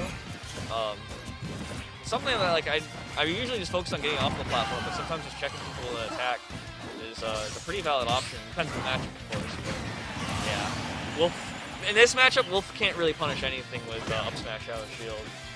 You're better off either just trying to full hop away, nair, or wait for him to do something that's like really unsafe. trades a Wolf Blaster for Sun Salutation, which is a pretty good trade considering Sun Salutation partially heals you. Oh man. Yeah, using some good spacing, just trying to throw out like down smashes to prevent Wii Fit from throwing out the soccer ball at the ledge. Yeah, I'm surprised that we're not seeing more Wolf Reflectors at the ledge. It's an okay option. Usually what ends up happening though is you'll get hit by the headbutt first and then the soccer ball will hit you. I mean, it depends on how they throw it out, but it can be kind of a sketchy option. Oh, an unfortunate SD from Colonies. Yeah. Giving a pretty commanding lead to So Good. Yeah, most characters I'd say it's not a huge deal if you burn a stock at 150, but considering like fair Wolf Flash is an option to kill people at like 30 if you're willing to trade a stock, it hurts a little bit when you lose it as Wolf.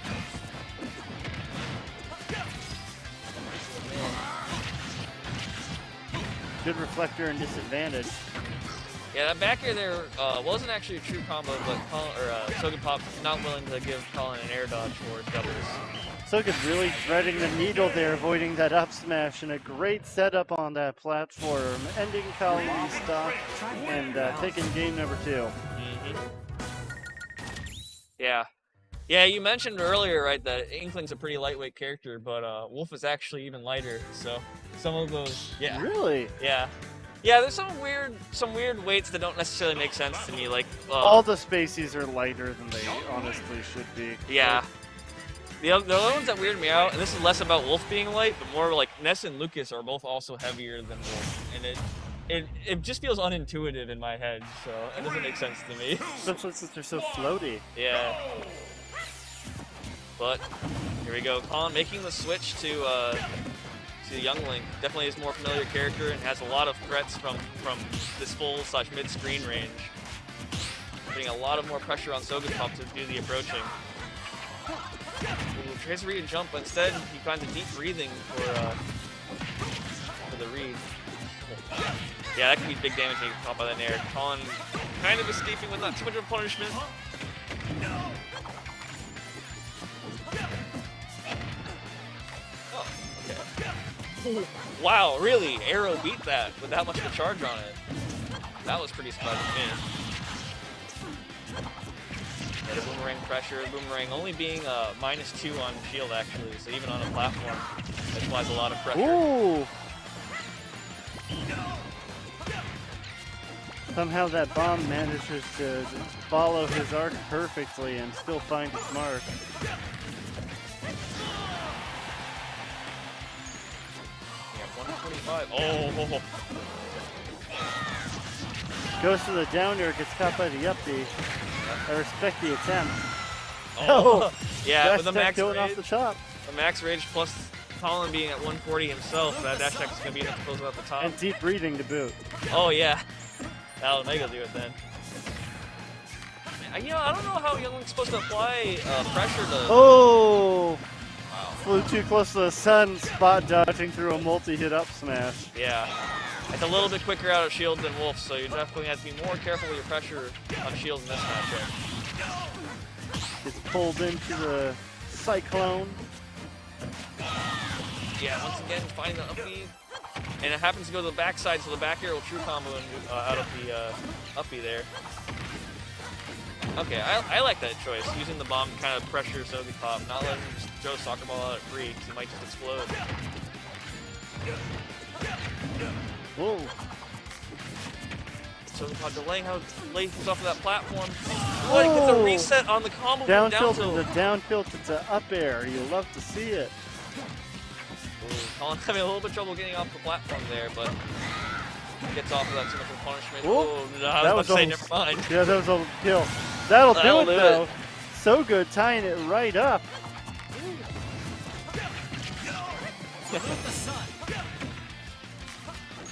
And sometimes Young Link just puts an arrow. Taking a in between. percentage lead.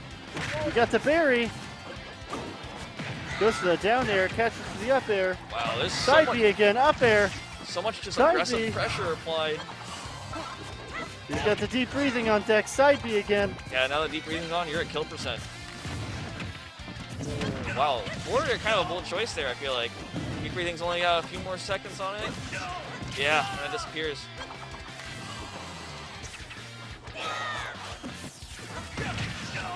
Oh, You know, one thing, do you happen to know on the deep breathing charge, I know you can shield and cancel it. oh, the F tilt. Wii Fit's roll animation looks so silly. And it gets behind the grab and just focusing with the fingers. But, yeah, so the thing I was going to ask you, if you happen to know this, can Wii Fit actually, like, jump cancel out of their deep breathing while, like, they're doing it in the air? I think they can if they have a jump. Okay. Don't quote me on that for sure, but I'm like 80% sure.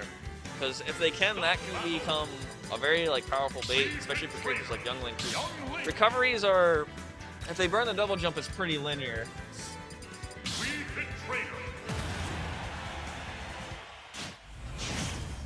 Still, what a surprising end to that game 3 is So Good Pop now is up a game on Colonies going into what is potentially set point. Yep. Colony's deciding to come in committed to his tried and true main. The Young Link himself. Now, I'm surprised by this stage pick mainly because I wonder what So Good chose to ban that allowed Colonies the option of Town and City. Yeah, that's a good question. I mean, I guess generally Wii Fit doesn't hate this stage, but it is really good for Young Link. Yeah, those side platforms are so potentially devastating in Young Link's favor that I question what could have been worse than this. Yeah, and even though, oh wow, Ooh. that was really cool. I like that, the boost down tilt to up air. The pivot down tilt, and it was sick looking. But as I said, even though the stage has relatively large blast zones, the stage extends so far out to either side that combos that kill off the side, or like have a lot of stage carrying take you off the side, is very scary. And two of the platform layouts are particularly good for Young Link's up B ladders to kill even earlier. So it's just like you really want to give them those extensions. But So Good answering back. Both players on their second stock. Takes the shot the wrong way. Praise the sun with the town. He still gets the healing for it. Oh, up tilt galore. That move's actually so good. Like, it actually has a really good hitbox. Oh, he's charging the S-Smash there. Gets the berry. Doesn't find a punish on the pop-out from the berry, but... Manages to get the deep breathing. Sun salutation on deck. How much longer is the deep breathing gonna last? It disappears. Oh, what a good parry. Yeah, that was really good. Oh! Catches him sleeping with that fair. Yeah. I don't know why I called it an F-air. I want to say Colin didn't intend to go off stage with that boomerang, but he's kind of adapted to the situation anyway. Oh, the Poe goes into up air. This is very quickly snowballed for Colonies here. Yeah, So Good Pop's got to find a way to take the stock quickly to answer back and pull it back into his favor. I mean, he's still got a game to work with, so... And he's going to need it as up smash closes it out in style. We're going to game 5. I have a feeling we're going to be seeing a few game 5s here. Yeah. I think this is this our third or fourth one? Oh, I don't know. Or at least since I've been on the commentary. At least the third one. Yeah. Stop battle. We Young Link. This is the Shadow Temple Queen of Young Link. What's that? Wow. 6 game 5s. Jeez, no wonder it feels like we've been here for Yeah, a while. all these players are fighting for their lives out here. And I was like, I think it's been at least 3. Oh no! I hate it when that happens to me. I like hit the ball back or block it, and I run up and it catches me on the way back down. This is yet another stage that I'm like, this was your pick against Young Link? It's just the platform layout again. This is one of the stages that I would think you'd avoid, but maybe So Good has an idea in mind. You know, actually, I think it's because, Well, I think the big blast zones are actually good for So Good Pop here, because the one more likely to get gimped is going to be Colin. And the platforms do let So Good Pop play around on the edge a lot more, like Wii usually like to do, and they can come up and like refresh without having to commit to going to center stage. But right now, the damage favor is looking pretty close, but Youngling being a little bit lighter. Oh, Never mind. Forgot I said anything. The rage was part of the plan. Soccer ball catching the landing. Boomerang locks, sweep it down, not allowing pressure. Youngling's shield there in the corner. spin to win. Right now. Wow, okay, it moves clanking right there. That move is so fast. Yeah. For frame 2 or something? Yeah, I'd have to look it up. But I don't know that matters right now. The power of that forward air just killing from center stage. Deep breathing is a monster in and of itself. The bomb? Bomb messing up the up smash, saving So Good's life for now. Oh wow, okay. Good air dodge there. Yeah, the nair ended early enough in the air that he was able to do that to cross up.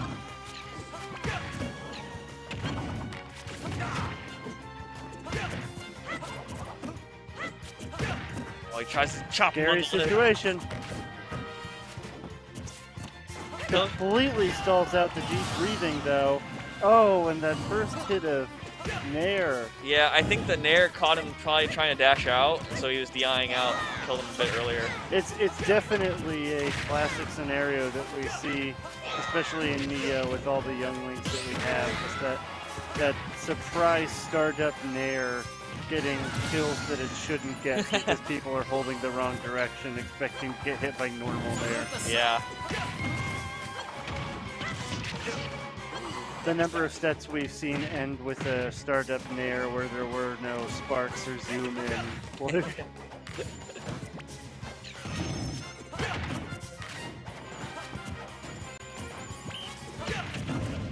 I like Pokemon music. It's already getting stuck in my head, but I like it.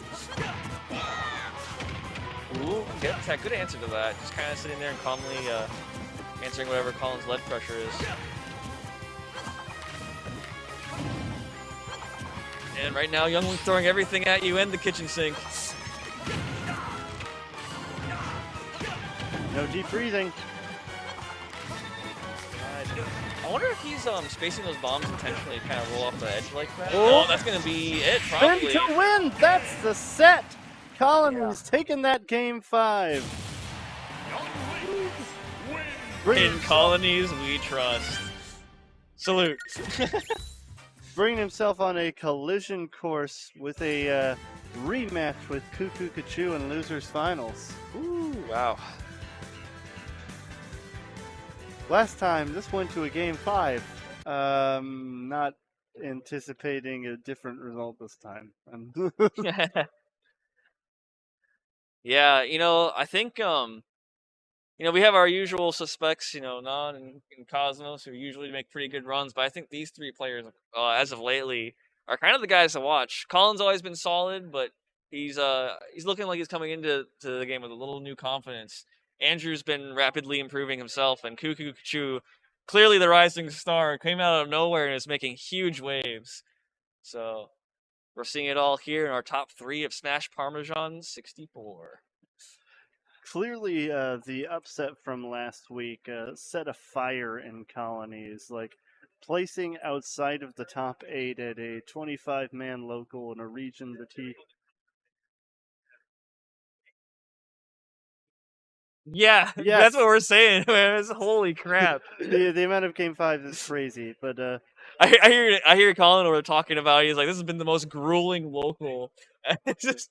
but for a region that he has such a comfortable top 5 hold in, to place outside of the top 8 at a 28-ish man local, Yeah. that was definitely an experience that sent him home with a fire in his belly, and I think that he's been really grinding this last week.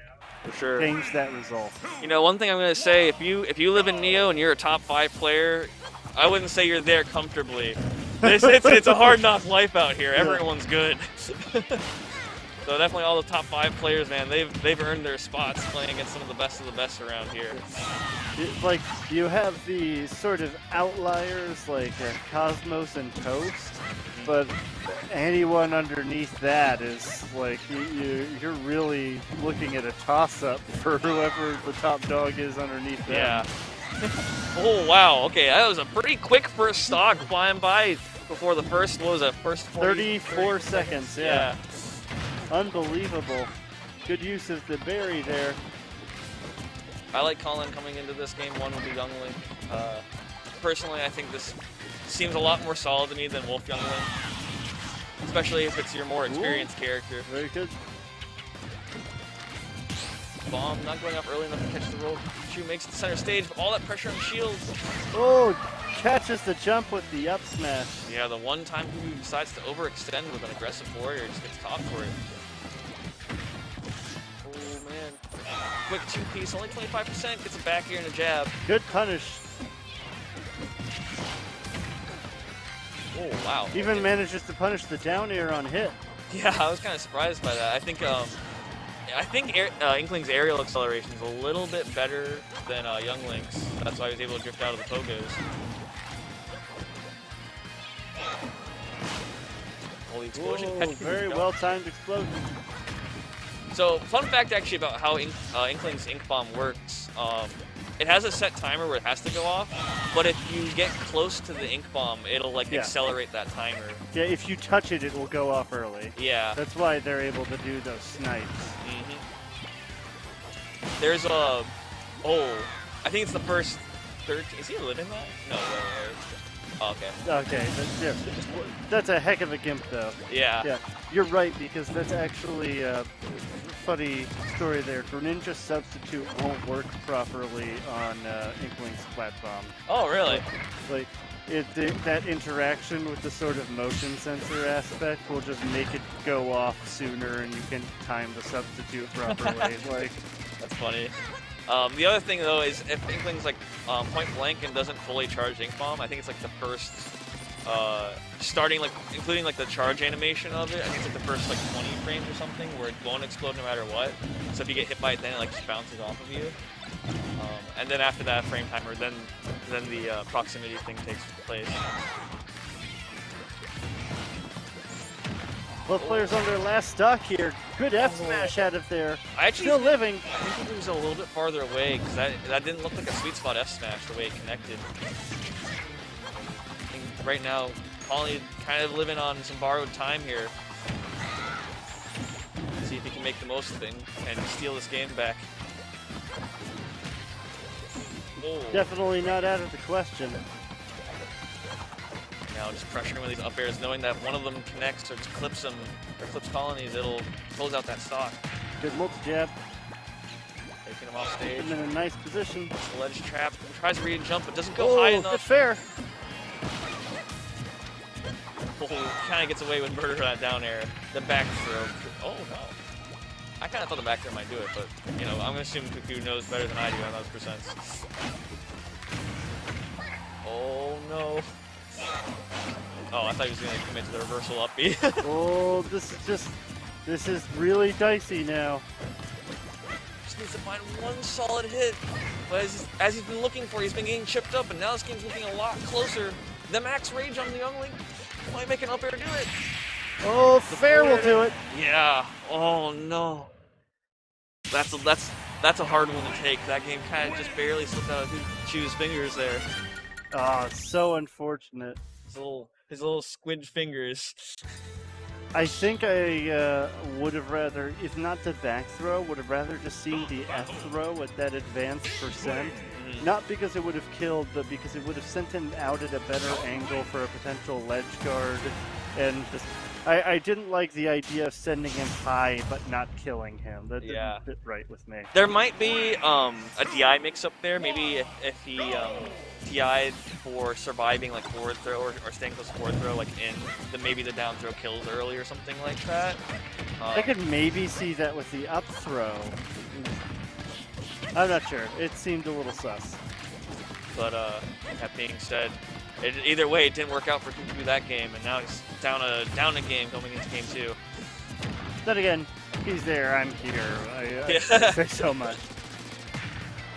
Easy to critique it when you're not the one pressing the buttons. For sure. Just navigating the projectiles, but gets clipped even once he gets up close. Oh, wow. Ooh, very nice spacing on that. Oh, nice. Oh, that was just such a fast good. little sequence. That's such a good combo.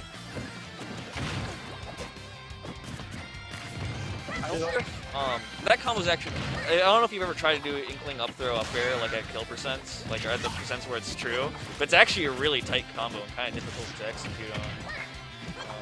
I want to assume that you probably need a percent there, but maybe just missed the execution on it. And as it's going to cost him is he's down 2 stocks now to 1. Well, 3 Colonies stocks is to 1. absolutely exploding right now. as he's literally exploding. Oh, that will catch. Yeah, that up smash would definitely do it at what, 140 something? Oh no, he outspaces the up B but runs into it anyway. He's been really good about punishing that grounded up B when it whiffs too, so that was a rare flub for him. Oh, interesting. Phantom footstool on the shield. He's just playing on the projectile pressure. He can't get anything more though. Inkling too far out for that combo to finish. Still, but that might do it. Oh my goodness! That was so sick. I love that. Colonies, you're a monster. Ooh, I think Who just does that? I think we're seeing a Colin with some momentum and a little bit more playing a little bit more solid than he was earlier.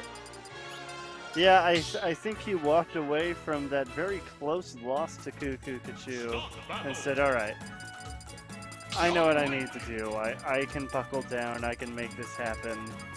There's no need to be in my own head about it. I have what it takes to win this. For sure. Right now, let's see if Cuckoo... I can't... It's hard. I'm just going to call him Cuckoo. He's Cuckoo for Cocoa Puffs. But let's see if he can answer back with the same resolve. Oh, wow. Okay, Colin not quite getting the back here after that up B. Oh, Splat Bomb punishing the down air. One of the more interesting ways I've seen.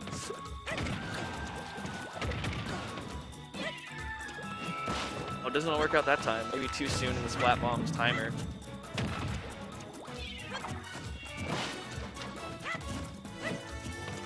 Right now, none of these stray hits connecting. Just barely navigating around them. Oh, but misses the punish on that jump.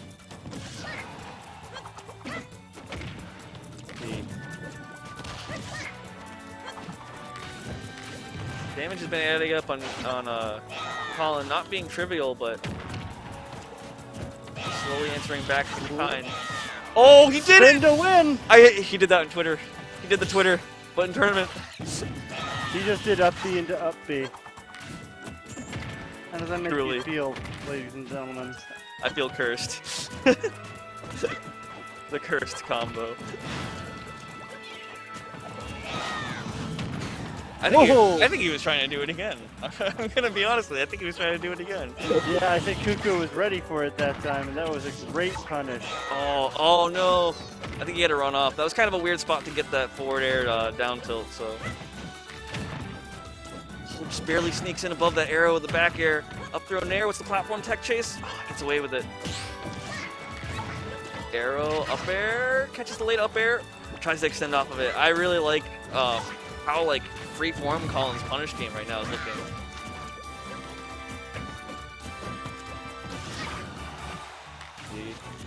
At 140, any like strong hit on that ledge trap could close out the stock.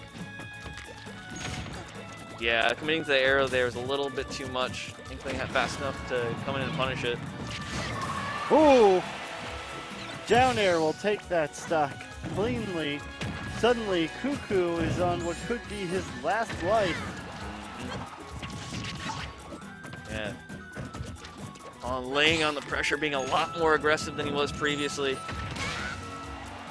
Can't let that momentum get too much to Catching too him much with in his the own up head. smash, but doesn't get the KO. Oh, too high percent for the air, or maybe it's just the position.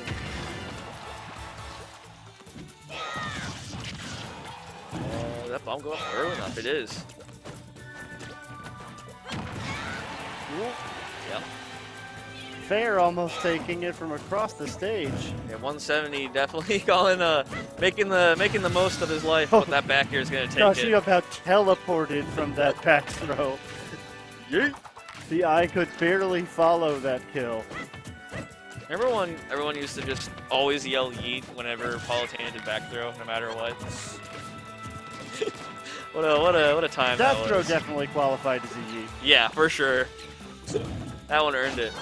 Oh, he gets the bomb on the ledge, threatening the weight on the ledge. The pressure, Whoa! the back, forward And throw. there's another yeet for you. Yes. As Colonies and Losers Finals 3-0, finally breaking the Game 5 curse. Killed Inkling with the kickoff. And with that, ladies and gentlemen, we are bringing you to Grand Finals. Colonies versus Andrew T. Two players we're very familiar with, and while you can say that for us, they're also very familiar with each other. These guys have played lots and lots against each other. So extending beyond just matchup experience, there's going to be a lot of player-to-player experience and adaptation taking place here. For sure. Looks like we have a last-minute bathroom break going on for one of our players before we get started. You know, you just gotta go in there, look yourself in the mirror. You can do this. You got this. Give yourself the pep talk. Colin versus Andrew, the good old days. This Now, is Go a ahead. classic matchup for sure for this region. I wonder if we're gonna see the player coming from loser's side having a bunch of momentum and just steamrolling on the losers, and then on the reset, the winner side wake up, and then we're gonna end up with two game 5 sets. We might just get it. It's true. And you should be proud of your boy Cuckoo Cuchu. That was an excellent performance he put in today. Mm-hmm. He's definitely been showing up here at Smash Parmesan. Definitely one of the few players to come in, just be new blood, and then show up and compete with all these top players around here.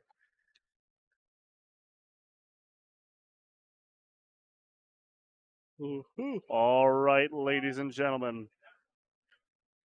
The moment you've all been waiting for. Grand Finals of Smash Parmesan 64. Live from Parma, Ohio at 1Life2Play. I can see why they're. I see the 2 bottles of smart water over there, and man, yeah, I need to use the restroom too.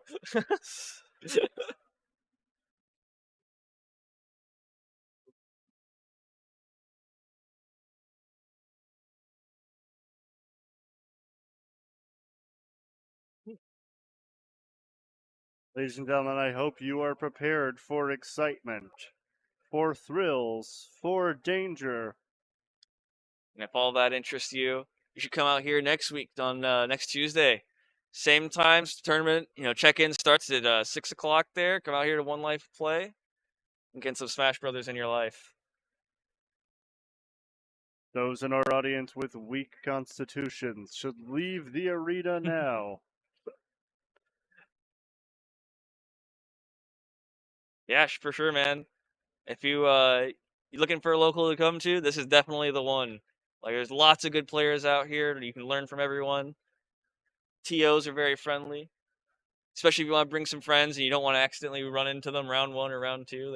They do a really good job with that, at avoiding those situations. So They're even understanding if you bring in some out-of-region talent that sweeps the local and takes everybody's money. They don't get mad at you for that. that's true. It's nice. Not everybody does that. Oh boy. I hope both these players are ready for this, because I'm not sure if I am. I get the sinking feeling we're gonna be in for the long haul.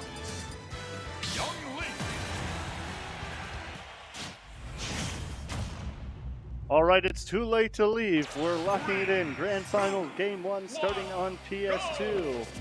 Let's get this bread. Oh boy.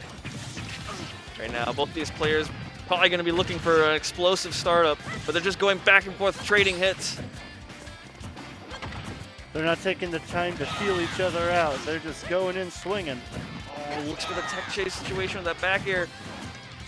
Oh, up tilt just barely whiffing.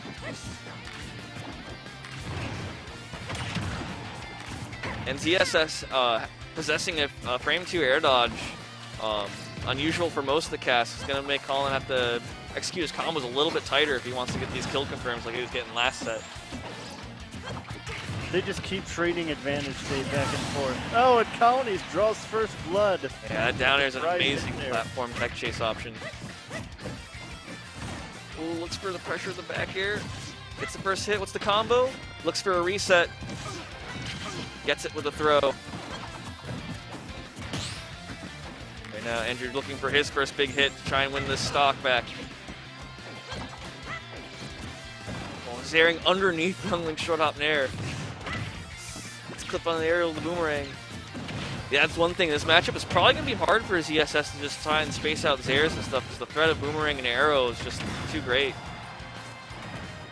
Good use of the dare. Oh, That's catches the the paralyzer and the boost kick. Andrew known for being a player who's really good at adapting his tempo and getting hard reads like that on the rolls. Always capitalizing on them. Getting at 140, the parry. Oh. Yeah, moved lasting not long enough, so he gets clipped by the up tilt after the parry. Gets Oh, grounded we there, got a the up parry. smash. Yep. Oh, and once again the down air takes the stock. Yeah. Colonies taking the stock lead. It's been a rough start for Andrew so far, but he's not out of it yet. He's still got a fresh stock to work with, and he's going to try and make the most out of it. Good boost kick. I respect that he actually reversed it instead of trying to be greedy and get him to go off stage where he's or off stage set from the ledge he's closer to, and just guaranteeing that he gets the hit. And this 47% starting to not look like chump change anymore. Oh, escapes out of the combo with dare. Awareness of the boomerang that'll block it and not get clipped, get pulled into the up B.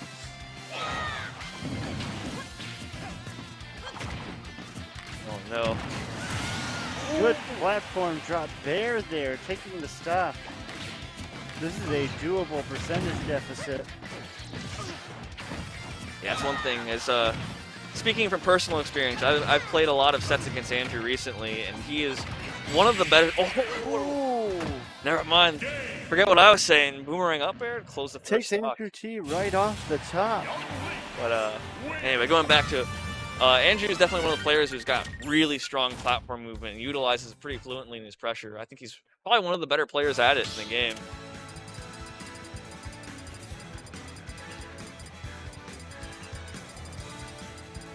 Ooh.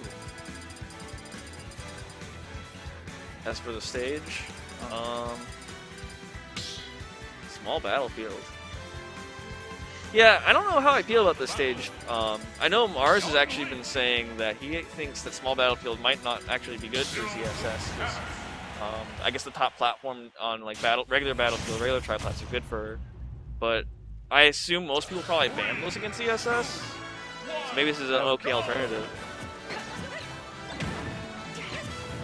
Oh, promptly gets rid of that bomb after catching it with back air. Nice confirm off of the up B. Parries both hits of the pogo. Wag. So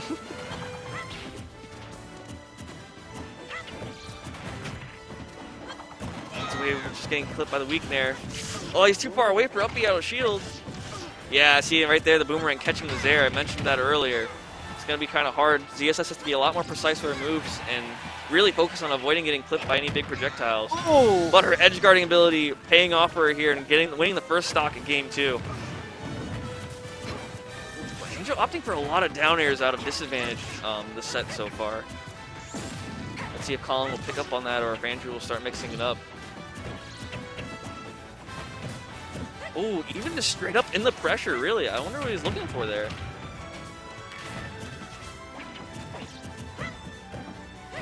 Oh, yeah. Patiently waits out the back air pressure. Not wanting to get clipped by anything heavy. Ooh. Just barely Almost surviving. gets mixed on the DI there. Get out smash. I wonder if throw is really the best answer to that. I mean, I guess it's the easier answer, guaranteed, but kind of surprised he didn't go for like a fastball in the air, spin punch down air. Oh, up into down air though. Yeah, the flip kick getting caught by it. First hit forward air, good link.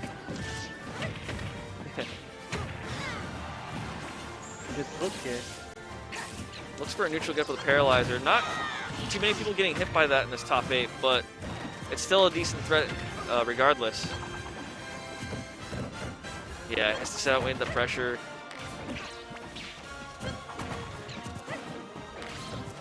Oh, the arrow just a little bit too slow to catch ZSS's landing. And right now, both players just vying for an advantage here while the stocks are even. Oh! The bomb might save him, but Andrew's ready to cover it, but Collins back here just clipping ZSS there and stopping him from, oh well. Up smash, catching the jump off the ledge, however. Andrew T manages to take the stock. Keeping himself ahead in this game, too. Spin to win, however. This is a tie game, ladies and gentlemen. Yeah.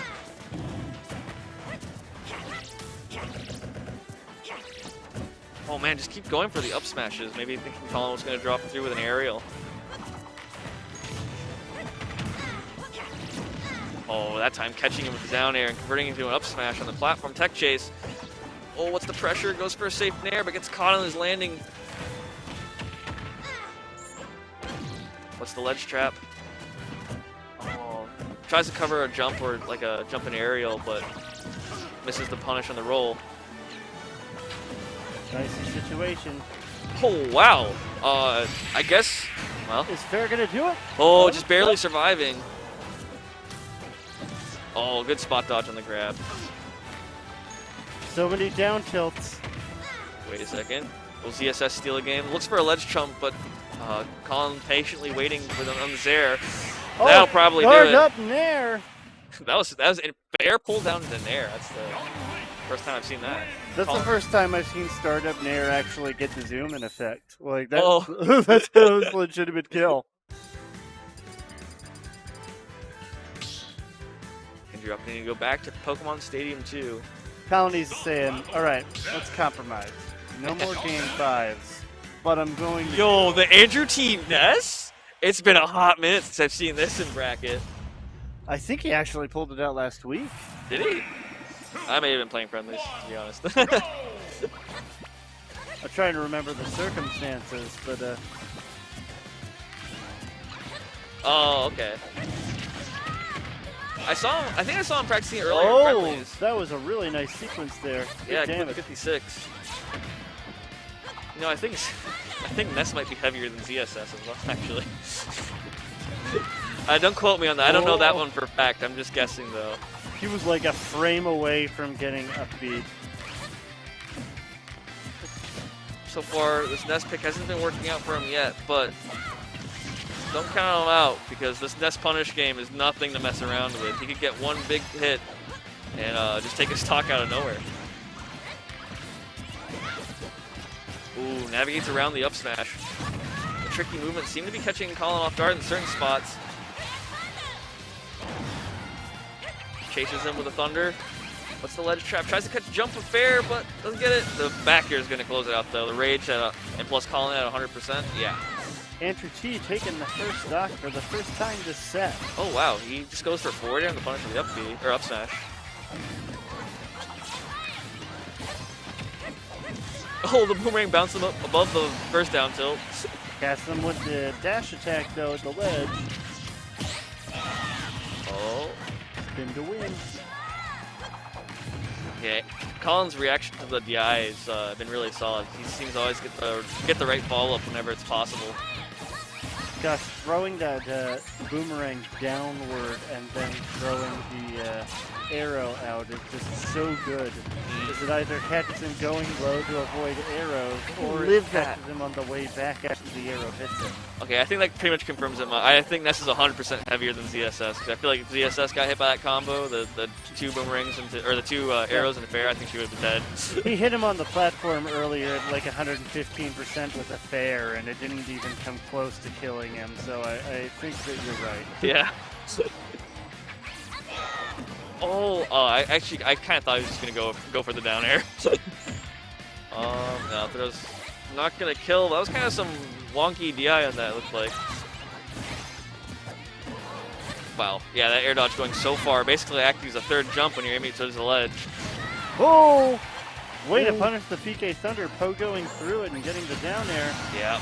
But the back air is gonna close out the stock. 150% though on Ness. This is not impossible for Colin to try out. Yeah. That back air really snuck in there. I don't think I even saw the animation. Oh, that was clever. He used the neutral B off stage to actually stall above like the arrow timing. Oh, good punish there using the down air. Oh, footstool magnet! Well, that was crazy. Nice. Gosh, sometimes I see Andrew G's Ness and I'm like, why did he even switch to ZSS? This is so good. Yeah. The technical ability with this character, he's definitely no slouch to trying out new and technical stuff. Ooh, goes for the wave bounce PK, or that double jump cancel PK fire, I guess. Ooh. Colin's got to catch on though to when he does these double jump aerials to try and stay safe from the projectiles, that you can try and punish those.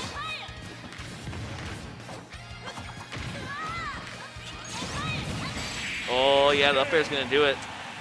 You Buku dead. So, everybody say Game 5 in the chat if you think we're going to be getting a Game 5 this set. 5's in the chat.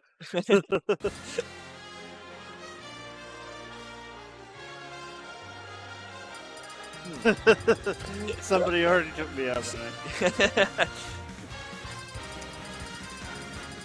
Oh man. Give it up for Game 5, number 15, ladies and gentlemen. Oh man, everyone out here is stressing. So to be honest, I'm not too mad about it. It's a rare treat that we get to see the Andrew Ness. Stage by 26 is Saturday, December 4th. Thank you for asking, Yuri SSB.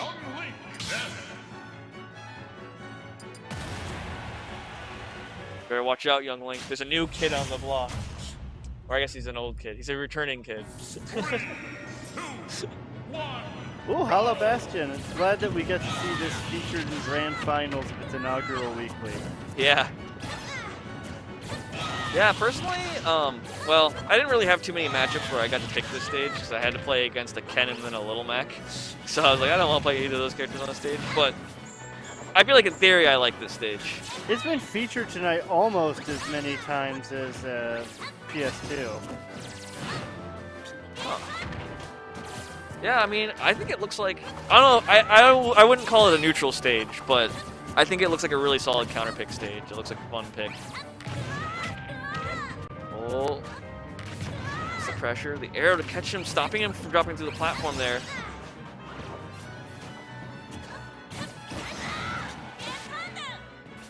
You can run there.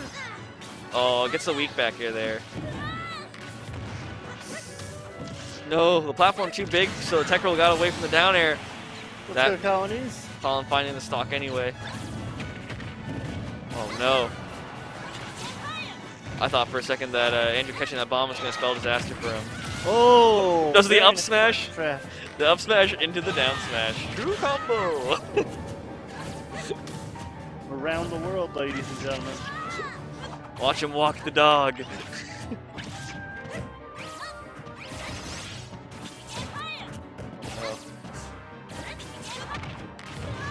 Oh, but Colin misses the stage on the landing with that arrow, so he couldn't extend off that combo. Oh, that one he almost finds it. Escapes back to center stage. They catch the back air, very nice. Almost catches the missed tech with the PK fire. That probably would have been a stock if he had gotten hit by it too. Yeah. He would have just been crying for the partially charged deathmatch. Oh, Oh. he doesn't have a jump. That's it. I don't think he even tried the PK rocket. He was just going for damage. Yeah. Yeah, Ness's PK Thunder doesn't really go quite as far as Lucas's, so you can't usually make those long distances away. Tries to hit the little ledge. Oh! No jump. All I'm saying is stay grounded after taking that PK fire. Woo. Oh, nice. Nair getting underneath the platform. Oh, That very edge good guard. edge guard. Stocks are even. Oh. Both guys just weaving around each other. Gets clipped by the up B, trying to extend his pressure though. That could be big damage. We're only one stock away from a game 5. Oh wow, the magnet hands. I actually thought he was too far away there for a second. B reverse air to catch the landing. That's gonna be a combo to finish the stock off. No, Ness too heavy. No. He's still in there. We're either getting a game 5 right now or we're getting a bracket reset. Yeah. Right now, Andrew playing with his winner's life in mind. Oh, Nair hitting the weak Nair, so it's not quite strong enough there.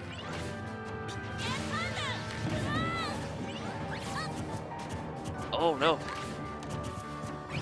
Oh, yeah, Just that catching attack. him with a raw dash attack and the DI is bad. Yeah, I think probably DI up there is what it was. I imagine trying to jump away. And with that, we have a bracket reset. We narrowly avoided game 5 to instead get a whole nother set of games. Oh.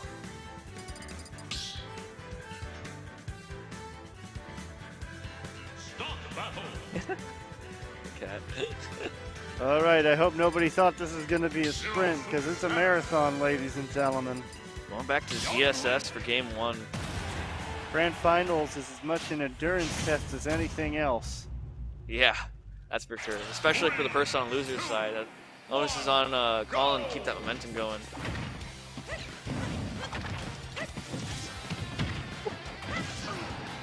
Oh, dash tech Very official nice landing opening salvo from Colonies, and he's still going. fair. Yeah, it looks like Colonies is not shaken up whatsoever from having to adapt playing against ZSS or Ness. Well, ZSS being a little bit slippier, more slippery, she is definitely going to die earlier to some of these combos. Oh yeah, get a protect, good answer for that.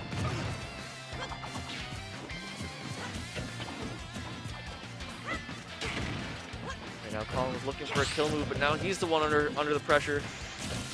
Oh, too slow on the spot dodge punish. Literally, all of Colony's aerials are actually potential kill moves at this percentage. Yeah. Yeah, if he finds them in just the right way. If he gets startup nair or that. basically anything else. Drag down first hit fair into startup nair. That's one of the flashier ways you could have done it. I'm a fan. I like it. Yeah. Oh. Oh, I think he tries to read an air dodge to the platform there, actually. Yeah, just kind of walling him out with these boomerangs from these like mid-ranges. He's almost lapped him in terms of percents. Yeah.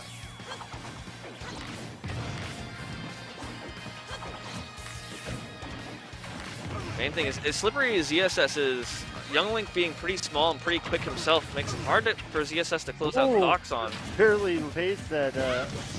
Well, but the up smash catches him. Yeah. That's a 2-stock lead for Colonies in this first game of the reset. Yeah.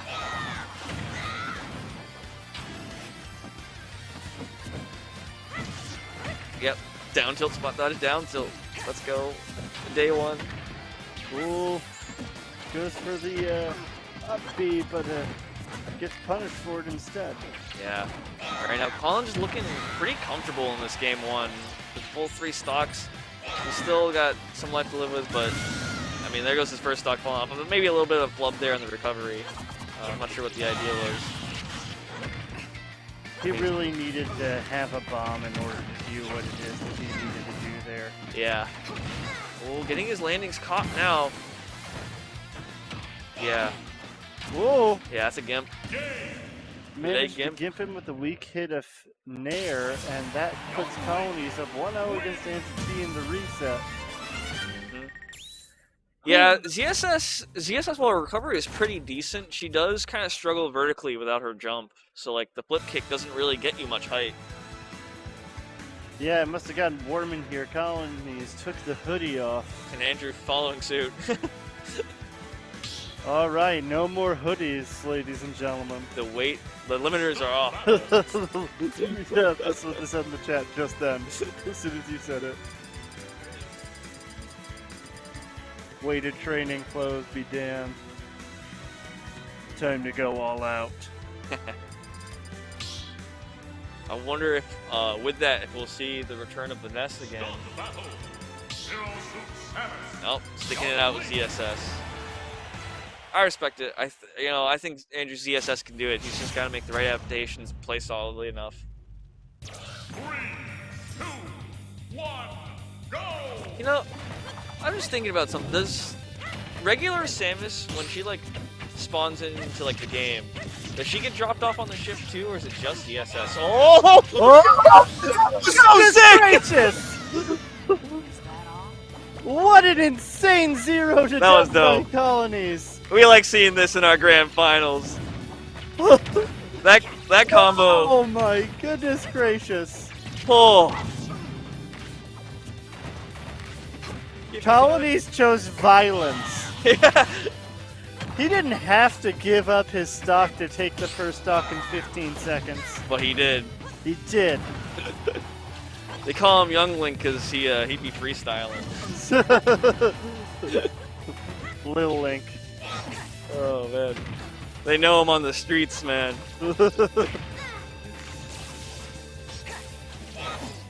Oh. That being said, we're starting with a 2-stock You game. don't need shooters because he calls his own shots.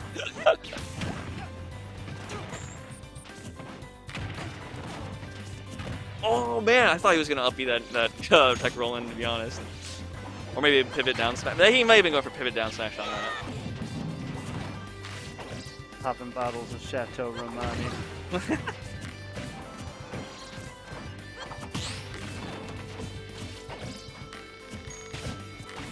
Yeah. You were here, chat. You saw it before. You were Twitter. here. You saw it before Yeet Smash.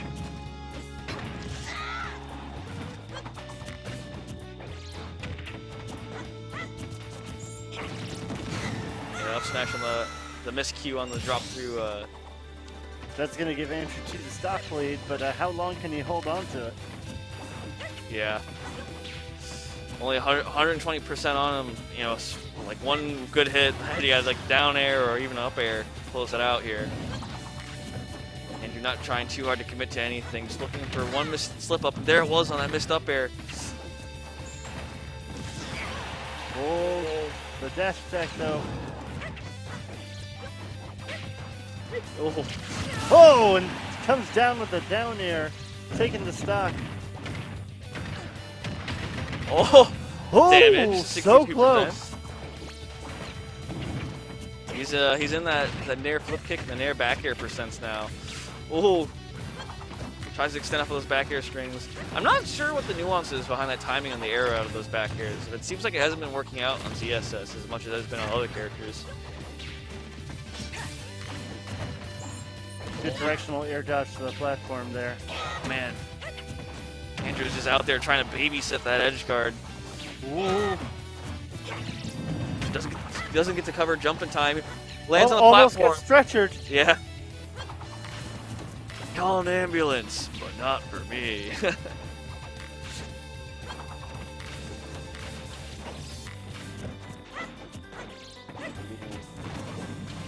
Interesting. Colin opting to try and poke like the grounded approach option. Maybe trying to beat out like a dash grab. Down air just barely not strong enough. That may have even been a sour spot down air. The sweet spot's only active for a very short period of time. Just clanking through the arrows with the whip. Manages to get through with the whip. Oh, I thought for sure that was going to be an uppy punish. And you're playing it pretty safe. He does not want to go for an uppy and not work out, but that flip kick will end it. Flip kick spike. We got ourselves a 1-1 set, ladies and gentlemen.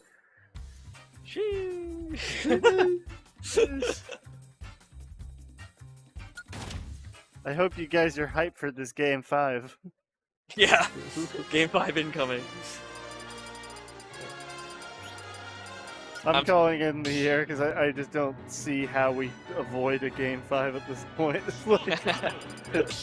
It's not a for sure thing yet, technically. But, I thought Colin was going after my own heart, looking wolf there, but looks like he's going to rely on the young Link. It's been working out pretty well for him, so I agree with the pick. 2, 1, go!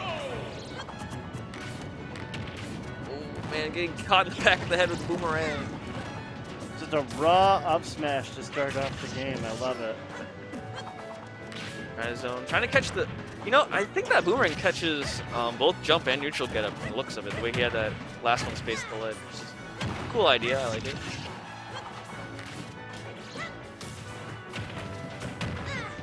Getting spaced out with these forward airs, but answering right back with an air. Interesting dare there. Wow, he challenged the ZSS aerial with grounded up B on the platform. Oh, Yeah, it's not going to be quite enough to kill yet. oh, Bomb's very taken. nice fair. I don't think it matters. Oh, the flip kick, but it sent him out instead of down. Yeah.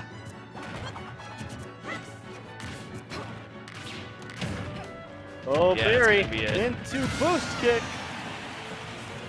Some things never change. Oh, jab one. I love jab one mixes. Now, see, I might be comfortable, like, calling that it's going to be a game 5. I am not comfortable calling who's going to win it. Yeah. These players they can just swing either way. Both of them, I'd say I describe both these players as pretty momentum heavy. So it can, whoever gets like one big combo and keeps it going, it could just decide the pace of a whole game. Goes for the nair after the up B, very interesting. Oh, Colin tried to react and punish the Oh, tech. double Wow. parry. I think those were manual parries too. They weren't just like the auto, like, because the hits have a big enough gap. Good discipline from Colin. He's doing a bunch of Zaire cancels just to flex his short man. Oh, get called out. Yeah, caught wasn't questionable with the eye because of the flip kick, and he's gonna die real early to that down air.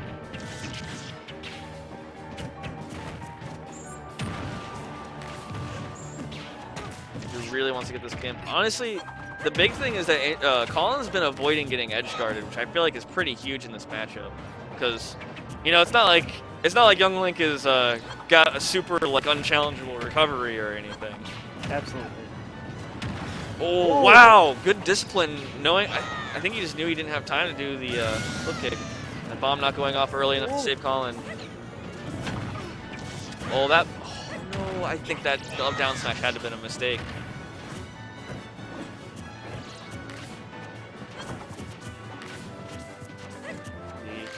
It's going to be the open up the arrows. No combo off of them. Catches the jump, the second up air, and a pivot grab to catch his approach. Gets clipped by the boomerang, misses the platform tech chase. Right now, both of these guys just barely escaping big punishes.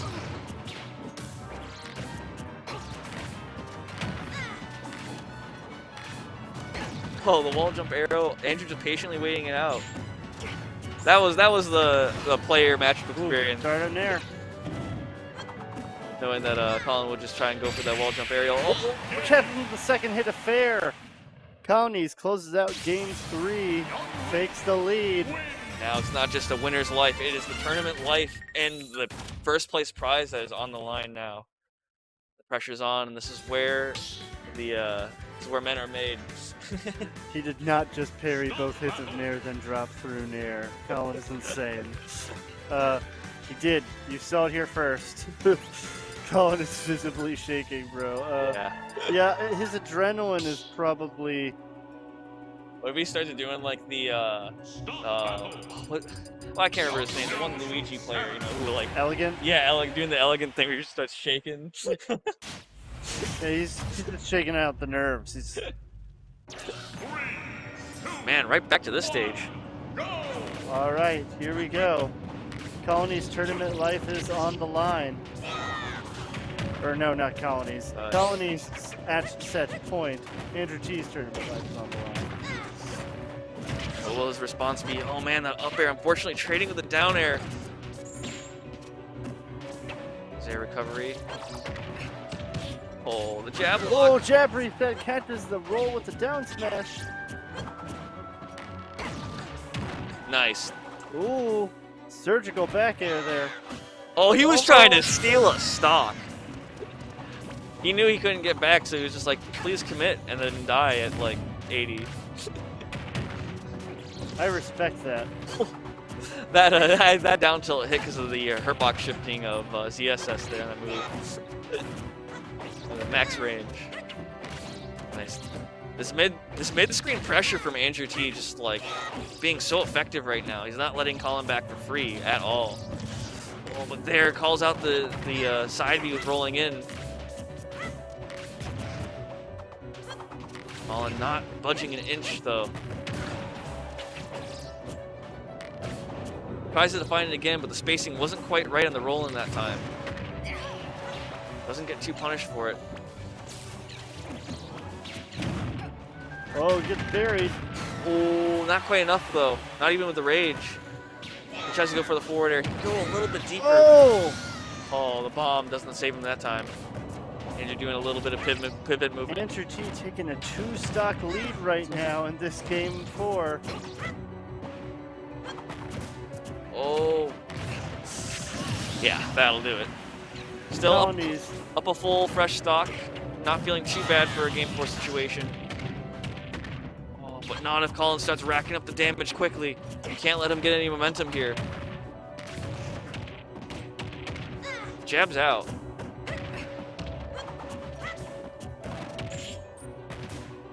The Zaire. Yeah. I noticed Andrew's getting caught a lot with the backside of this boomerang, trying to exert pressure. He's got to show it a little bit more respect and punish the boomerang straight out when he throws it. Otherwise, he's just got to respect it. He's giving Colin too much damage for those situations. I like the idea, yeah, just blocking it, stopping him from keeping it out. Catches them with 2 up smashes. Oh. Nice. Good there. Good way to come down. Good Younglin's not having paralyzer. No. This whole last game, though, Andrew's kind of completely removed grab from his repertoire. He's just been playing safe, spacing, doing pokes. Ooh. Grab might be just a little too committal for his comfort, but then he does that. Big commitment. 6%. He's got to be extra careful now. That could be all of the momentum that Colonies needs to seal the tournament. The DI in, though, and Colin doesn't follow it quite right, so he falls out. Good parry. It's a throw. Looks for the air dodge, Oh, finds my it. heart's in my throat. Oh, no, but he doesn't space right. Good back air. Okay, good tech. Okay. Oh my god. This is stressful. Oh, Colin doesn't quite make it All back. right. He's willing to eat that up B if it means Collins doesn't make it back. Here we are. My god. Game man. 5. My heart was in my throat, man. I can't even. Ah. Well, I think we all knew it had to come down to this, right?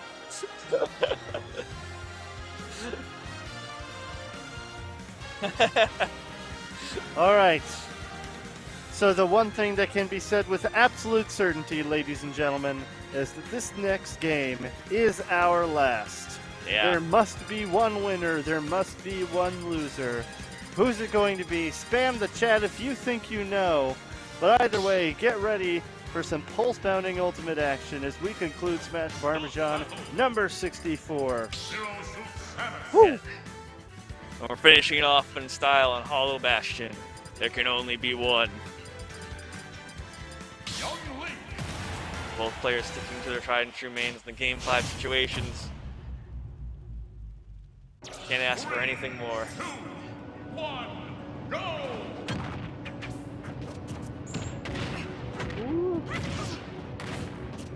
Right now, there's early percent going in the favor of Colonies. Down tilt. Oh man, interrupts the boomerang that time, and Andrew answering right back. Both players sitting at those mid percents right now. It's almost impossible to say who will come out on top at this point. Wow, catches that low drift with a forward tilt. He's still got his flip kick. Should be good. Oh, doesn't sneak over the arrow. Floats too high.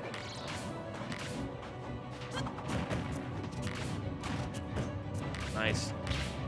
Yeah, it looks like when ZSS is doing like her flipping animation of her jumps, that's when she just narrowly dodged those arrows. I can't believe he came back from that, actually. Yeah, that that was bear almost took the stock. Yeah, that was really tight. Oh no, gets clipped by the bomb. Oh, Throw just barely reacts in time to DI that. Oh wow, the tether cancel. Oh my God, it's clipped by the up B. First stock going to Colin, but he's not unscathed, sitting at 140 right now. What's the ledge trap? Oh, catches the jump. Oh, and even there right it back is. up. Tie game once again.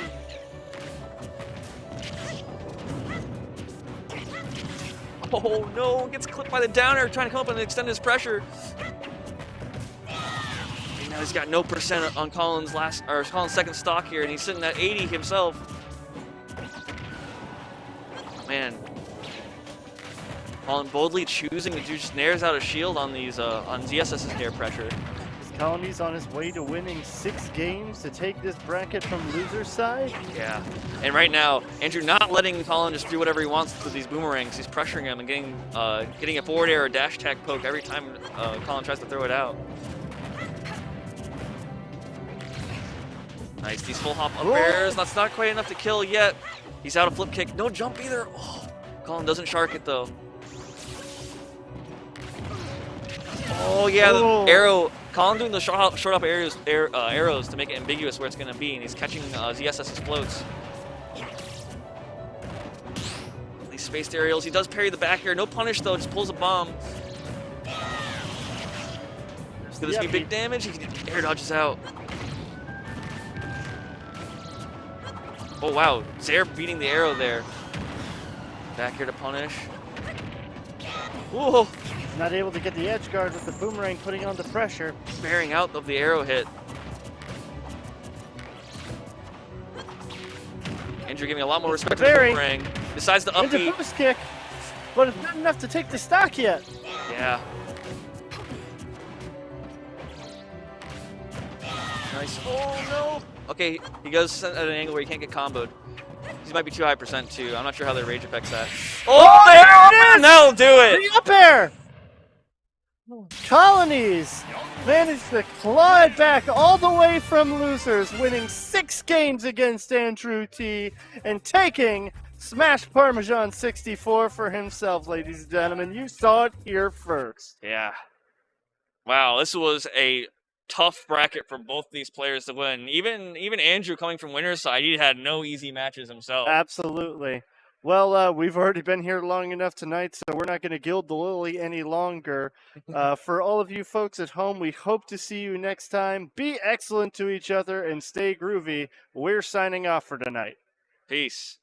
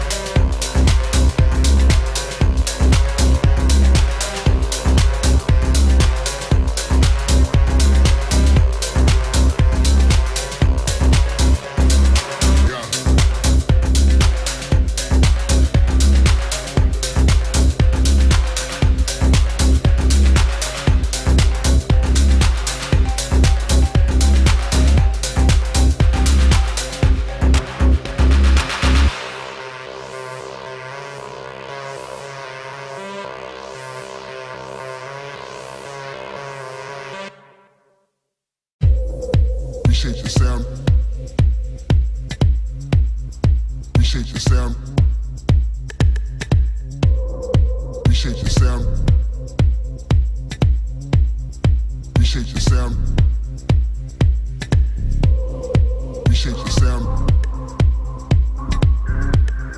Appreciate your sound.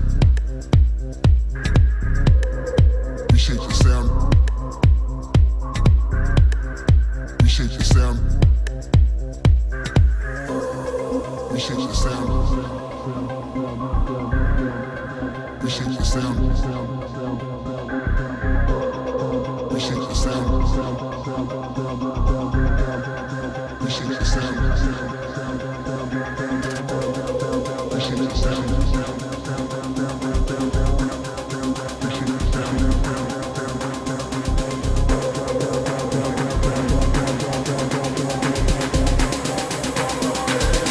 Appreciate your sound, need a renovation.